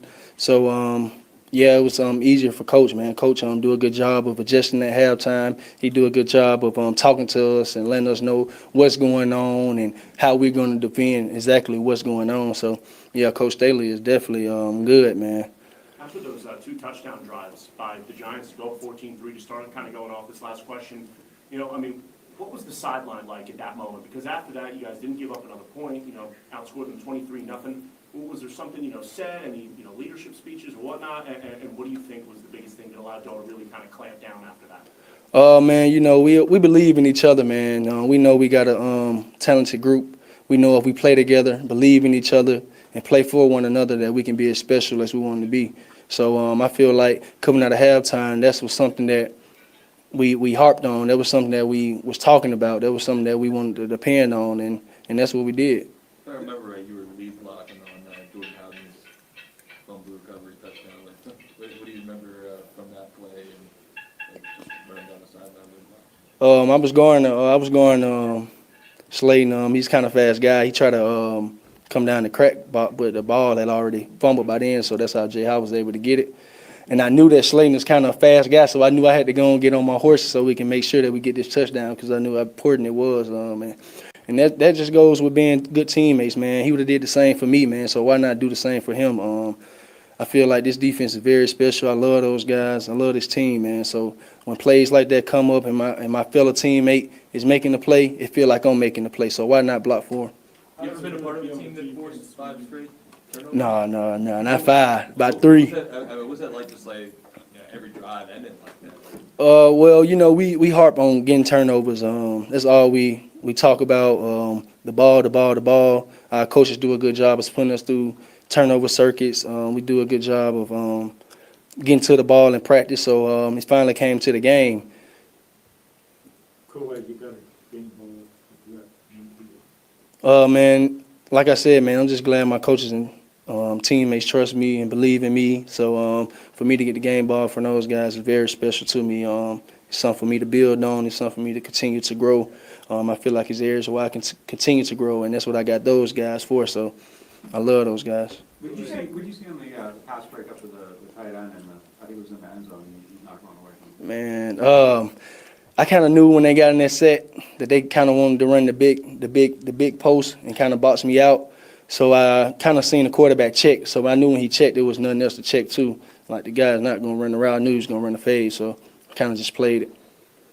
Did you see Brian Brzee knocking the ball out of the one on Jordan Howard? Yeah, I definitely seen it. View of that? And what did you see? What happened? It looked like he was getting blocked a little bit, but he had one hand free in his gap, and he just reached out and got it out, punched it out. And like I said, that's something we practice on every day at practice, and it came to the game. So I feel like, certainly was a turning point in the game, the way that the defense kind of took over. But does this feel like a turning point for you all, even looking at it from here? Yeah, man. We got a 24-hour rule on this, man. We're gonna get in the lab and learn from our mistakes. We're gonna build from this. I feel like we're gonna get in and we're gonna build for this. When Quincy got his first start today, you were in a similar situation last year, getting thrown in as a rookie. How do you think that move? Oh, man, I feel like Quincy is a good player, man. I feel like he handled it very well. He made a play on a deep ball, great play. And that's just him, man. He's a great guy, great teammate. He come to work every day, has a great mindset for him to be a rookie. Well, I know you're a basketball guy. When you see that ball coming at you, when you cross your guy up, you got to make the shot. When you see that ball coming at you, is it hard to not think too much about, I got to catch it now? Oh, no, it's routine, man. Catching the ball is routine. It's something you do since, at least me, it's something I've been doing since I was 4 years old, is catching the ball. So when I see it, I just know to go get it. I don't think nothing else. How big is like this domino effect, or when someone catches heat, y'all kind of just rattle off the turnovers? That's very special. Like I said, we like to lean on each other. We like to be there for each other. We're a special group. So once you see one guy making a play, it's like you made the play. Now you want to make a play. I mean, that's just how it goes, and it just keep happening like today. You held on to that ball after the interception. Why'd you keep it? And what did it mean to you? It means a lot, man. I just know I work so hard.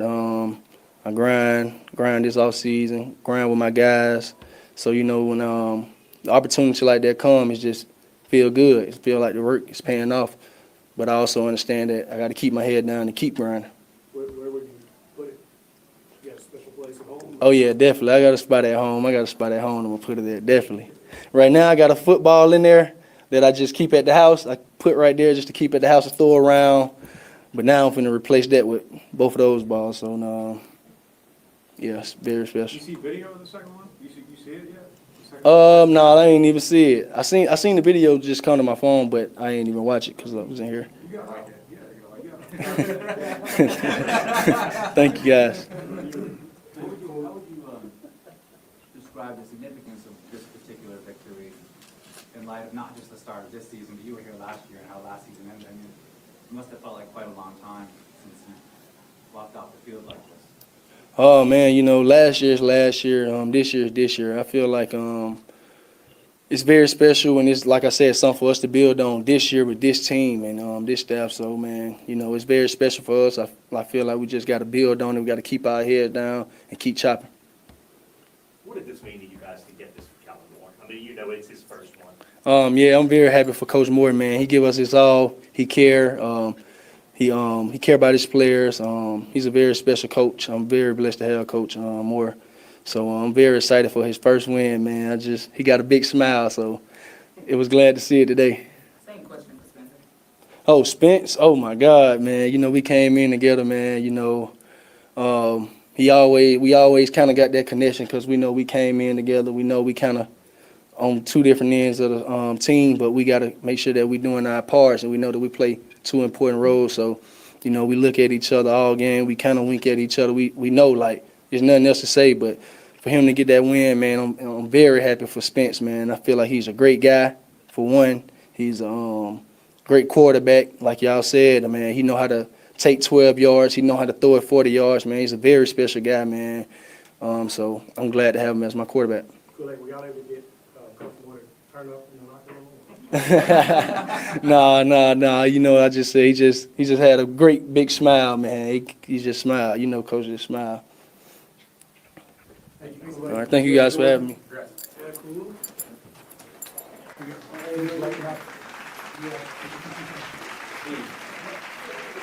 I should have brought my Gatorade, man. Thirsty. How you doing?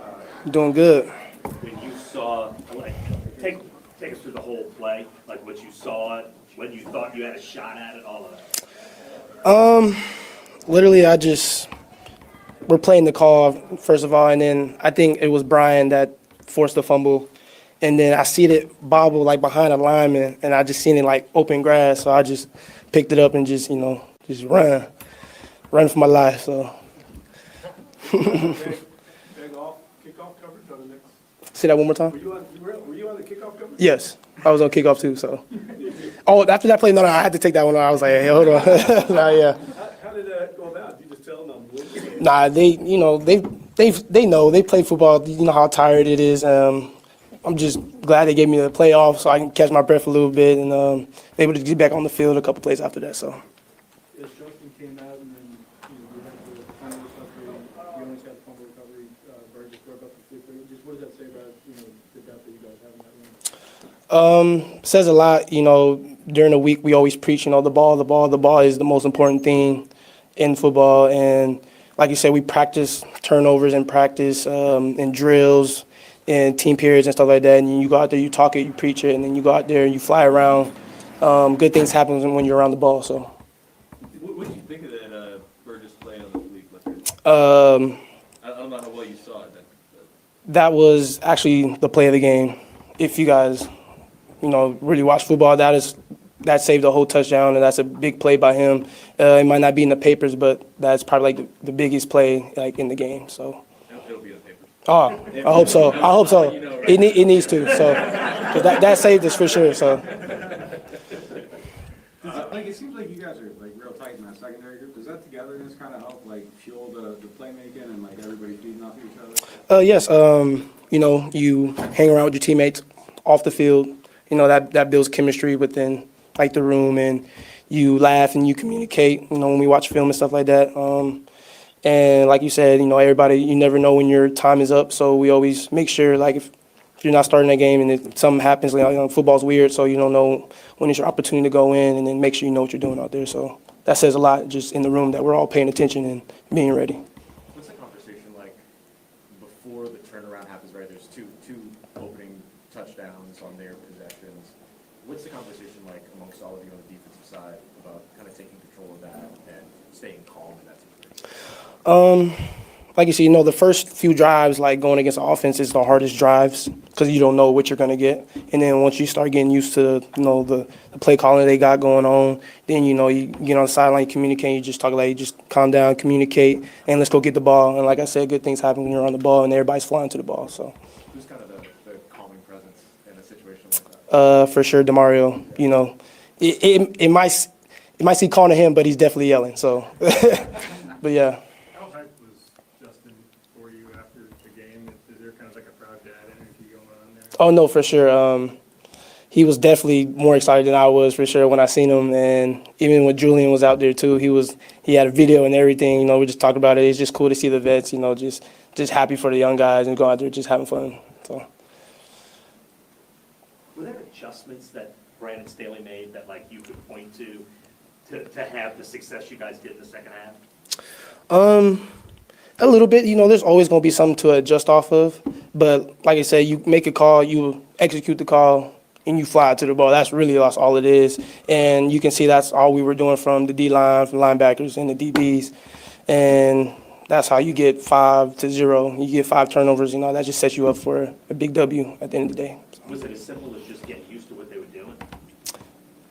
Yeah, a little bit. But, they can always switch it up. But, you always have that might, okay, if you get in this, they might do this. So you always have to keep that, in your head, like, okay, just make sure you just actually just execute the call and just go out there and just fly around. Like, I don't know.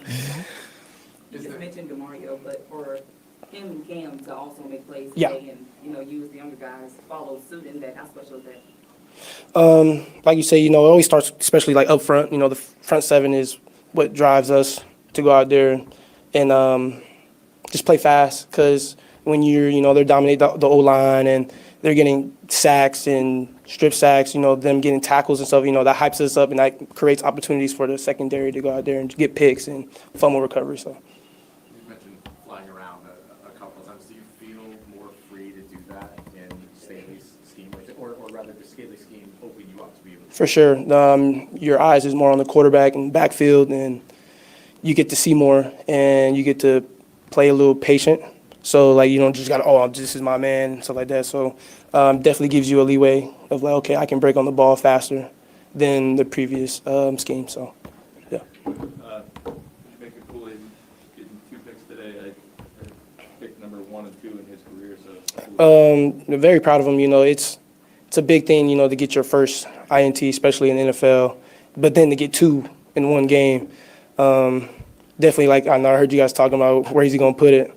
Definitely got to have a special place to put, at least fit 2 of them or stack them or whatever. But like I said, just proud of him. He during the week he's always preparation. He's communicating. He's doing way better than he was last year. So be proud of him. So. Did you keep your fumble recovery goal? Oh, for sure. Oh, that's coming on with me. Yeah, I need that. Yeah. You got a spot for it already? Oh yeah, for sure. Did you ever have a sleeping school? No, or like you talking about like. No, didn't have one in college, but this would definitely be my first one since probably like high school. So that's definitely a big deal for me. So like I said, I'm just proud of myself to go on there and having the opportunity to go get it. So. It's been 300 days since y'all won. I mean, does it feel like a finally in that drought? You try not to think about it like that. Like you have a new coach, new team, new atmosphere, new players. You always come in like. Just trying to get that nasty taste out your mouth, like, oh, I'm just used to losing, none of that. So it's just like it's the next right step. It gives us confidence from coaching staff and also as players. So this is, like I said, it's the next right step, and let's just keep it going. What was the post-game locker room like? Oh, definitely. It's been a while since we had the fog and music playing and stuff like that. Almost forgot how that was. So. To actually feel that and seeing Kellen Moore, he's a humble guy. So you see him smiling and, just getting with the guys. So that was pretty cool, for him to actually experience that, like we used to do in the past. So I appreciate you.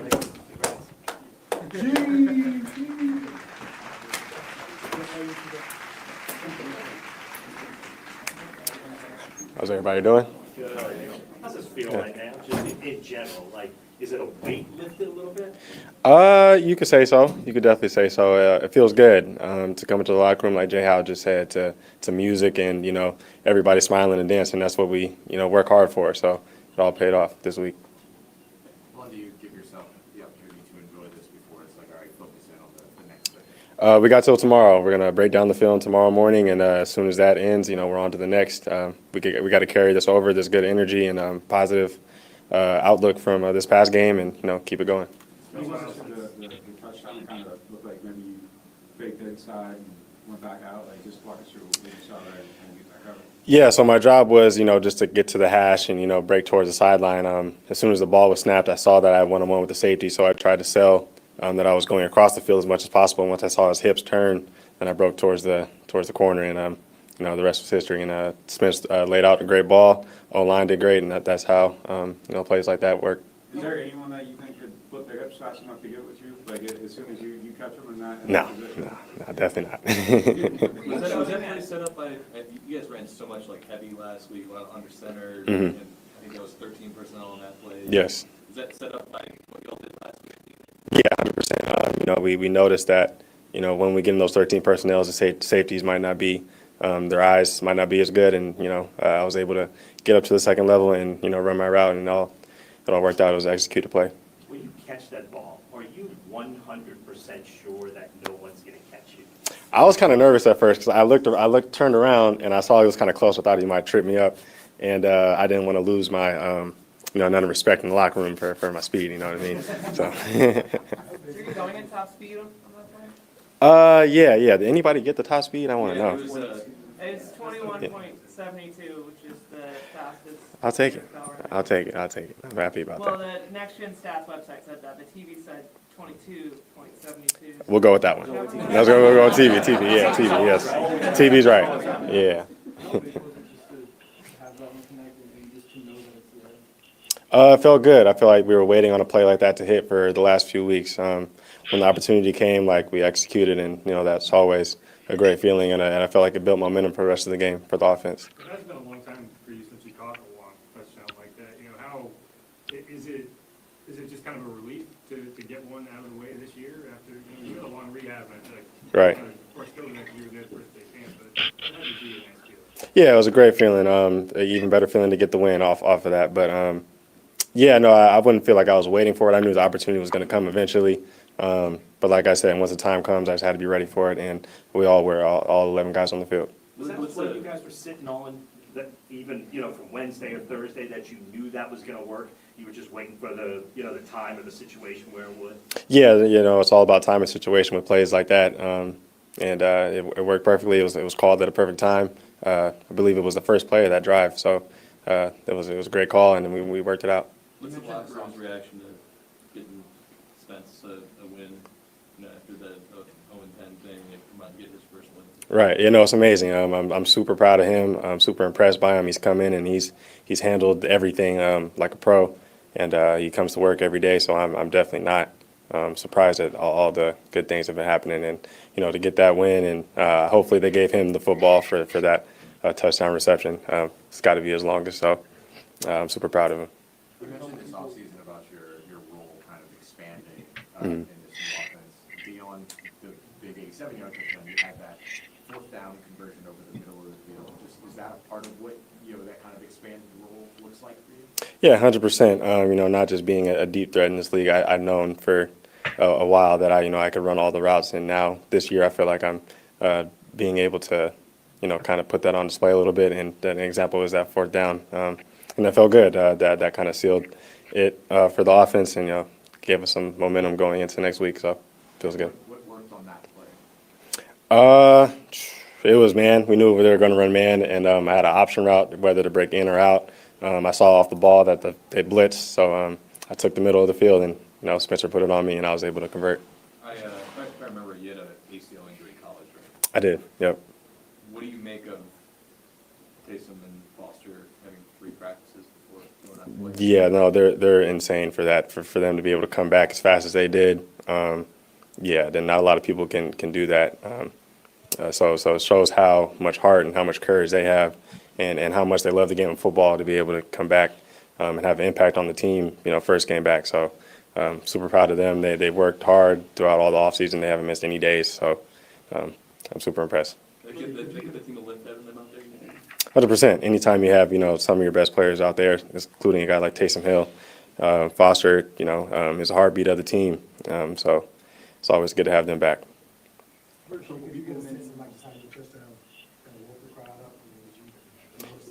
Yeah, you could feel it as an offense. We've been waiting for a play like that, to spark, the rest of the guys, and just to be able to have that and get that out of the way. If it feels good, and I feel like we'll be able to build off of it. A couple people have mentioned Calvin smiling after the game. It feels like he's always smiling. Mhm. Just can you tell a little about his optimism and kind of what that's meant for his locker room for the first month? Yeah, no, he comes to work and he lets us know, exactly what he wants. He's not too high or too low at any point, and I feel like that's something that we like, but it's really good. Everything that he represents, everything that he's brought to this team, and we love how he coaches, and we definitely play for him each and every week. When you see a defense do what they did and force 5 consecutive turnovers as an offense, what's the vibe like on the side? Yeah, vibe's great. Anytime the defense can get turnovers, as many as they did today, they're going to put us in good position. They gave us good field position throughout the whole game, and so when we turn the ball, or when they turn the ball over 5 times, we have success. What did you take from Taysom's speech before the game? Like, is that like not the cheetah? Yeah, when a guy like Taysom talks to you, you listen and you kind of lock into what he has to say. And I feel like that kind of got us fired up. It felt good to have him in the circle again. And moments like that, you see that he's back and he's ready to go and he's ready to fight for us. So That's normally DeMario's spot too, so like, what does it say about the level of respect that yeah, guys have for Jason to see that win? yeah, no, he has the same level of respect. He's a leader, he's a captain. He's played in this league for a long time and he's made a lot of plays. So how could you not want a guy like that to lead your team? Thank you, guys. Appreciate it. Thank you. That's it.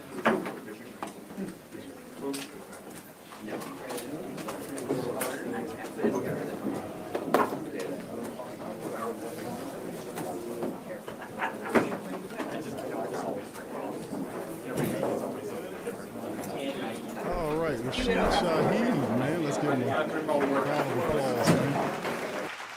A bunch of Saints came out, man, for that, man. We need to win more often, man. Hell, we need to win more often. So at least that way we'll be able to see most of these guys when we need to. Oh man, I was sitting here chilling. Shit, I'm about to go start cooking and everything.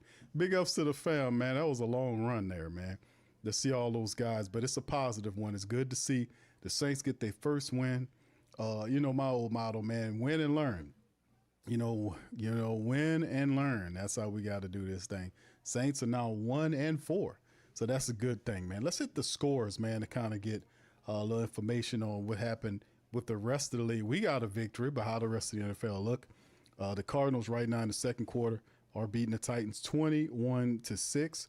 The Buccaneers right before halftime up on the Seahawks 13-0.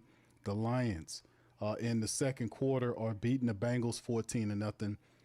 The Commanders are trailing the Chargers 10-0. Tonight we see the Patriots, who we will face off with next in the Superdome. They go against the undefeated Bills. The Vikings got a victory over the Browns. The Browns are 1-4 as well. The Vikings improved to 3-2. The Raiders get just eviscerated by the Colts 40-6. How about the Colts and Daniel Jones? They are doing a pretty good job handling their business, man, to be quite honest with you. They're doing a positive thing. They win 40-6. They are, how about the Colts are 4-1? Who's seen that coming? Of course, the Saints get their victory, the first one of the season. They're 1-4. So are the Giants with 26-14 loss. Cowboys get a nice win over the 0-5 Jets led by Aaron Glenn.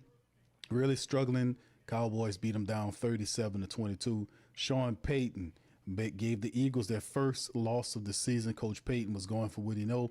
21-17 in the game. The Dolphins fall to the Panthers. So the Panthers get a win. They go 2-3.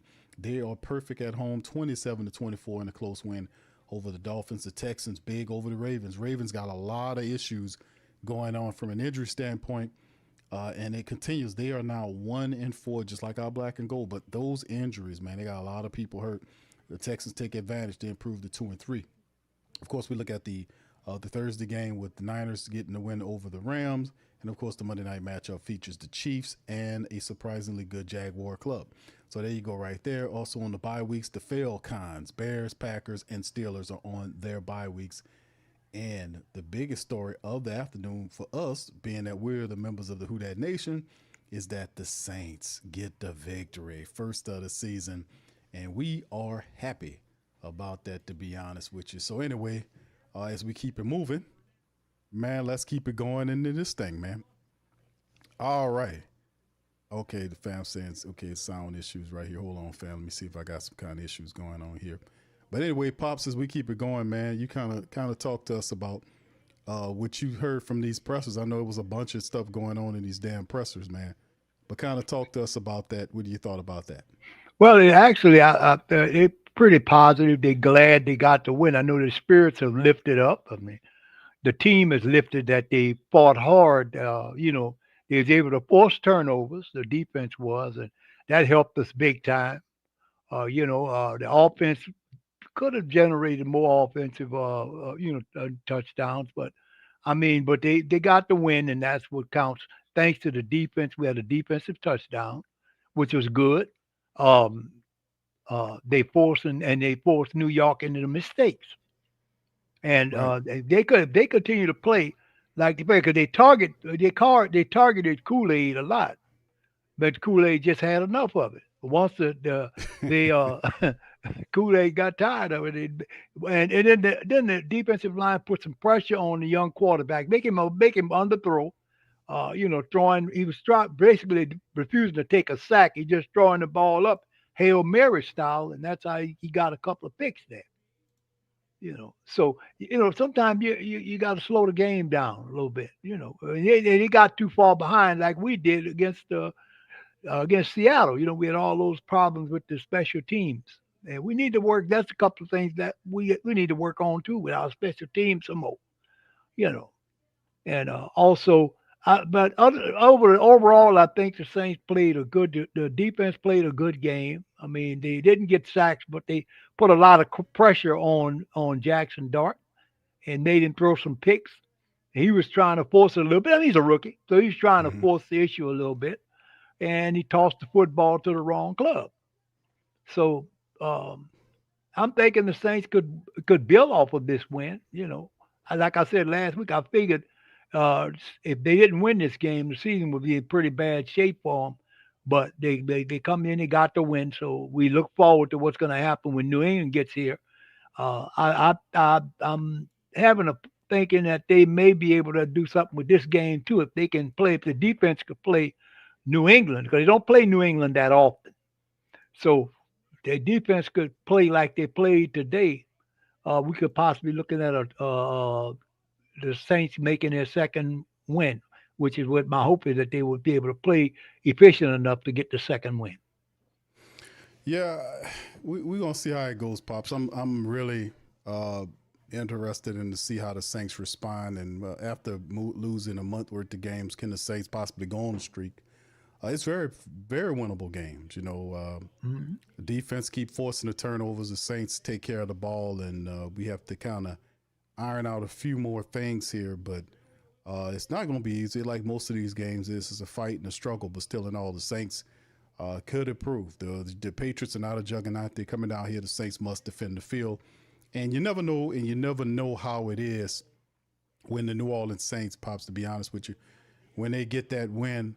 And does that then, getting that win, is it good enough for them to then turn around and say, man, I love how that felt. That felt really good to win. We finally got a W after 4 weeks for Kellen Moore. Spencer got him one, and it's a good feel. I'm celebrating together. And sometimes it just takes that one for you to then sink in and then take care of business. And, you got to get in love with that feeling of winning, and you do whatever it takes in the game to get it again. So, I mean, that's a good thing for the Saints. We were close on a couple of these games.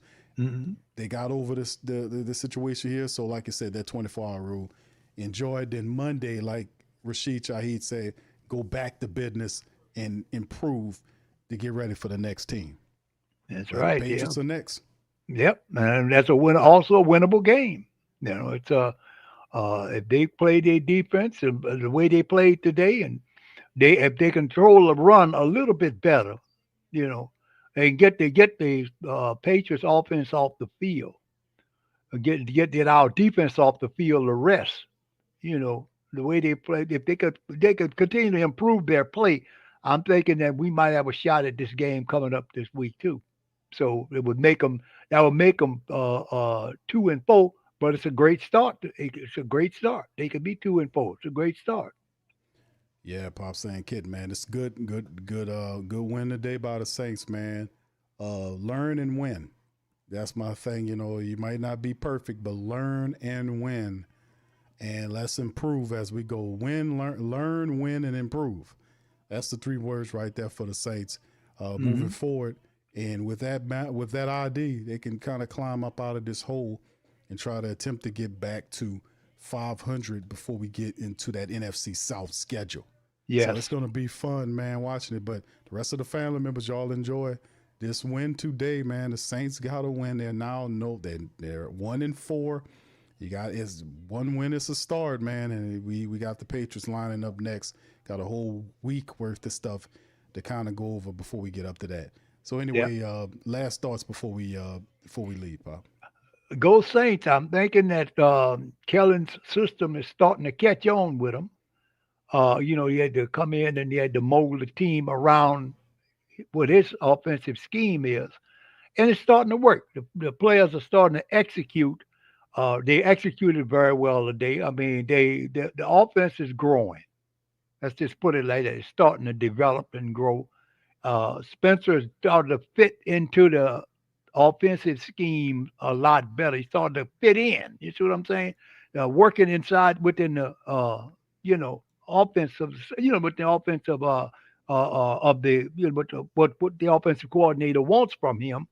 And he didn't turn the ball over. He didn't get sacked. He just played a really steady game. It was a steady game, So they just got to execute. We got to make sure our offensive line is healthy. We got to improve on our running game. The Saints run the ball pretty well, but we also have to stop the run.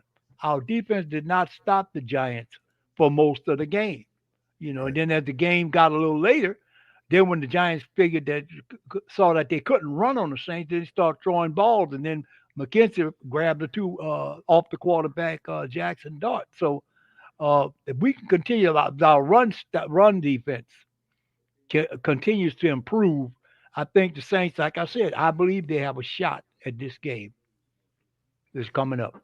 Yeah, I agree, Pops. I think I think this is the first of more than a handful of wins to start off with to get back to respectability. Sometimes it takes just that one that scaves off a lot of the trade rumors. When you're a winless team, there's a lot of stuff going on, but sticking through it and getting a win is definitely a really great psychological boost for a team. Like all the hard work, we finally was able to get over the hump and get a win and get that feeling. Now let's kind of work toward it. So getting that first one could be a tumble effect.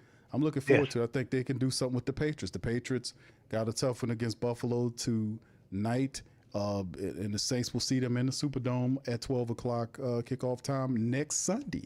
Yeah. So it's going to be fun. But anyway, shout out to you guys. Thank y'all for being in the stream. Do us a service and hit the like button, hit the subscribe button, and the share button. If you're not a sub up. For the new subs, thank you guys for hitting the sub button and joining the Coma.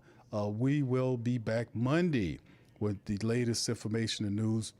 We know that Justin Reed was knocked out with the concussion. We should have an update about that tomorrow. And, of course, Coach Moore he will look at the tape as well and give us his thoughts on the tape on Monday. So a lot of other stuff to kind of talk about. Ro asked about. I'm gonna see if I can line him up for Monday, bro. We'll see if we can get that New York. We'll get Tim from the New York Giants Straight Talk podcast. I'll reach out to him and see if I can get him lined up for Monday sometimes, fam, so he can come back and kind of explain why the Giants lost today. He'll do some explaining. New York style version of explaining. Yeah. All right. So anyway, with that being said, man, listen, I'll be back tomorrow, man. And we'll cover more of it. You know what? Much love to the fam. Appreciate y'all. Peace. And who that? We got our win. Much love. Yeah. Boogie like Benson, I'm a who that. I'm a who that. Long as I'm living, I'm a who that. Lose or winning, I'm a who that. Sports Coma, yeah, this is where we do that. Where we do that, where we do that, where we do that, where we do that, where we do that. Boogie like Benson, I'm a who that. I'm a who that. Sports Coma, this is where we do that. Where we do that. Welcome, welcome, welcome. Somebody please better help. Running this thing like elf. Thank God every day I'm not a felt. Go to YouTube live with Big Q and the guys. If you ain't ride or die, the bandwagon get flipped. Been marching in, that was way for the ring. I was yelling out your chain for the championship. Bucking on town, duck down. Falcons, pluck, get shut down. Panthers ain't much touchdown. The vision really belong to us now. So much hate on the Saints, you could probably tell. Ever since Bounty Gate hit the NFL, when things seem fishy, then you probably smell the crooked referees on Roger Goodell. Yeah, like this, and I'm a who that. Every day I'm living, I'm a who that. Lose or winning, I'm a who that. This is Sports Coma, this is where we do that. Where we do that, where we do that, where we do that, where we do that, where we do that. Boogie like this, and I'm a who that. This is Sports Coma, this is where we do that. You're listening to the Sports Coma with Big Q and the guys on the PRO Media Network.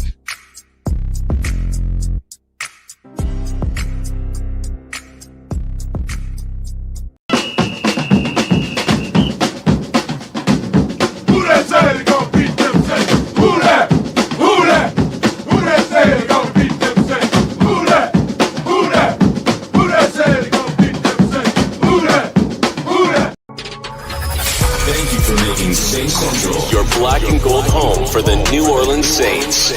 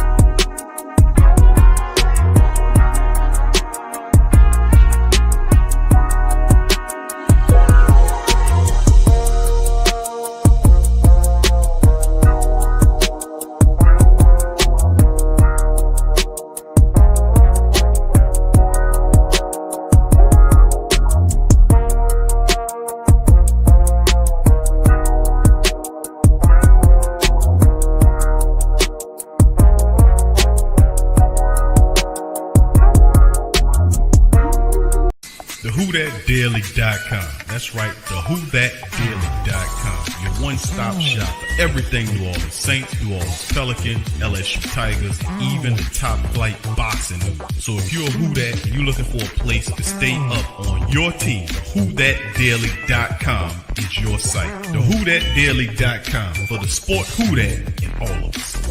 That's right, the Pro Shop is the platform store where you can go and buy all the latest merch to support the platform. Available at the Pro Shops, we have dozens of hundreds of products available for you and your family. Unisex tees for men and women, hoodies and sweatshirts, tank tops, kids and baby items, long sleeve tees, mugs, pillows, wall art, bath bedding, face masks, phone cases, stickers, bags, fanny packs, socks, hats, and many other items. Please feel free to check out the Pro Shops. The link is in the description section below. And remember, it helps the platform continue to grow. Check out the Pro Shop.